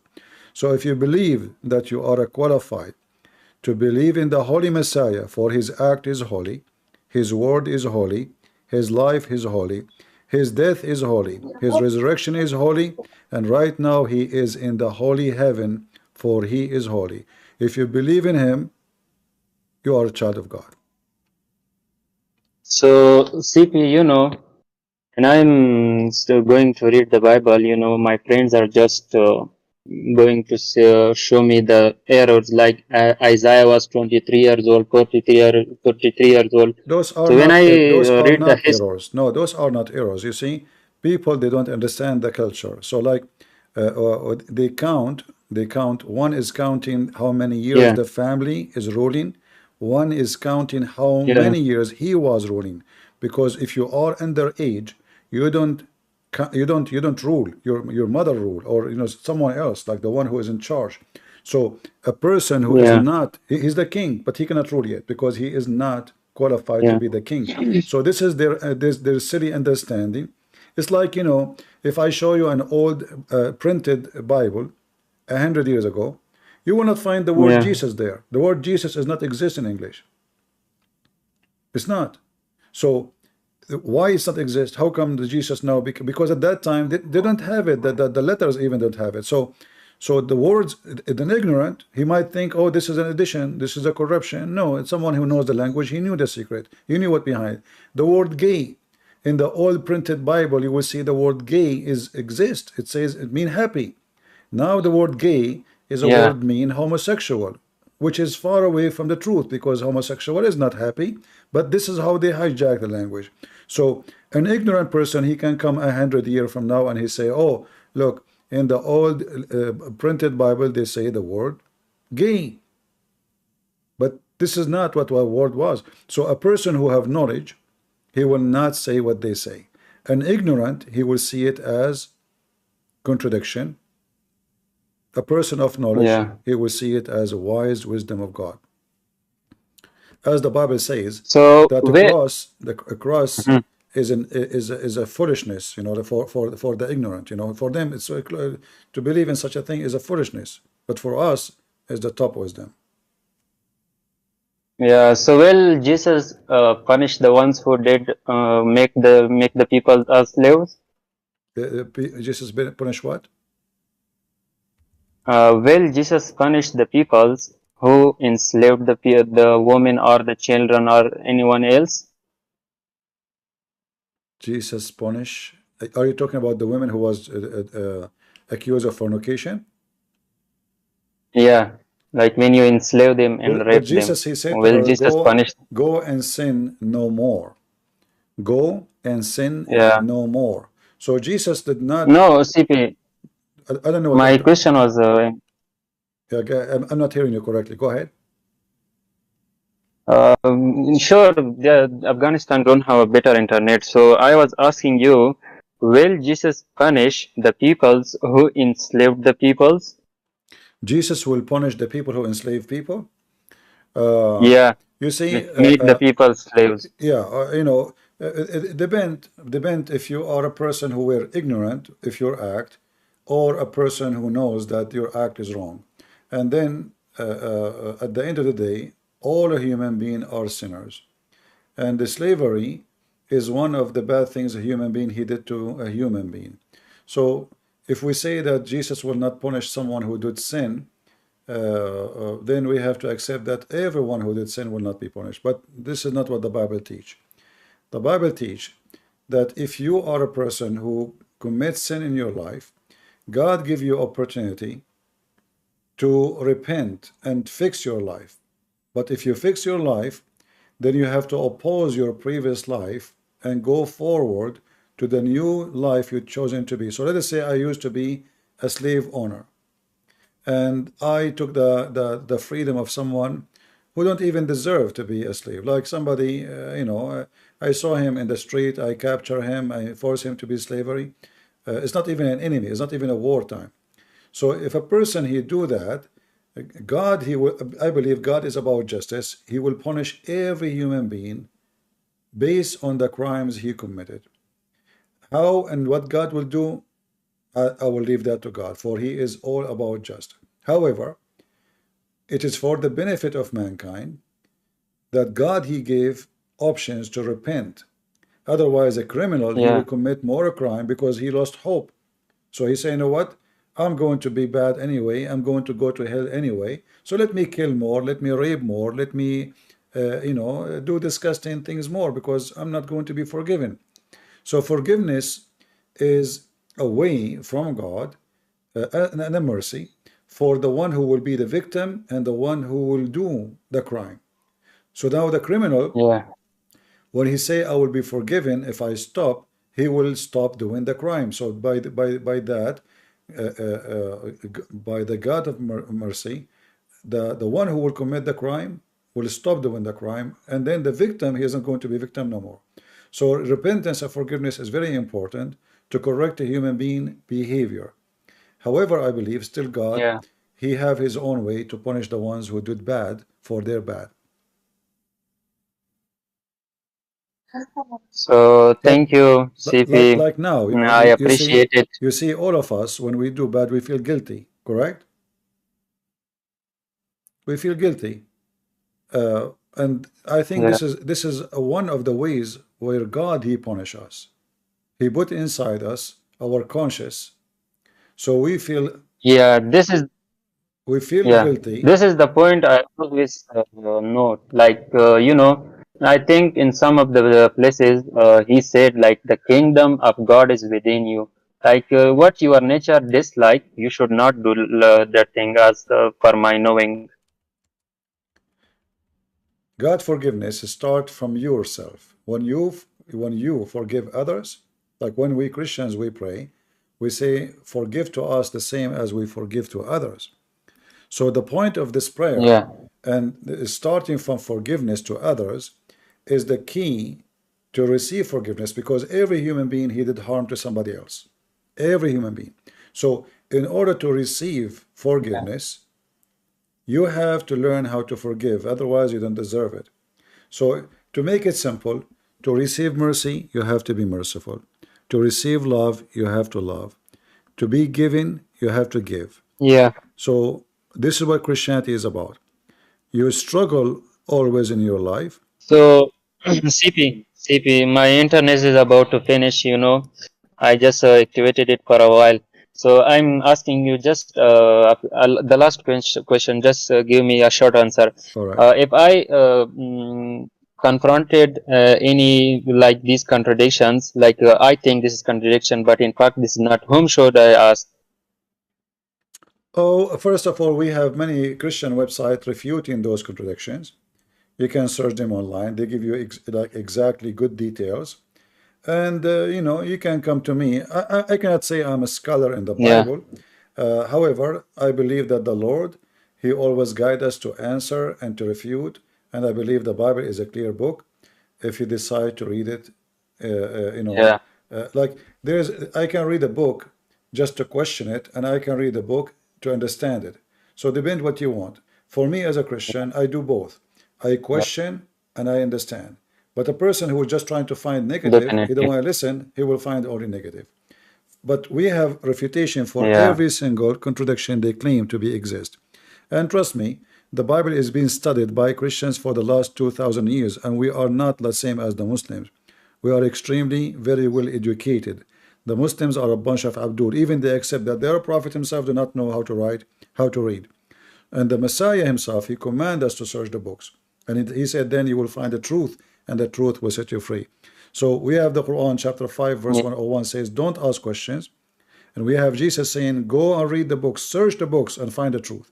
So it's a command from Jesus to read the books and to search and to investigate. All right? I guess he lost his internet, maybe. Slayers of lies. Go ahead. Hello, Hello, hello. can you hear me? I hear you. Are you a Muslim? No. Actually, I was born in a Muslim family, in a Muslim culture, Okay. but fortunately, I never, well, I practiced because I was born in a Muslim family, but as I grew up, I always had this curiosity about everything as a child, as I was growing up. All right. So I left, well, actually, I'm Afghan nationality. But the ethnicity is Hazara, which is the original people of Afghanistan, because Afghanistan is like a new country. So it's a bit messed up. So I left, I grew up in Pakistan, and I left Pakistan when I was 15. Long story short, I went to England, then I continued my research. I never really ever been a Muslim, and I always had doubts about Islam. But the main problem now is CP. I'm so glad, first of all, that I found your channel. It's been a blessing, and I've watched many of your videos, and you're really the one for the Muslims come and Well, I'm if they really happy. want to I'm know. happy for you that you decide to leave Islam, and welcome, brother.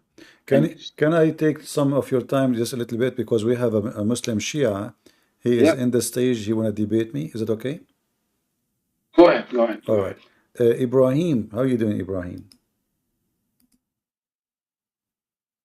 And he have the picture of Al-Qurashi, Amir Al-Qurashi, the guy who laugh at the Quran all the time. Are you there, Ibrahim? I like Al-Qurashi. He laugh at the Quran all day long. Why you don't invite Al-Qurashi, Ibrahim Deen? Are you there? if I show you guys the videos of Al-Qurashi is a Shia.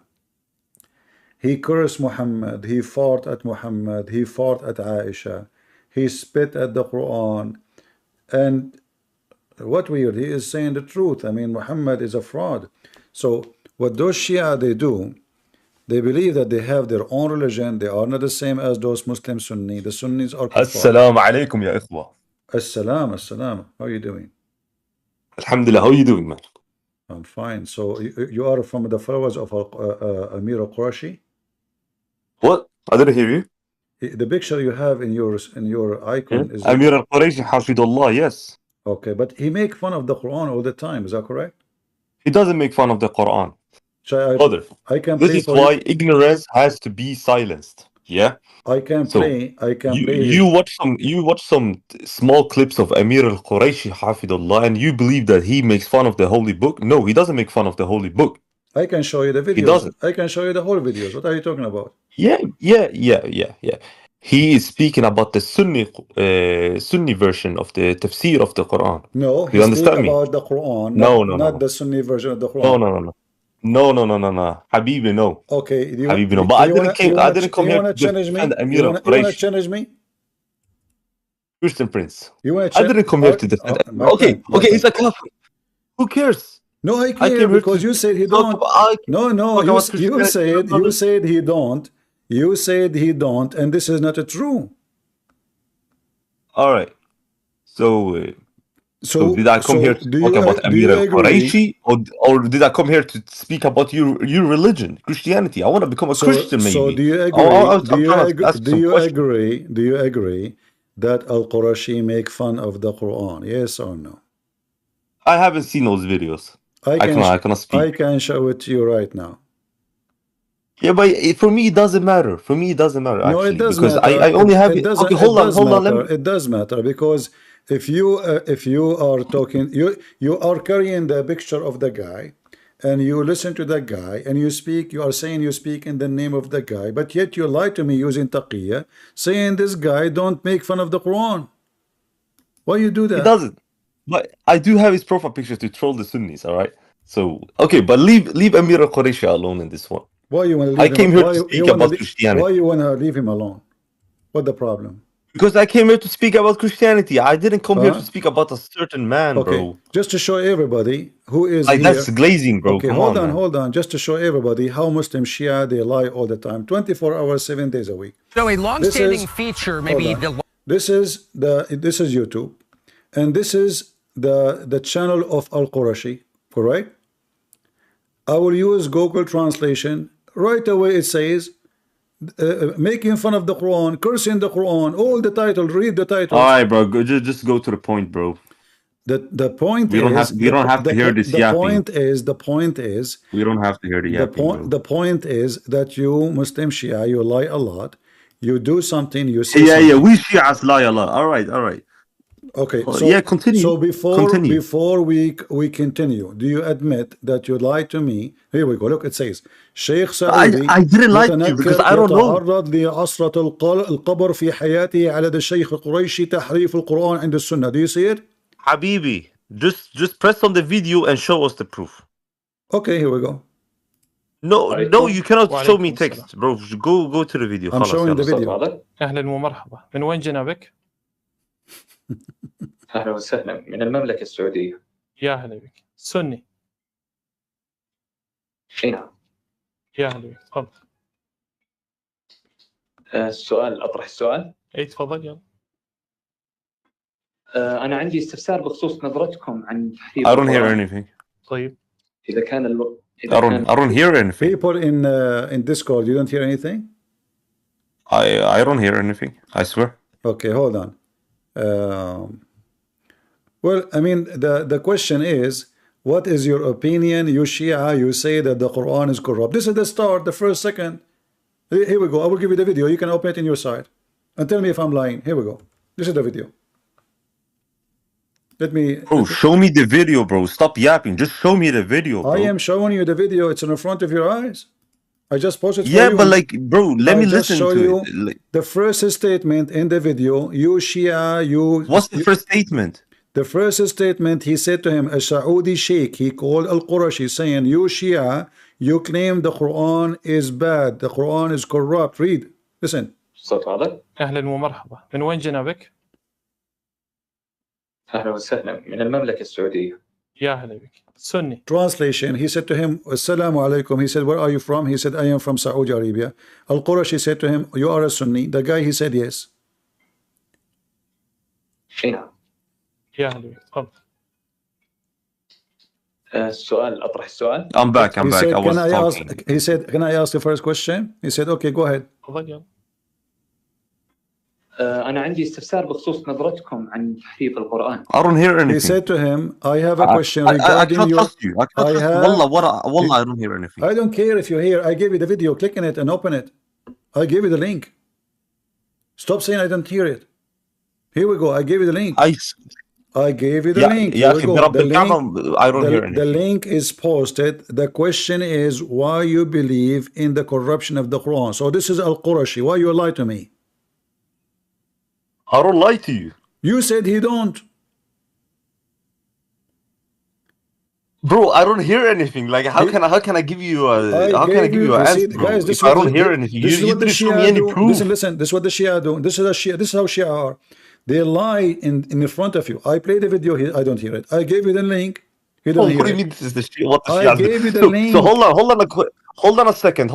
So if one Shia does wrong, do you think that every Shia is He like is that? not one So if Shia. one Christian... He is the one you have his picture in your icon. That means he is the one you No. follow. I'm not talking about Amir al-Qurayshi now. I'm talking about myself. No, I'm talking if about I lie, why do you think that the Shia do? So you take every Shia I am talking to... specifically about Amir al-Qurashi because you Okay, brother.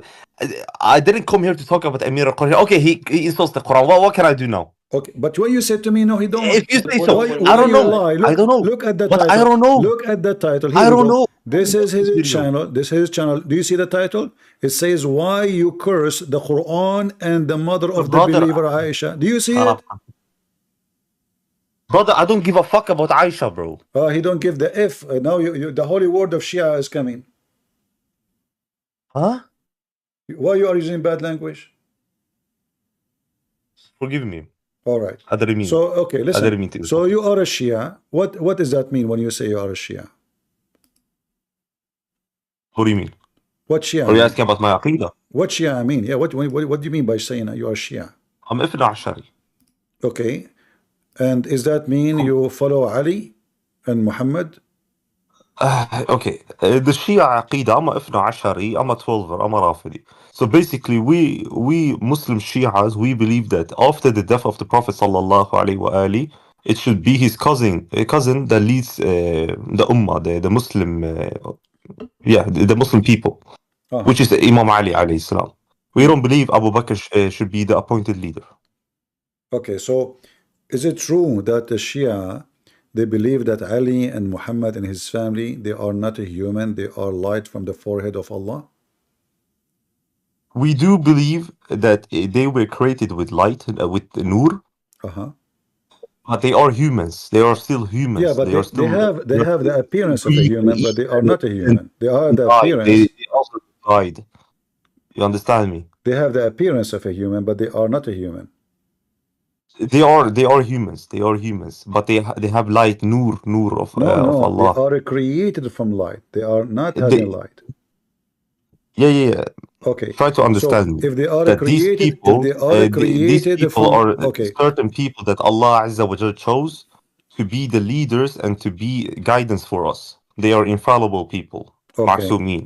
All right. So they are when you say they are still humans. They are still humans, Yahi. They are still humans. No. Your Shia book says no. They are not really human. They have the flesh of a human, but they are not. Okay, whatever. Okay, I came here. But you just said. Let me tell you something. Okay. But you are just saying. You asked me about my aqidah, and you try to teach me about my aqidah. But you just say. You know anything about my aqidah? I can teach you. Why not? I can prove you wrong, because if I say something to you, I can get you busted with it. So what? You can say whatever you want, but you cannot prove me wrong. Can you prove me wrong? You said to me that they are not people who commit sin, correct? Did you say that? You said that. That means they are God. They are not a human, because every human commits sin. When you say that the family of Muhammad, Ali and Muhammad and Hassan and Hussein and Fatima, they don't commit sin, that means they are perfect, and perfection only No, to but God. Allah Azza wa Jal says that the Ahlul Bayt of the Prophet are purified in the Holy Book. All right. They are purified. Okay, let us see if this is true. When your prophet, he gave sexual advice to Ali, and those advices are hilarious and stupid. How he can say to me, look at this. This is your book. No, this is your book. This is your prophet saying to Ali. You know, we can go to the page number to 80, and you will see how hilarious what you call them, the one who never. حبيبي أنت ممكن بتفتهم. Listen, here we go. This is your prophet speaking to Ali. Oh Ali, when you enter into your bride, take off her shoes when she sits down and wash her feet with water. Why? Because if you do so, will come out of your house 70,000 kind of poorness just for washing the feet of the wife, and then will bring 70,000 blessing from Allah just for washing the wife feet in the first day. Oh Ali, he said to him, if you have sex with your wife, let us see this one here. This is your prophet, the one you claim they never make mistake, him and Ali. Don't if your wife in the beginning of the month. Brother, Christian Prince, man. I came here to speak about the Christianity, brother. I don't come here to speak about Shia right I cannot talk to you about Christianity unless you confess. Why not? Because I want to learn about Christianity. I am here to learn about I'm here to learn, to teach people first about how bad Islam is. When a Muslim leave Islam, he is welcome to ask me about Christianity. Did you decide to leave Islam? Yeah. I want to learn about Christianity. No. Say, I curse Muhammad, he is the devil, and Allah No, is not I wouldn't curse Muhammad sallallahu alaihi wasallam. Because if you leave Islam, you do so. If you don't leave Islam, you are lying to him. You are doing taqiyya now. But I came here to speak about your religion. I just told you what I do here. I here to speak about your religion, and then when somebody leave Islam, I tell him about Christianity. Bro, this is coping, wallahi. This is coping. So you have a Christian. You have a hold on a second. You have a Christian. Are you ashamed of speaking about your religion? I'm not ashamed. Okay, I'm not. What is the title? But I came here. What is the title? My solely purpose is I came here to speak about your religion. Listen, you have a VC what is Christianity. The title? What is the title of this Discord? Does it say Christianity? No. So you know the debate with a Muslim, whatever his name is. You know the topic, and now you are trying to avoid the embarrassment. So what about? Okay, let us do this. I will give you 15 minutes to prove me wrong, and you give me 15 minutes to prove you wrong. Go ahead. No, I can't. Wallahi, Barabb al-Kaaba, Wallah, Allah Azza wa Jal is my witness. I came to this VC only to speak about Christianity. I didn't come here to speak about Shia or the Sunni or Islam. Okay. I have no purpose of speaking about Okay, go ahead. I'm not forbidding you from speaking about it. Go ahead. Habibi, I'm a Shia kafir. Okay, leave my religion. I'm a kafir. Speak about Christianity. Go ahead, speak about Christianity. Go ahead. Speak about Christianity. Yeah, bro, I want to speak about Christianity. Okay, go ahead. Like, what's yeah, khalas. So, I have a question for you. In your Bible, do you claim that the Bible is the word of God? It is. Okay, so you believe it's the word of God? When we say the Bible is the word of God, doesn't mean that every word written there. Here comes the yapping. What? All right. Now, but if you ask a Muslim, is the Quran word of God? We will say yes. Khalas. No, if you say yes, that means you are stupid, because in the Quran the ant is talking, the shaitan is talking. You are stupid then. You Muslims are a bunch of. When I ask a Christian, is the Bible the word of God? You Muslims are stupid. Always got a yap. Always got a yap. When you Muslim, you say it is yes the word of God. This is because you are a stupid idiot, and your God himself is quoting the ant. So how this is the word of God? Who's talking here? Read the verse. Oh, what?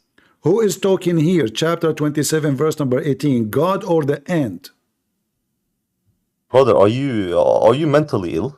This is you who is the mentally ill. You say that the Quran, and if you ask any Muslim, he will say yes. It's the word of God. Yes, it's the word of God. So who is talking in this verse? Read for me. But you don't understand. حبيبي هاي شفيك Don't انت tell me بطل حبيبي. تفتهم. Answer. Who is talking? Allah حبيبي or قلت the لك 100 مرة هاي شفيك who انت. is talking? The ant or Allah? فإن شبله قشمر خليني احكي. شنو تحشي شنو ما تحشي شنو ادخل. إن شب قشمر. قشمر. اي انت قشمر. تشب. إن شب. اسمع. Let me speak. احترم نفسك. انت احترم نفسك. قشمر. وطي. قشمر. اي قشمر. انا تقنيات انت ما تدري. اسمع افتهمت؟ هاي اخر مرة اسمع تحكي اسمع. وياي. So now who is talking? Who is talking? The ant or Allah? Who is talking? The ant or Allah? I want an قلت answer. لك خليني احكي. انشب لك. Go ahead. خشبار. Listen, if you want to insult me, I will insult Ali. Honestly. If you insult Ali? Yeah. Do you want to insult Ali? You are insulting me.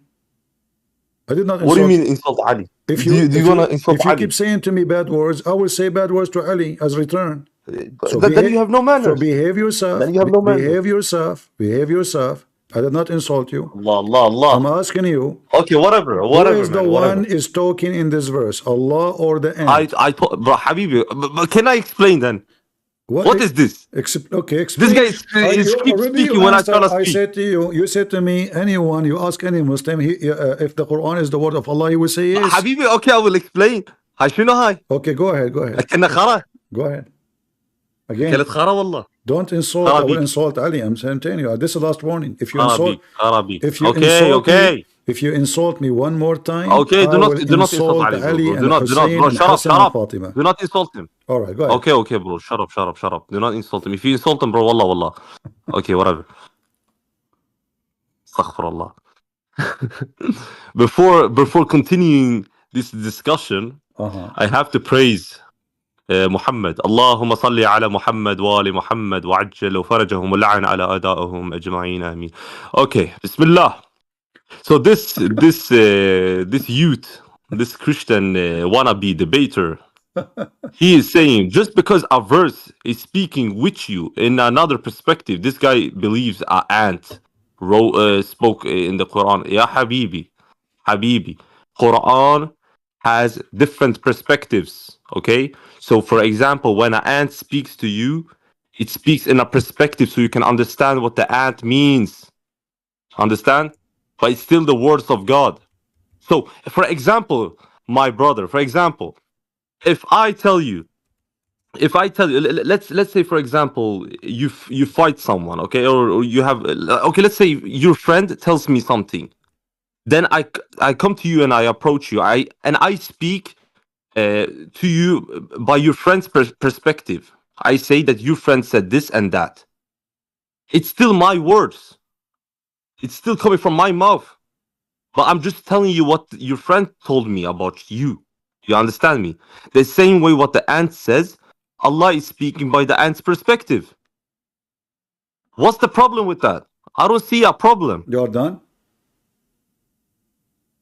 But I don't understand you. I don't see a problem. Are you done? Hold on. Okay. So did the ant say those words or the ant did not say those words? Hold on, bro. I gotta go, man. Where do you want to go? My bad, bro. Where do you want to go? Taqiyya. My dad is calling me. Taqiyya. No. Wallah, no. Taqiyya. Wallahi, no. Taqiyya. You are running. That's not taqiyya. My dad is calling me. A follower of Amir al-Qurashi is running. They are like al-Qurashi is a potato. I swear to God, I'm not running. Okay, come. You promise me to come back. Okay. You promise me to come back. Let's schedule up a debate. You promise me to come back. Yeah, I promise. All right, go ahead. Take care. You too. The ant. Allah is telling us about the ant from his perspective. What? Allah became like Joe Biden. He's an ant. He have a speaker in the house, and Allah is the same. The ant is the president. Allah is the speaker of the house. So he speak in the ant perspective. Potato. Potato.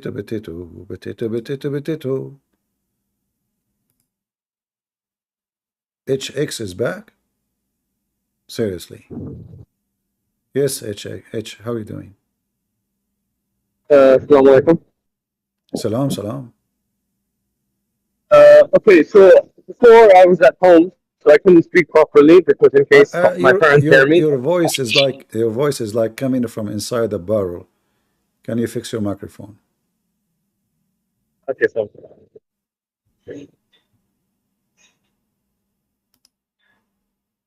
Yo, Christian Prince. Okay. I have a question. Hear me now?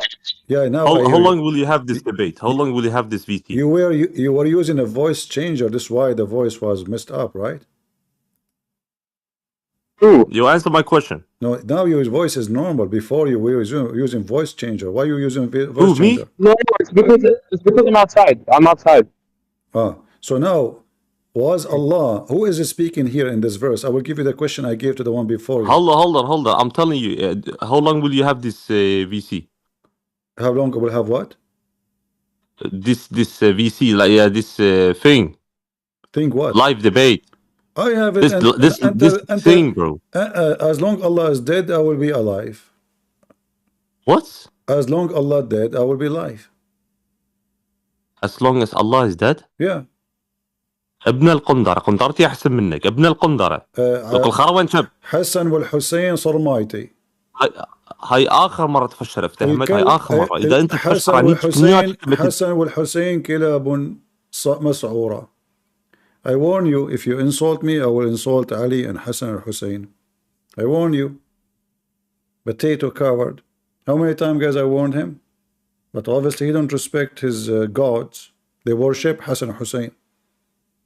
You insult me, I warn you. I told you, if you insult me one more time, I'm being nice to them. I'm not insulting them. You know? H, are you there? Yeah. All right. What do you want to say to us? Okay. So, before what I was trying to say is, so the thing is, I grew up in Muslim household, and I grew up non-denominational. So we don't see or Sunni. But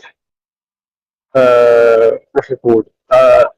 When I was like 13 or 14, I looked into Shia and Sunni, and then I thought Sunni is just ridiculous.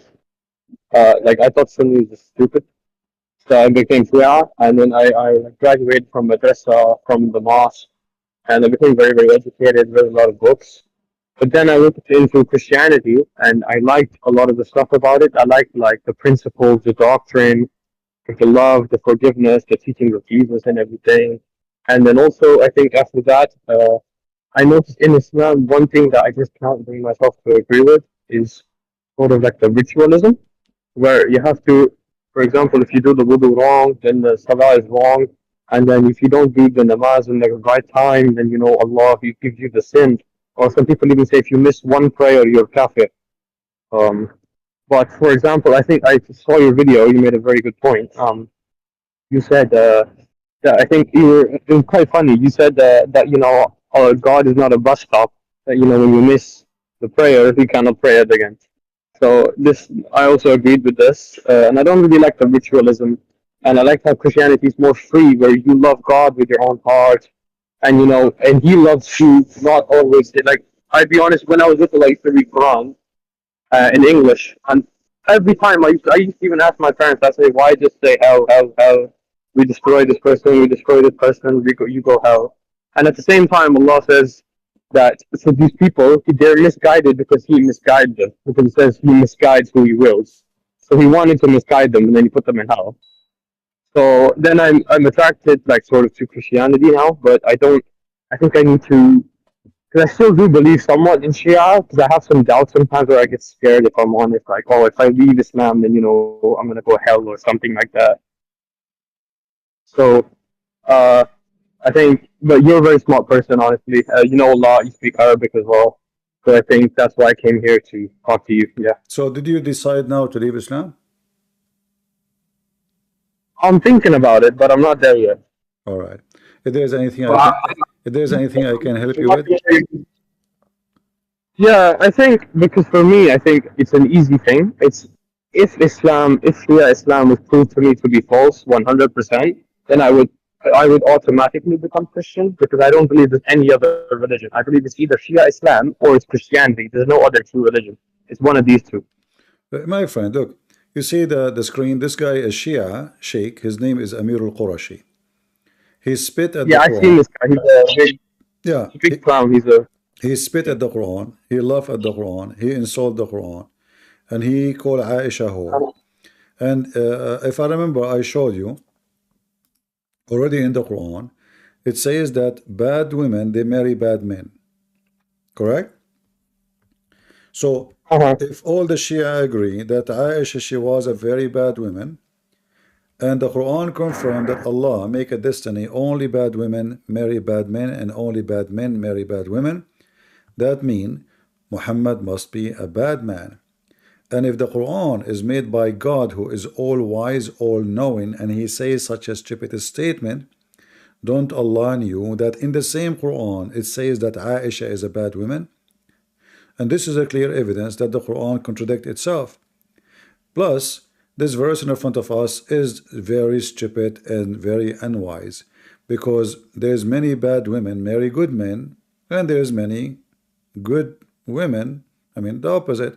So when we teach that it's destiny, Allah destined that bad women always marry bad men, that is not a statement of the wise God. This is a statement of Abdul, an idiot. This is not from God. Same time, a human being is not 100% always bad and 100% always good, because we change, you know. So a person yesterday he was bad, he might be turned to be a good person today. Do we agree? People repent. So why you want to make an evil man for evil women, and how that will work? This is marriage. So now they are married, they are stuck. So if I marry only bad man for bad women, and then Muhammad is a prophet of God, and he is married to a bad woman, that means Muhammad is a bad person. All of this is nothing but a contradiction of the quality of the Quran. It's just a stupid book. Remember, I was watching, like, I've been looking at about the crucifixion of Jesus, and like all, like, even people that are atheists or Hindu, Jewish, whatever, or even I think there was a Muslim scholar, big Muslim scholar, I forgot his name now. He wrote a book about it, and in the book it says, like, he admits that all the historical evidence, like, almost unanimously state that Jesus was crucified. And I think there were only 2 scholars ever, and I forgot their name, and none of them were Muslim, by the way, but there were 2 scholars ever that say he wasn't. They still say he died, but they don't say he was crucified. But every other historical scholar unanimously agrees that if anything happened in Jesus' life that we know, then it's the fact that he died on the cross. But the problem, like, is when we read the Quran, it says he wasn't. And then, but even when I was young, that didn't really make sense to me, because he wasn't, but it was supposed to look like that. But if it makes to look like that, the people are going to believe that he died. So, like, technically, didn't Allah just invent a lie for 600 years? Exactly. Until the Prophet comes and tells us? Exactly. But I don't really understand. But not only this, look, the verse says, Allah, he made it appear to them. So how you say he was not crucified, but then Allah made it appear to them? That means Allah, he made a movie. He made someone on the cross. He looked exactly like Jesus. So that means that the Christian Bible is absolutely telling the truth, because this is what they saw. If you go to the court, if I go to the court and I have a degree in law, and I ask the witness, why we call somebody witness? Because he saw with his eyes. So a true witness is the one who say what he saw, correct?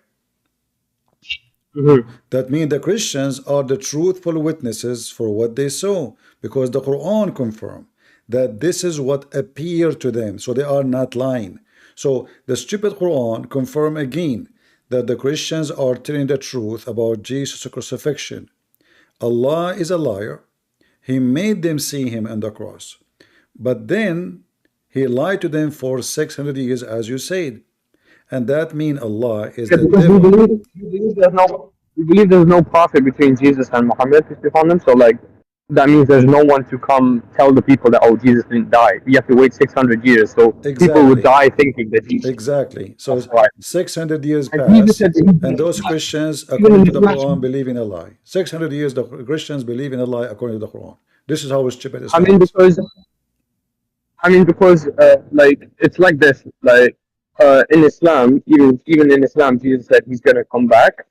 But Islam denies the resurrection, which means that according to Islam, when he was crucified, it looks like the people that he died, and he didn't resurrect, according to Islam, to tell the people he's going to go up to heaven and come back now, which doesn't make sense because the people will just believe in Islam. They think, oh, Jesus is dead, he's not a real prophet, so at 600 years they're just not going to believe in Islam.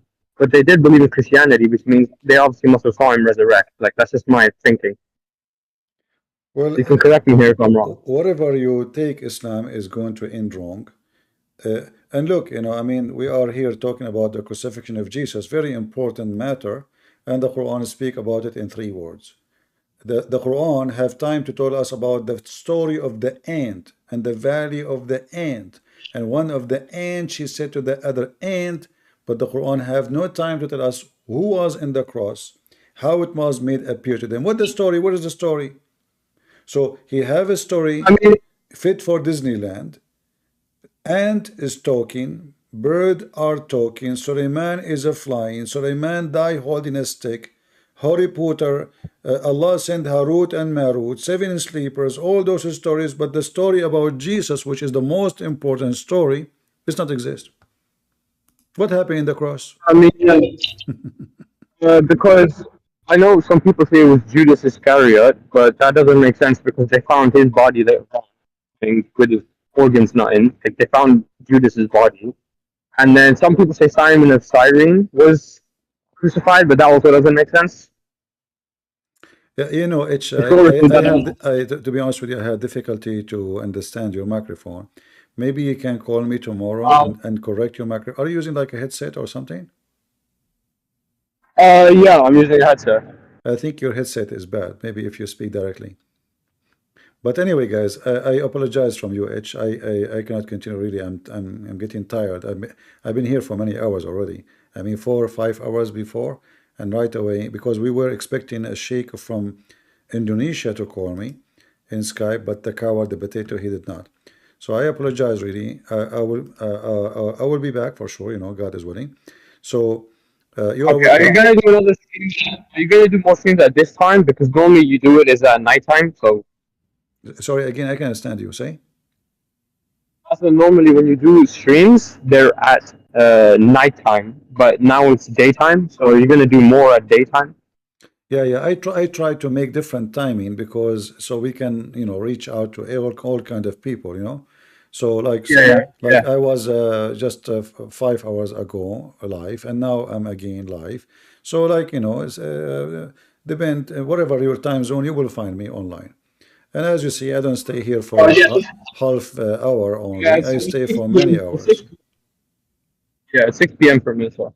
All right. Thank you very much, my friend, and I hope to hear from you maybe next time we go live. Try to fix your microphone. No problem. All right. I got this. All right. So, guys, I want to say thank you all for being here. I wish I can stay longer, but obviously I'm getting tired. Usually, I can stay only like maximum of 20 hours, but I mean, come on, aren't you bored of me? Aren't you? Anyway, so very interesting time we have today, and I hope you guys will download the videos, cut them pieces, let the world see how stupid Islam is. The whole purpose of what we do here is to show you and your kids after you, after us. We will die. Time will come and we will go, all of us. But our voice will be heard. My books is there. Will stay there forever, Muslims. You know my books will stay there forever. You cannot defeat them. And my voice is going to be heard more than anyone like Muhammad, because he didn't have even his voice. You don't even know what he said. We show you what Muhammad says, you say da'if, because you are embarrassed by what he said. My voice will stay, speaking the truth, telling the truth about the gospel, sharing that only Christ can be your Savior and my Savior. Wake up before it's too late. The God of penis cannot be God. This is a sexual pervert God. God is holy. His teaching is holy. His kingdom is holy. You Muslim, shame on you. Even the house of God, make it a pimp house. What kind of God you have? If somebody brought you a gift, and the gift is a sex toy, what that mean? You ask yourself, it is a sex God. God don't give gifts like this. God is not a sex maniac, is not a pervert. Even when God created Adam and Eve, the purpose of Eve is not to be a sex toy. She is not. She is created from Adam himself, which means both have the same nature. And when both they enjoy each other is to make a family, not to F each other, not to be used and abused. You made women a toy, when the purpose of having a woman and a man is to have a family. You make it nothing but sex toy. You became a pervert. You have sex with the children's.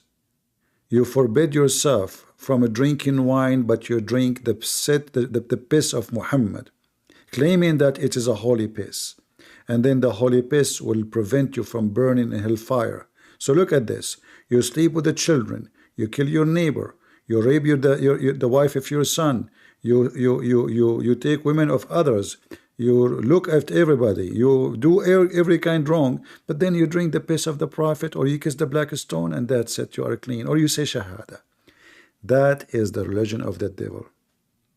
The Lord, he says, from their fruits you shall know them, and the fruits of your prophet tell us who he is. Thank you all. God is good. So is Jesus. I mean to that. And see you soon again. God bless.